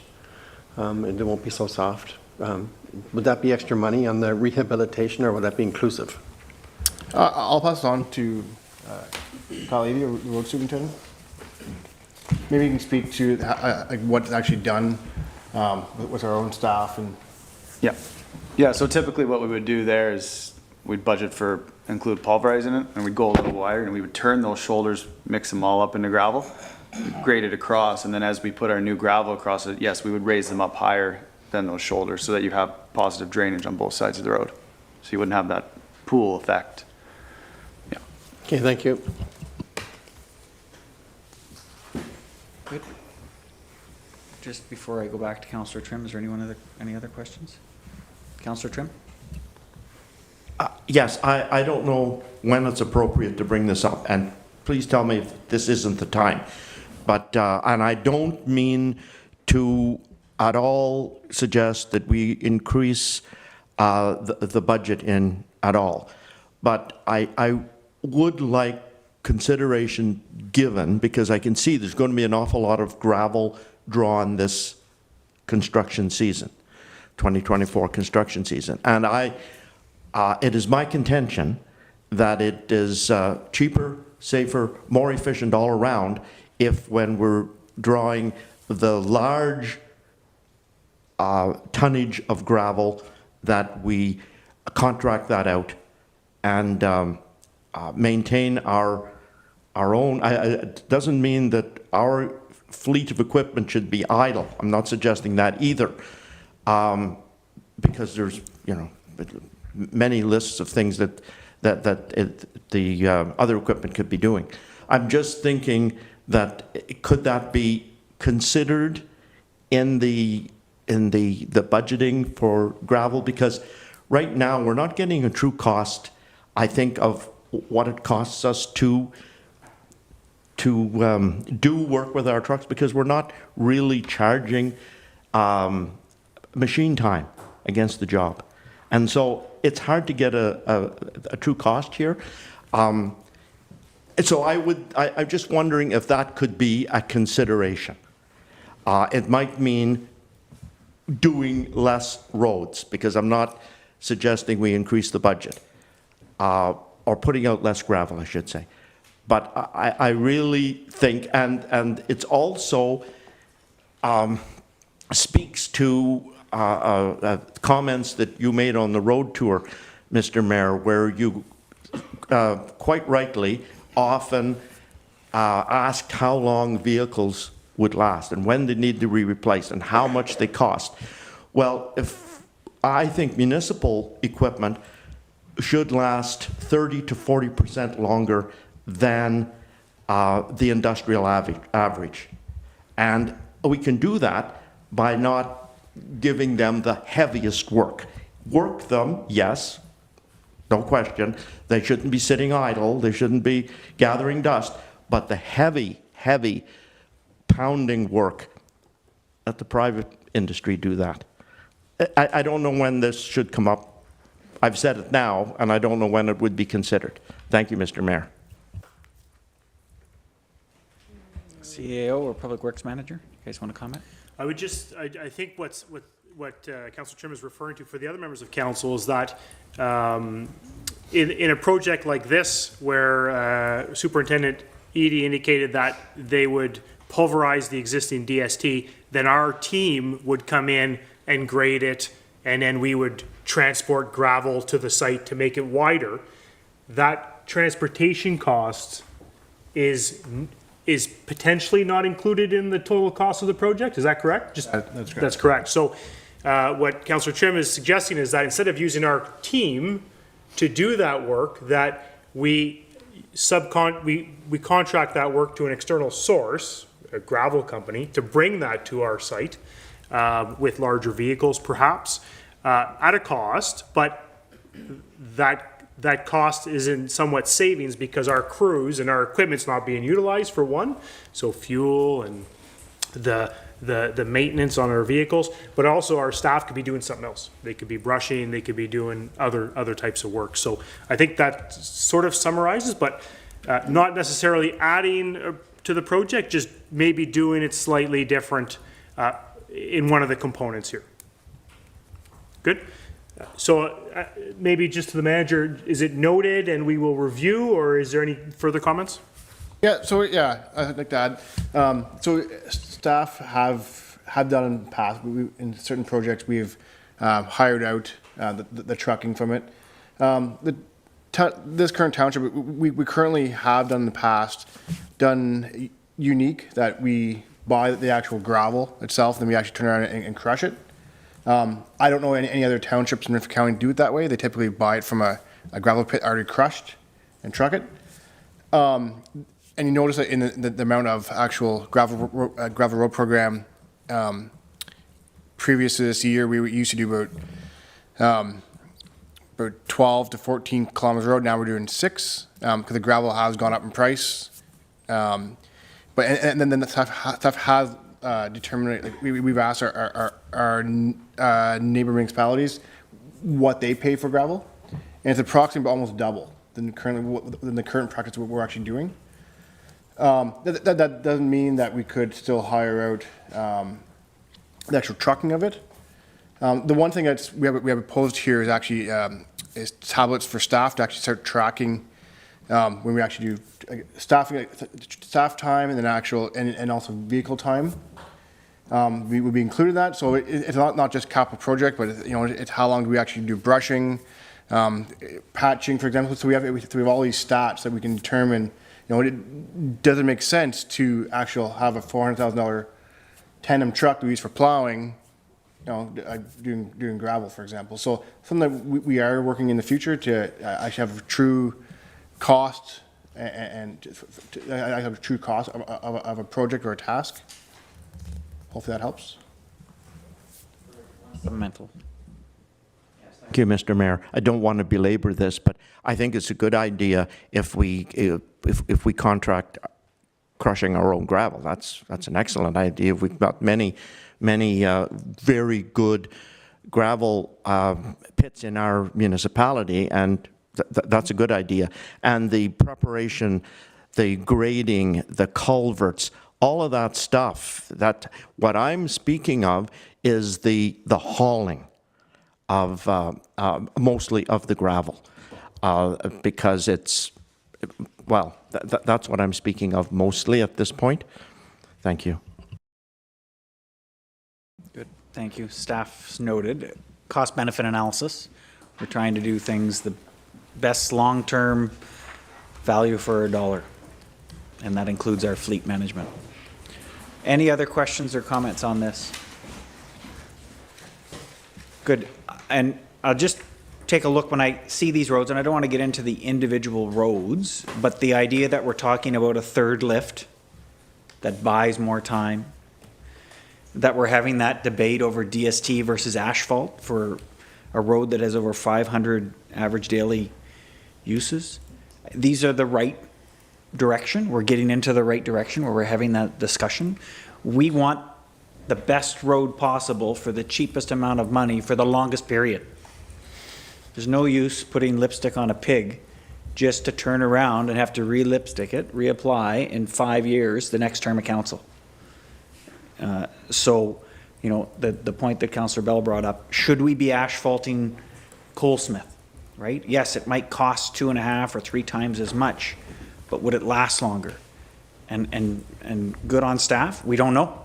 We can't, we'd love to be able to do that calculation on every road. That's part of the reason why we're asking for this quarter staff person, to be able to give us that honest answer and to have a road management plan. Like, I'm great that we have a plan for next year. I'm curious, what road have we got planned for the year after this and 2026? And I'm supposing it's one of those, 2 of those $1 million plus roads. So I want to worry about those ones and less about, you know, $180,000 here or $200,000. Let's start focusing where we need to invest so that our community can continue to grow. So I accept that we're where we are, where we have to be right now. But I still want to continue to push it to get more refined and out and ahead of the mix. Good. Is there any other questions? Is that? Okay, we'll move on to the next one. We have 10 minutes left. Is that enough to do your last section, or? So the wastewater part is still to come, but I think we'll hold off on that and that'll come back at another time. So we'll just do the key highlights here. Is the cost of living, 2.5, our health benefits, tax increase 4.2. So this is what it looks like on the impact for the residential taxes. So 2024 on $100,000 assessment, you'll see an increase of $17.12. On a $179,000 home, you'll see an increase of $31. That's what that increase impacts. There's twofold to that. It's not just a direct rate in. We've seen new assessment added to the roll this year. That decreases the overall impact on assessment. So I've redone the calculation based on the weighted assessment again. And yeah, so it takes you from 1270 to 1301 for the median home of 179,000. Yeah. Do you have a question, Councillor Bell? Just with the impact assessments being tossed down to, I think they're being done at the end of 24, or is it 2025 now? Yeah, 25. So what is the expectation as far as what these assessments are going to come in? Like, do we have any idea what that increase is going to look like, not having been done for the last 6 years or 5 years or whatever it is? So the big thing to remember about assessment is it's not going to change the overall rates so much unless you get a shift of rates between properties of similar size. What happens is it just lowers that overall residential tax rate. Still, we generate the same amount of revenue, it's just the overall rate changes. So their assessment goes up, rate goes down, still equals the same amount of money. The only change we have happen is where one house is assessed at $100,000 or $1 million. The house next door is valued at, built 10 years ago, valued at $500,000. One potentially could be overcharged, one could be slightly undercharged for where they should be now. So then there's a one will decrease and one will increase. It's that leveling effect, because I can't speak to the exact way the impact does it, but they base their assessment. There's to base it on the 2016 values, and I'm not fluent in how they come up with their valuations. If I could just ask a question to the treasurer. So the increase in assessment from 2023 to 2024 has been incorporated within our 1% operating increase? And the capital. And the capital. So the increase that the ability for us to keep it at 1%, if you will, and 4.2 has been incorporated in next year's proposed budget. So there's not going to be a new assessment that we haven't accounted for that'll come up in January. There's more money. We've included it in this budget. Or maybe to that point, MPAC tends to do supplemental and augmented runs every month, starting about May. All of those but included. There still could be one. I'm not sure if October has a run yet. November usually does. December they don't. So we potentially could see more assessment, but normally that last run is very small. Those would be the additional assessment that we would have as taxation for the next year. Perfect. Sorry, anything else? I was just going to say I can go back to the a la carte piece if we want to talk about that chunk to use up the last chunk of time, just to kind of see council's. Yes, please. Okay. You don't have enough time, you think, to get through the water wastewater thing in 10 minutes? Okay, good. A la carte. I can go through it, but That's fine. did I go past it? Yeah, it's there.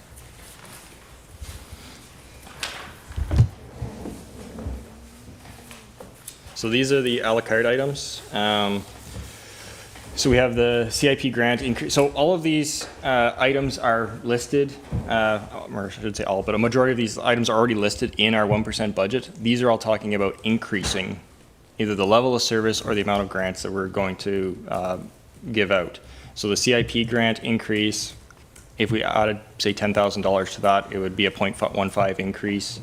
Our emergency reserve, we already put in $15,000. If we wanted to put another $10,000 to that reserve, it'd be 0.15.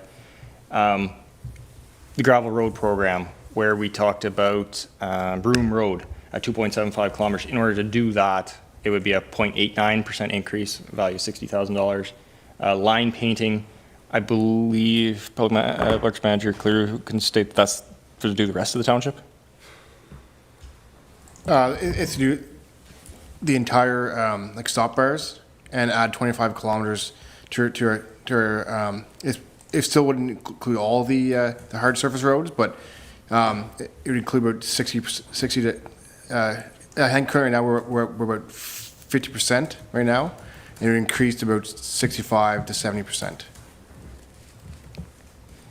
And then, so similar thing with dust control, we would add a $20,000 or a 0.29% increase to be able to do that more amount of our gravel roads, which I believe is all. That's correct. That's right. Mount Mobile Hazardous Waste Day, we just got the amount back from the one that was just held on the 21st. That's at a cost of $30,000 to provide that. Not currently in the budget. So currently the way the budget is put is to only run out of the Renfrew establishment. That would be an increase of 0.44. If we were to increase the community recreation grant by $10,000, that would be a 0.15. Currently, that grant is $15,000. Then there's the seniors grant, which again is not under seniors. Put the $10,000 in, which should actually be $10,800 for that for that grant piece, but that's a 0.15% increase. If we were to, and I mentioned this before, if we were to try and fund the social services to the amount we funded it this year, with the grant that we, like saying we don't receive a grant and we wanted to fund it to the point we did, it would be a 0.93% increase. Website redevelopment is something that has been on capital list, but it would be a nice thing to have done, but the cost of it is $40,000 and it would be a 0.59% increase. If we were to remove street sweeping, this is one of those caveats that we could remove or lower a level of service. The cost is $30,000 and it would be a 0.44% savings to our levy. If we were to do an additional arena, the ice operations, the estimate would be about $195,000 or a 2.88% increase to our levy to operate that facility. And salaries and wages, to move it from a 2.5 to 3% would be $16,850 or a 0.25% increase.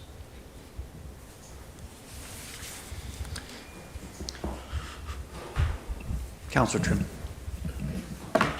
Yes, I certainly, when the time comes, if we received annualized funding for a seniors active living center grant, I would, as part of that grant, the township has already said that they would commit $10,000, which doesn't necessarily mean $10,000 in money, could be in kind, office space and that sort of thing.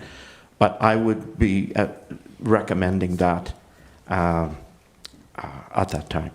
Thank you. Thank you. Anyone else? Any comments on the, yes, Councillor Olmsted. Sorry, not specific to this, but to his last page on the estimated effect on tax rates. Are we okay? Unless you want to, anybody else have questions on a la carte? So if you can just go to the last page, estimated effect on tax rates. So the unique opportunity that we find ourselves in, based on $179,000 on assessment, the mortgage bank financial industry uses whenever they're estimating to give people money to buy properties, 1% of the property value. So in this case, you'd have $1,790. Everybody get that? 2024, $179,000. You'd have $1,790 that they use to fund water, sewer, and tax whenever they're lending up money.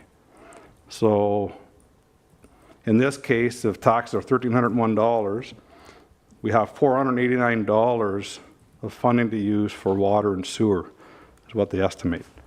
So let that sink in. I know the next discussion's on water sewer rates, but and in no case, if you see me scratching all afternoon here, it's because I've been in contact with some experts in the industry. In no case, typically, do water sewer rates, are they higher than the tax rates? So to break even, to get to equal rates, we're looking at about $3,000 in water sewer. You'd have to have $3,000 in taxation. So what I'm saying is we have very deep discussions coming up on water sewer. We're in a very unique position where we have low property values. It's causing big issues on growth and development in our region because of tax rates combined with water sewer rates. I don't know if everybody completely understands that, but some complicated math there, but we have some very tough decisions to be making coming up here. So whenever we're looking at a la cartes and that kind of thing, I don't think we can. I think we need to check our gut in what we're looking to add into services for our region. Okay, a bit of that's complicated, but we have some very tough decisions to make. Thank you. Good. Is there anything you want to add in closing? Thanks, Councillor Olmsted. If I could, at the discretion of council, is there, for the sake of getting through the water and wastewater items, I mean, is there a willingness to go till 4? So at 3:45, it would give us a half hour to go through water, wastewater. That would close out the presentation for today for the budget, and then that would give us 15 minutes to review the closed items in the bylaws. Okay, looking for consensus from, and I'll just individually, is there any opportunity for you to stay until 4 o'clock instead of finishing at 3:30? Councilor Moore, you're okay? I'm okay. Okay, we will take a break, okay? If we take a break, that'll help, okay? You're okay? Councilor Trim? Well, just as long as we can, listening to Councillor Olmsted, this is going to need some clear heads, some really in-depth thinking, and I'm happy to stay, just as long as the subjects get covered properly. Councilor Olmsted? Just make a couple of quick phone calls to make sure that I'm okay. Yeah, we will take a break. And Councillor Bell? I think it's important. What I'd like to do is if, now that you're all concur, is to push on, because we need to get it out there. We need to be able to have the 2 weeks in order to take in some of this information, to come back with questions or any direction on the 15th or the 22nd. So with that, we will take a recess. It's 3:17 now, is that right? Yeah. Okay, short 3:20 please, recess 3 minutes.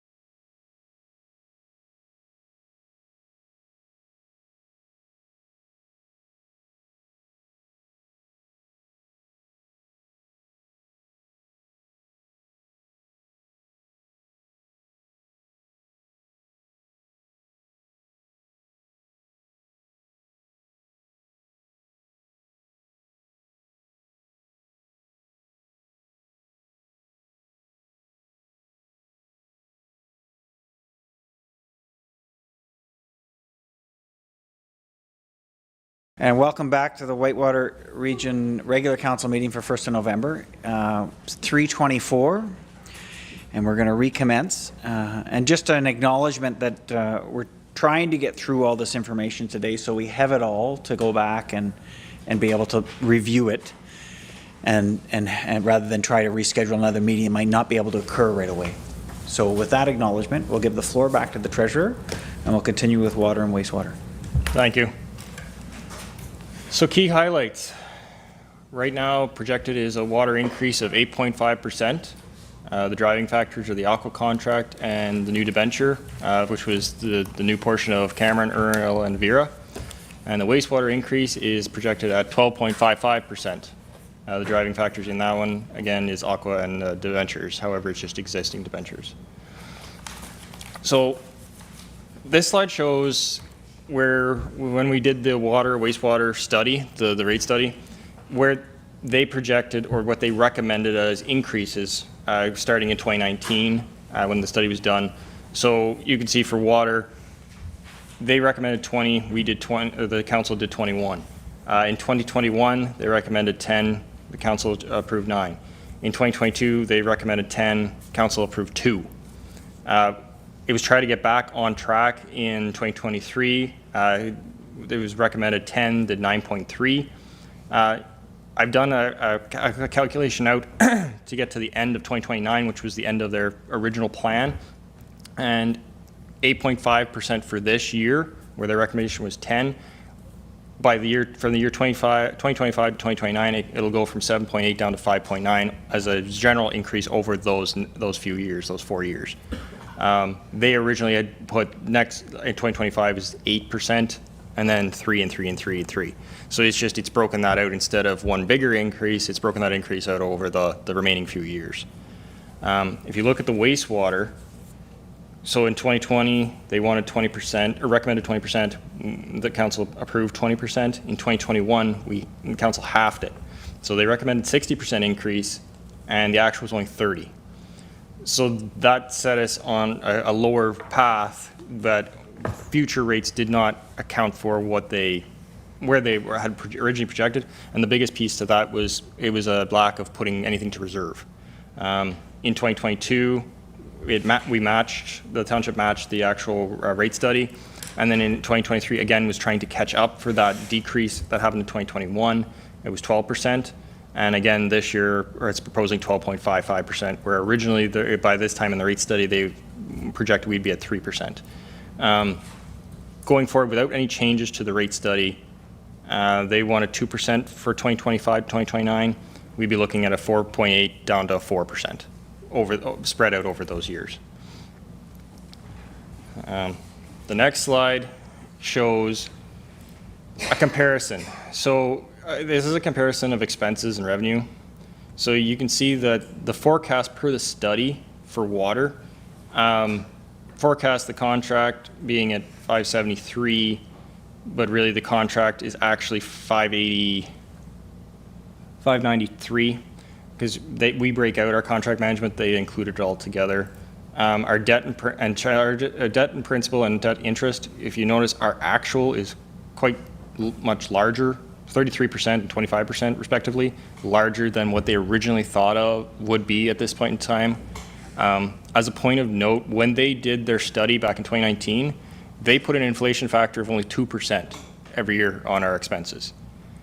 So what's happened now is, with the way that the economy is and the increases, our expenses have surpassed their inflation factor and more put us at more the 2028, 29 range, but we're still back in 2024 with that revenue. So can't jump to that point yet.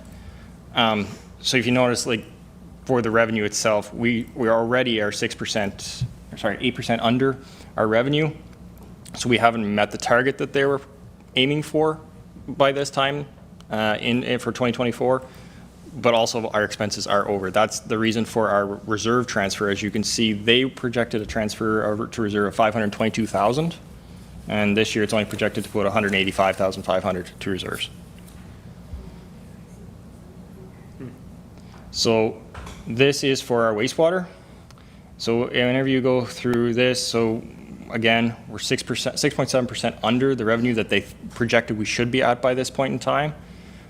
At the other side to it is they projected a lot more expenses being spent on line maintenance, which we currently are not doing, and a contract which was much cheaper at only $331,200. Our actual contract is more like $580,000. So that is the big driving factor for the wastewater.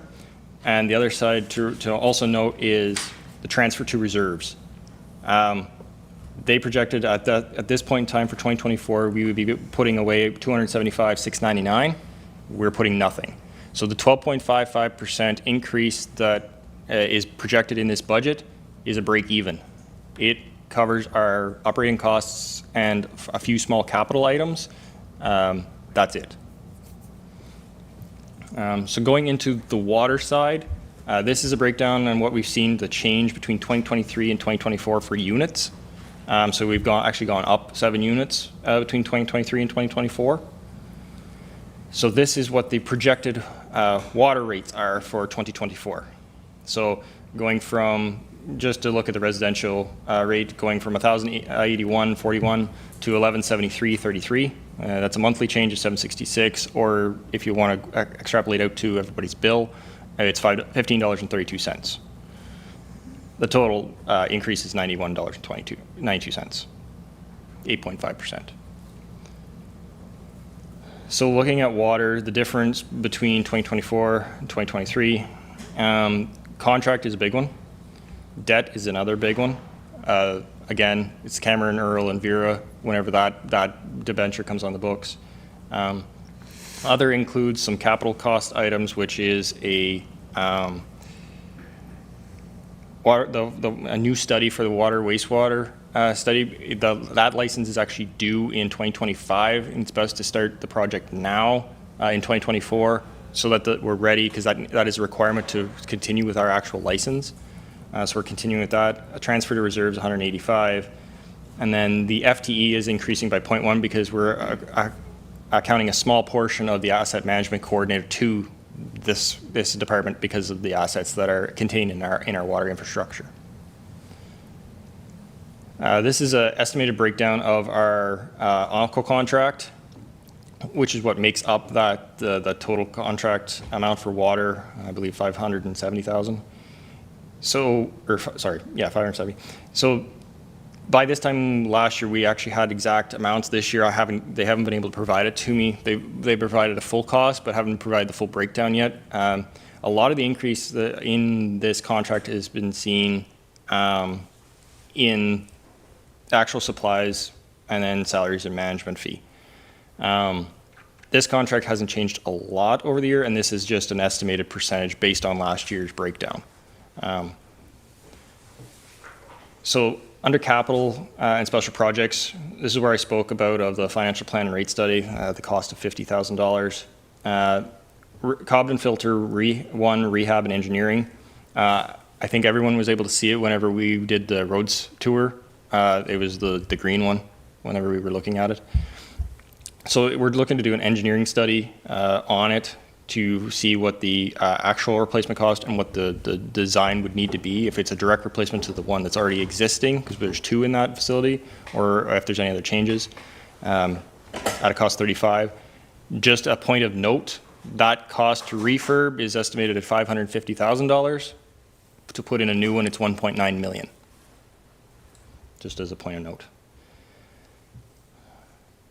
Do we want to do questions after water and then do wastewater, or do you want to? Let's do water. Okay. So, with respect to water, is there questions from council? Yeah, Councillor Tabbert. Okay, I need to know, so I'm paying what now for water? $1,081.41 as a residential home. Okay, and you want to increase it to $1,117.33. And that's 73.33. Yeah, 1,000, yeah, 1173.33. You got it. And that's for the full year. That is. So break that down to 6. No, yeah, to 6 payments would be how much? I'm not a math person. Yeah, 192, I believe. Okay, so let's say 193. That's how much people are paying a month for, every 2 months for water then? 195.56 is Oh. actually. So 196 every 2 months, just for water? That's correct. Okay. So if you're living in the town of, like the village of Beachburg, that's what you would pay. Then the sewer is added onto that in the village of Cobden. I know, but right now, just for water, everybody is paying $196. That's correct. Well, proposed. Will be right now, everyone who is receiving water is paying $180.24. Right now in 2023, it's I don't care 180. about 2023, it's, Okay. we're doing 2024 and it's going up to 196. Yes. Okay. So just to be clear, everyone, there is a different rate for multi. Yeah, so Right. it's broken down in this. So if you The average what you're house. looking at Yes. is the residential. Yeah, I realize I'm talking houses. Yeah. It's $196 every 2 months. Correct. Is HST and anything added onto that? There's no HST. Okay, so it's $196. That's correct. Okay. Good. Any other questions? So I got a couple, Councillor Bell, go ahead. Yeah, please.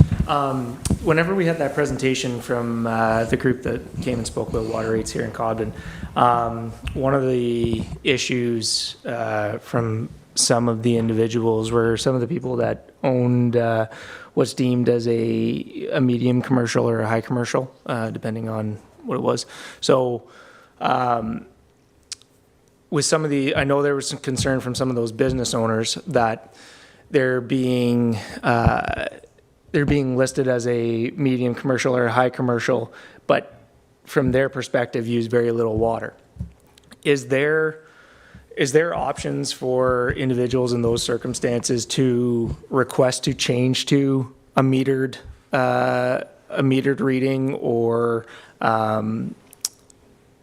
somehow get a proper assessment if they feel like if they're getting charged at high commercial, but use essentially zero to no water, but are only paying a high commercial rate because that's what the business is deemed? Is there any adjustment for that or any consideration? I can speak to one part of it, and then I'll pass it off to the Public Works Manager. But so the criteria was laid out in a bylaw based out of 2017, and then it was also adopted into the wastewater or water and wastewater financial plan as to the categories and what constitutes a high commercial, medium commercial, based on either businesses or square footage. That's how they're based. I don't know if there's a process on the books for somebody to switch over to metered. Currently, in the township, there's only three meters, but I'll pass that over to the Public Works Manager to speak about. Yes, and then one of the capital projects we have, a study, we're looking at a new water and wastewater rate study. And one of the tasks we've asked is to include that, like actually provide a class, like each business actually goes through and determine, for example, like a curling rink, did they use the highest level water, or for example, like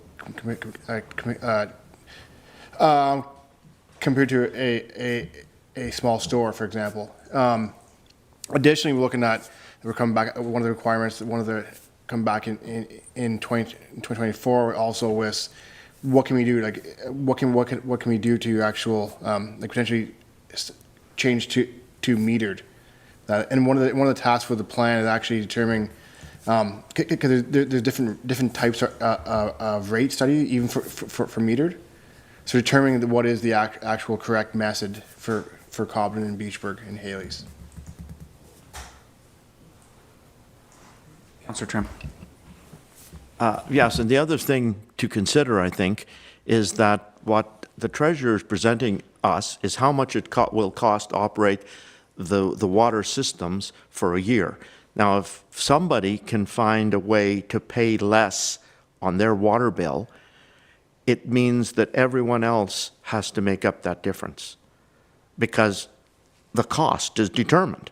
And the little bit less water that one customer would use you wouldn't realize the savings in chemicals or whatever, or filter time. So that's the other thing to consider. If one person or it doesn't need, if several people pay less, the system still costs the same amount of money, and everyone else has to pay more. So that's the other consideration. Yes, thank you, Councillor Trim. Councillor Moore. The one thing that's always confused me, and in 2017, I certainly wasn't in them meetings, but who decided, or how did they decide what was small and what was medium and what was large? That's where I have a hard time with some of these rates. A small business on the main street of Cobden is considered small, but yet if they're a restaurant, then they become a medium, even though, you know, they're only open 6 days a week and may not use as much as 4 or 5 in a family, and some of the residential. Residential uses more water than some of the businesses, with the exception of a few. It's hard now, with times have changed so much. Some of these places that are medium and small can't afford the rates anymore. And I don't know what's going to happen to these businesses. They may have to close, because between the water, the sewer, and then the taxes going up, they're not bringing in enough revenue to help cover the costs. So I think down the road it could come back to bite us, and you know what. If we keep charging medium to some of these places that are actually smaller or use less than a residential, just because they're a business, they should be paying more. Maybe that was true 20 or 25 years ago, but now, with what's happening in the current markets, it's hard for these people to make it by. I think we acknowledge your point, Councillor Moore. It's true. The challenge that we come back to, it's a fixed loop. The total budget is, I can't remember, 1.2 million, 1.1 million. 1.3. 1.3 million. How it's dispersed may not be fair right now, but by reducing one person, we're going to have to increase to another set of users. And I'm not saying we shouldn't do it. We just need to acknowledge that up front. It's not an overall savings. It's a redistribution of cost. Good. And now the categories were defined in the rate study and adopted by council in the last term. That is part of the rate study review, is to re-look at those categories. Is that right? That is correct, yeah. Yeah. So we'll have a chance to go back and review that and see if it makes sense. I think now is the time to do that. Yeah. Okay, good. Any other questions? Councillor Trim. Yes, and your fixed loop example applies nearly equally to metering. Bring in, change everybody to meters, which would be a cost, and then the system has a fixed cost. And so you still have to somehow get that money in. And so it doesn't mean it's necessarily going to be substantially cheaper just to meter. What metering does, it saves water, and if that was in wells, that would be important, and it saves some chemicals, but it doesn't do anything about the pipes underneath the grounds that need to be replaced and all of that stuff. So it's still pretty fixed, and so that would be a very big consideration if we ever thought about going to metering, is how much actually the individual user would save. Rebuttal? Yes, last one, Councillor Moore. Metering also comes into play with our wastewater. If we're using less water coming out the kitchen tap or washing the car or whatever, there's less water coming into our system and the wastewater end. So it works, it's twofold, and eventually we may have to look at it anyway. 5 years down the road, we can't be touching wastewater again. The taxpayers would lynch us. Good. And metering is also part of that consideration that we're going forward with. That was what we directed staff at our, I want to say, the last meeting of council. Is that correct? Yeah. And I'm getting the nod from the manager of Public Works. Okay. Does anybody else have any particular comments? Because I'm going to just quickly bombard some here. The FTE, do we need to charge 1/10 of that asset manager to water and wastewater? Are we obliged to do that? That would be the question that I'd put forth. And sorry. Okay, next slide. Or maybe the one that talks about monthly costs? Yeah. Can we just, for the 22nd of November presentation, let's just go with annual? And that way it coincides with the tax rates, everything's annual. I know it looks smaller when it's monthly, but it is what it is. And keep going back to the breakdown, maybe the projects. Sorry, I'm in random order here.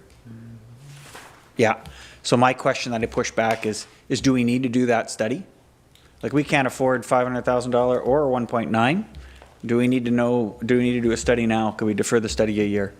The second thing is, the same thing with the analyzer, the same thing with the financial plan and rate study. Do we need to do that this year? Is it absolutely required? And you're going to tell me it's provincially legislated, and I'm going to say, who do I call to say, you really want us to do this? We need to be able to push back on behalf of the ratepayers to say, we've tried, there's no way we have to spend this $50,000, as an example. Good? Treasurer? So I can speak to the 50,000. We have received a quote since I've created this page, and it is actually substantially less, more like 30. But the big point is the financial plan, less to the water, more to the wastewater, only accounted for the creation of the new facility, not the operation and maintenance costs going down the road. They looked at a new facility. They did not account for the fact that in 10 years from the operation of that facility, we need to put $1 million into it to replace filters. So that part to reserves is not accounted for that whenever we talk about getting back on track to their rates. So, but there's other things that they've missed, like like the overall decrease in expenses compared to what the actual expenses are. Debentures, things like that. I think it's very beneficial to do the financial plan, shy of the fact that whenever we actually need to do it for our license, which is early 2025, we still would be, the length of time they require to do it, we'd still need to be doing it end of 2024 in order to have it for that point in March, to keep our license going. This is going to have to be a discussion at ROMA when we go back to this industry. Because I go back and say, look, we need you to fund it. Can you get, this is so important, and I know I'm not dismissing the financial management. I'm not dismissing the financial management. I'm a big proponent of that. But we need to find relief. And I'm just seeing this as options. Can we go back to the $1.3 million slide? There we go. Yeah, so the contract increase, can you explain that 40,000? So it's more or less, it's a breakdown in between all these different areas. So salary management fee gone up a percentage. Now these are estimates. The actuals, I'm still waiting to actually come for what makes up. But if this was based on last year's percentages, that's how we would break down. So there's the bigger increases are supplies and equipment, and then salaries and management fee. Maybe if you could, Lane, just speak, or Lane or Deanna, speak about how the contract is with Aqua. What's the deadline for that? It's a cost plus, I think, as I understand it. Maybe you could speak to that and why we would see an increase to the salaries and management, to the tune of $20,000, which is probably about 5%, which is maybe consistent with CPI perhaps, but maybe you could speak to that a little bit. Yeah, so currently we're in a cost plus contract, and that how that works is in Q3 every year, Aqua will provide us with a next year's cost, like estimate based on previous year. At the first quarter of every year, they'll reconcile, and if it's either positive or negative. For example, in 2022 year, that we received, I think, with a $45,000 rebate that came to municipality. You could move to like a fixed term contract. That's typically some municipalities do that. We move that if there are any cost savings or extras, it's fixed. There's pros and cons in both of them, in which we can bring that up in the future discussions when we come back in Q1 of the two contracts. One of the big part of the management fee, it was increased by 15,000 as per the contract. With the increase in the new plant, the contract stated that for the 2 years, it'd be a 15% increase each year. And the biggest increase is electricity, maybe not in water, but in wastewater. We went from the old plant of 45,000 for hydro to 125,000, for example. And that's with the new plant. And also chemicals have increased. And additionally, its salaries have increased. They have same as we are staff here. Their increases in staffing, and chemicals have increased drastically over the last few years. And then also the equipment and supplies. That's like heat and hydro. Sorry, heating. With the cost of carbon tax, for example, that's gone up quite a bit from like their heating costs. And additionally, the same pressures we have insurance. Like I think their insurance they stated their insurance has gone up. Same as our insurance has gone up quite a bit over the last couple of years. Is that Maybe just the term of the contract is till when, sorry? Do we know? until November 2024? Great, so next year. Does that give you some sense of the reasoning for the increases in the cost with respect to that? Yeah. Thanks. Good, Deputy Mayor. Thank you, and while we're on that, I guess we've always had Aqua. Are they the only ones? Are they the monopoly? Are they the only ones around that offer this service? And if not, can we put a request for proposal out in 2024 and let's take another look? Maybe there's some savings there. Yeah, definitely. So I think, remember, gets me. So previous to 2024, 2014, the plants and the distribution system and what was done by township staff moved to Aqua, and there are other companies out there. So options is to stay with Aqua, for example, or another option is to look at to move it to back to township staff or go out with a RFP. Both tasks take a lot of staff time and resources, and all additional and costs. The actual RFP to go external would be pretty extensive and might require expertise for creating that document. But if council definitely, if that's the direction, we would have to go, I guess, right now, I guess, because there is part of the contract that you have a 1 year, even 1 year, I guess, period to actually go ahead to not sign with Aqua, and that allows them time to actually transition out if they were successful.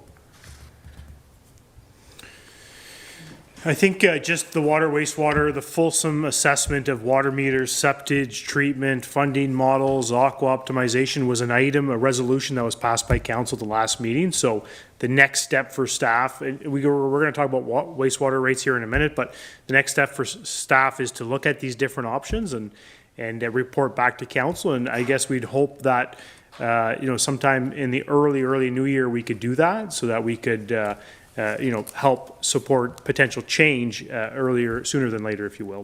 But yeah. Thank you. In recognition of the time, let's move on to wastewater. We can come back to this.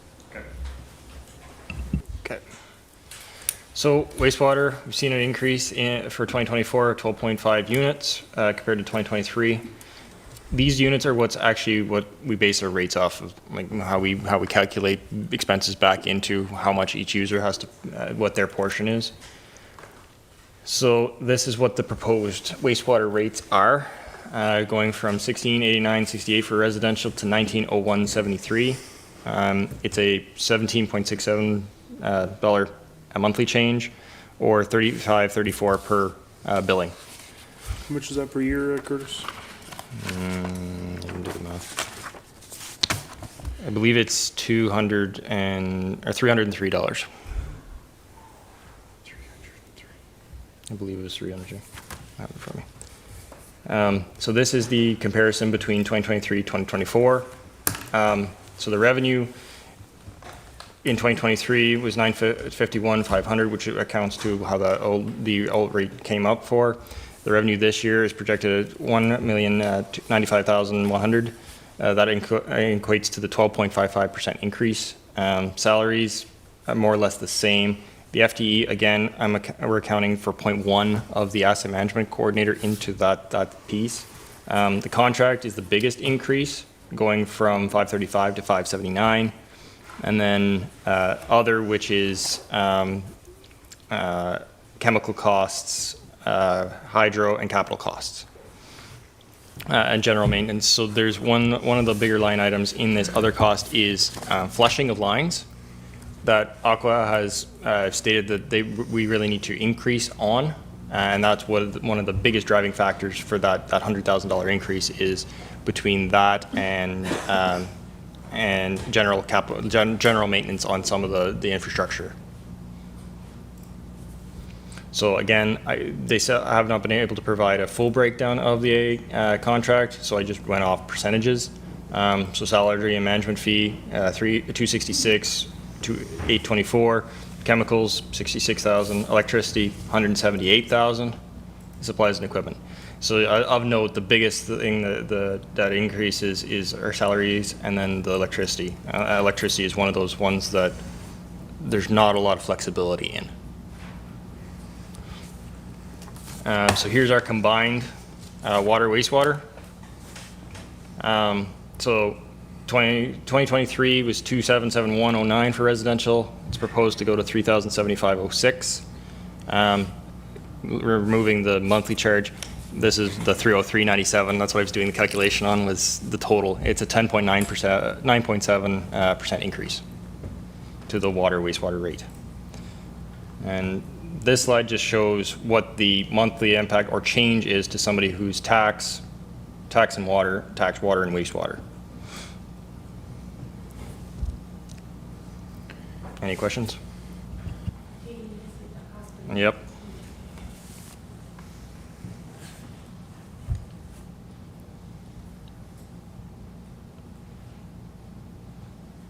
Okay, we'll take questions on wastewater. Councillor Moore.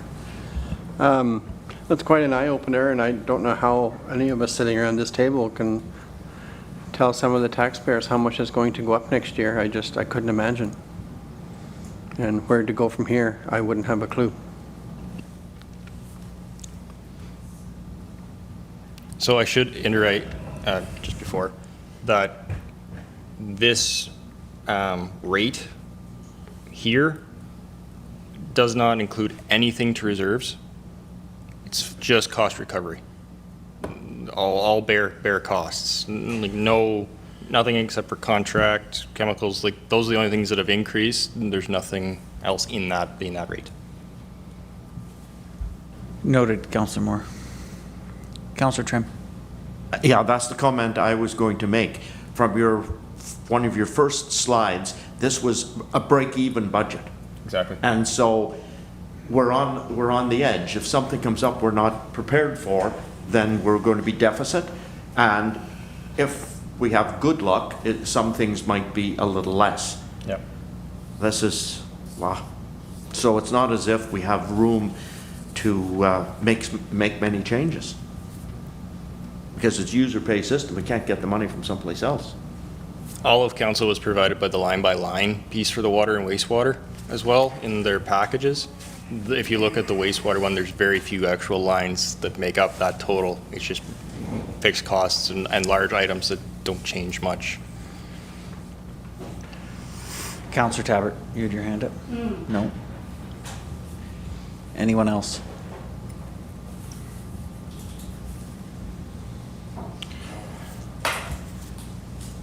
There's not even projects for us to try to push off like we did for water, or like I'm suggesting for water.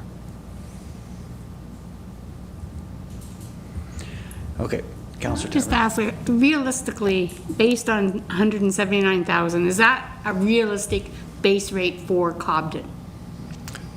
That median rate comes from MPAC. They do that as their median rate for all the value of the residential, single-family dwellings within the township. So I would say yes. Within the township, but what about within Cobden? That would be a separate part. I'd have to. Might be able to do by I might be able to ask postal code. MPAC to provide me with that. Because for me to come up with that would be substantial. But MPAC might be able to provide that for just that one geographical area. That would be wonderful if we could get that. Okay. Thank you. Might be off the census too. Just wouldn't be as referenceable as MPAC. Yeah. Okay, any other comments? Okay, we're not going to resolve wastewater or water right now. And I'm feeling not good about it. I just going to highlight, we're still working on these issues. At the end of the council meeting, can you pull up that resolution at all? Is that possible? Just to remind council of what we decided to do as a result of.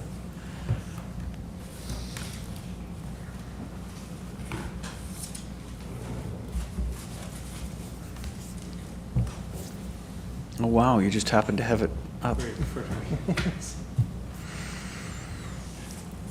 Okay, so the draft letter for 1 and 2 is just being in its final stages of being reviewed for issuance. And again, I've talked verbally with most of those organizations. ROMA has agreed to review it on November 9th. So they are going to be having a meeting. Our warden will be presenting that at that ROMA meeting. And the remainder are our MP and our MPP. We're going to go to them, and I'm hoping, some of this legislative requirements that you're forecasting as expenditures in the year, maybe we can also bring those up and say, here are some examples. We just don't know how we don't know how to fund this, and seek their advice. Does that instigate any other comments of council?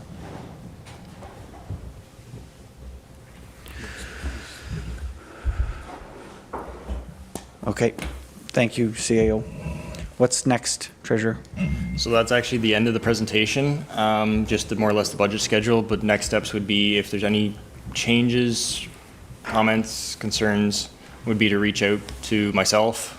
Of course, reach out to all the managers to see about possibilities and changes, and then any draft changes I can bring back for the potentially, I could bring something back on the 15th meeting if need be, but it would be the 22nd meeting. And the 15th meeting, remind me, I think we're going to have a more in-depth discussion about sanitation, waste, including the $1 million debenture for fleet. Yes, that is for the landfill piece itself. Okay. We won't talk water, wastewater at that point in time unless there's a topic of note. That'll more or less be brought up on the 22nd. And the .25 position asset manager quarter? There'll be a report on the 15th on the 15th? that as well. Okay, Yep. so there'll be more information to come on the 15th.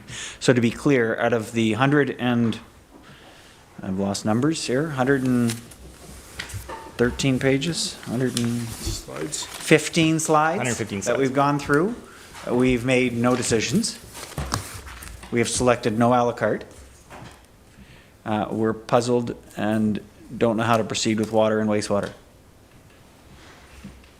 Now, I know that's not progression, but it's acknowledgement that we have some homework to take away and to consider. Not that you're going to come up with a magic wand, but when we have our discussions on the 15th and the 22nd, you have the perspective to have those discussions.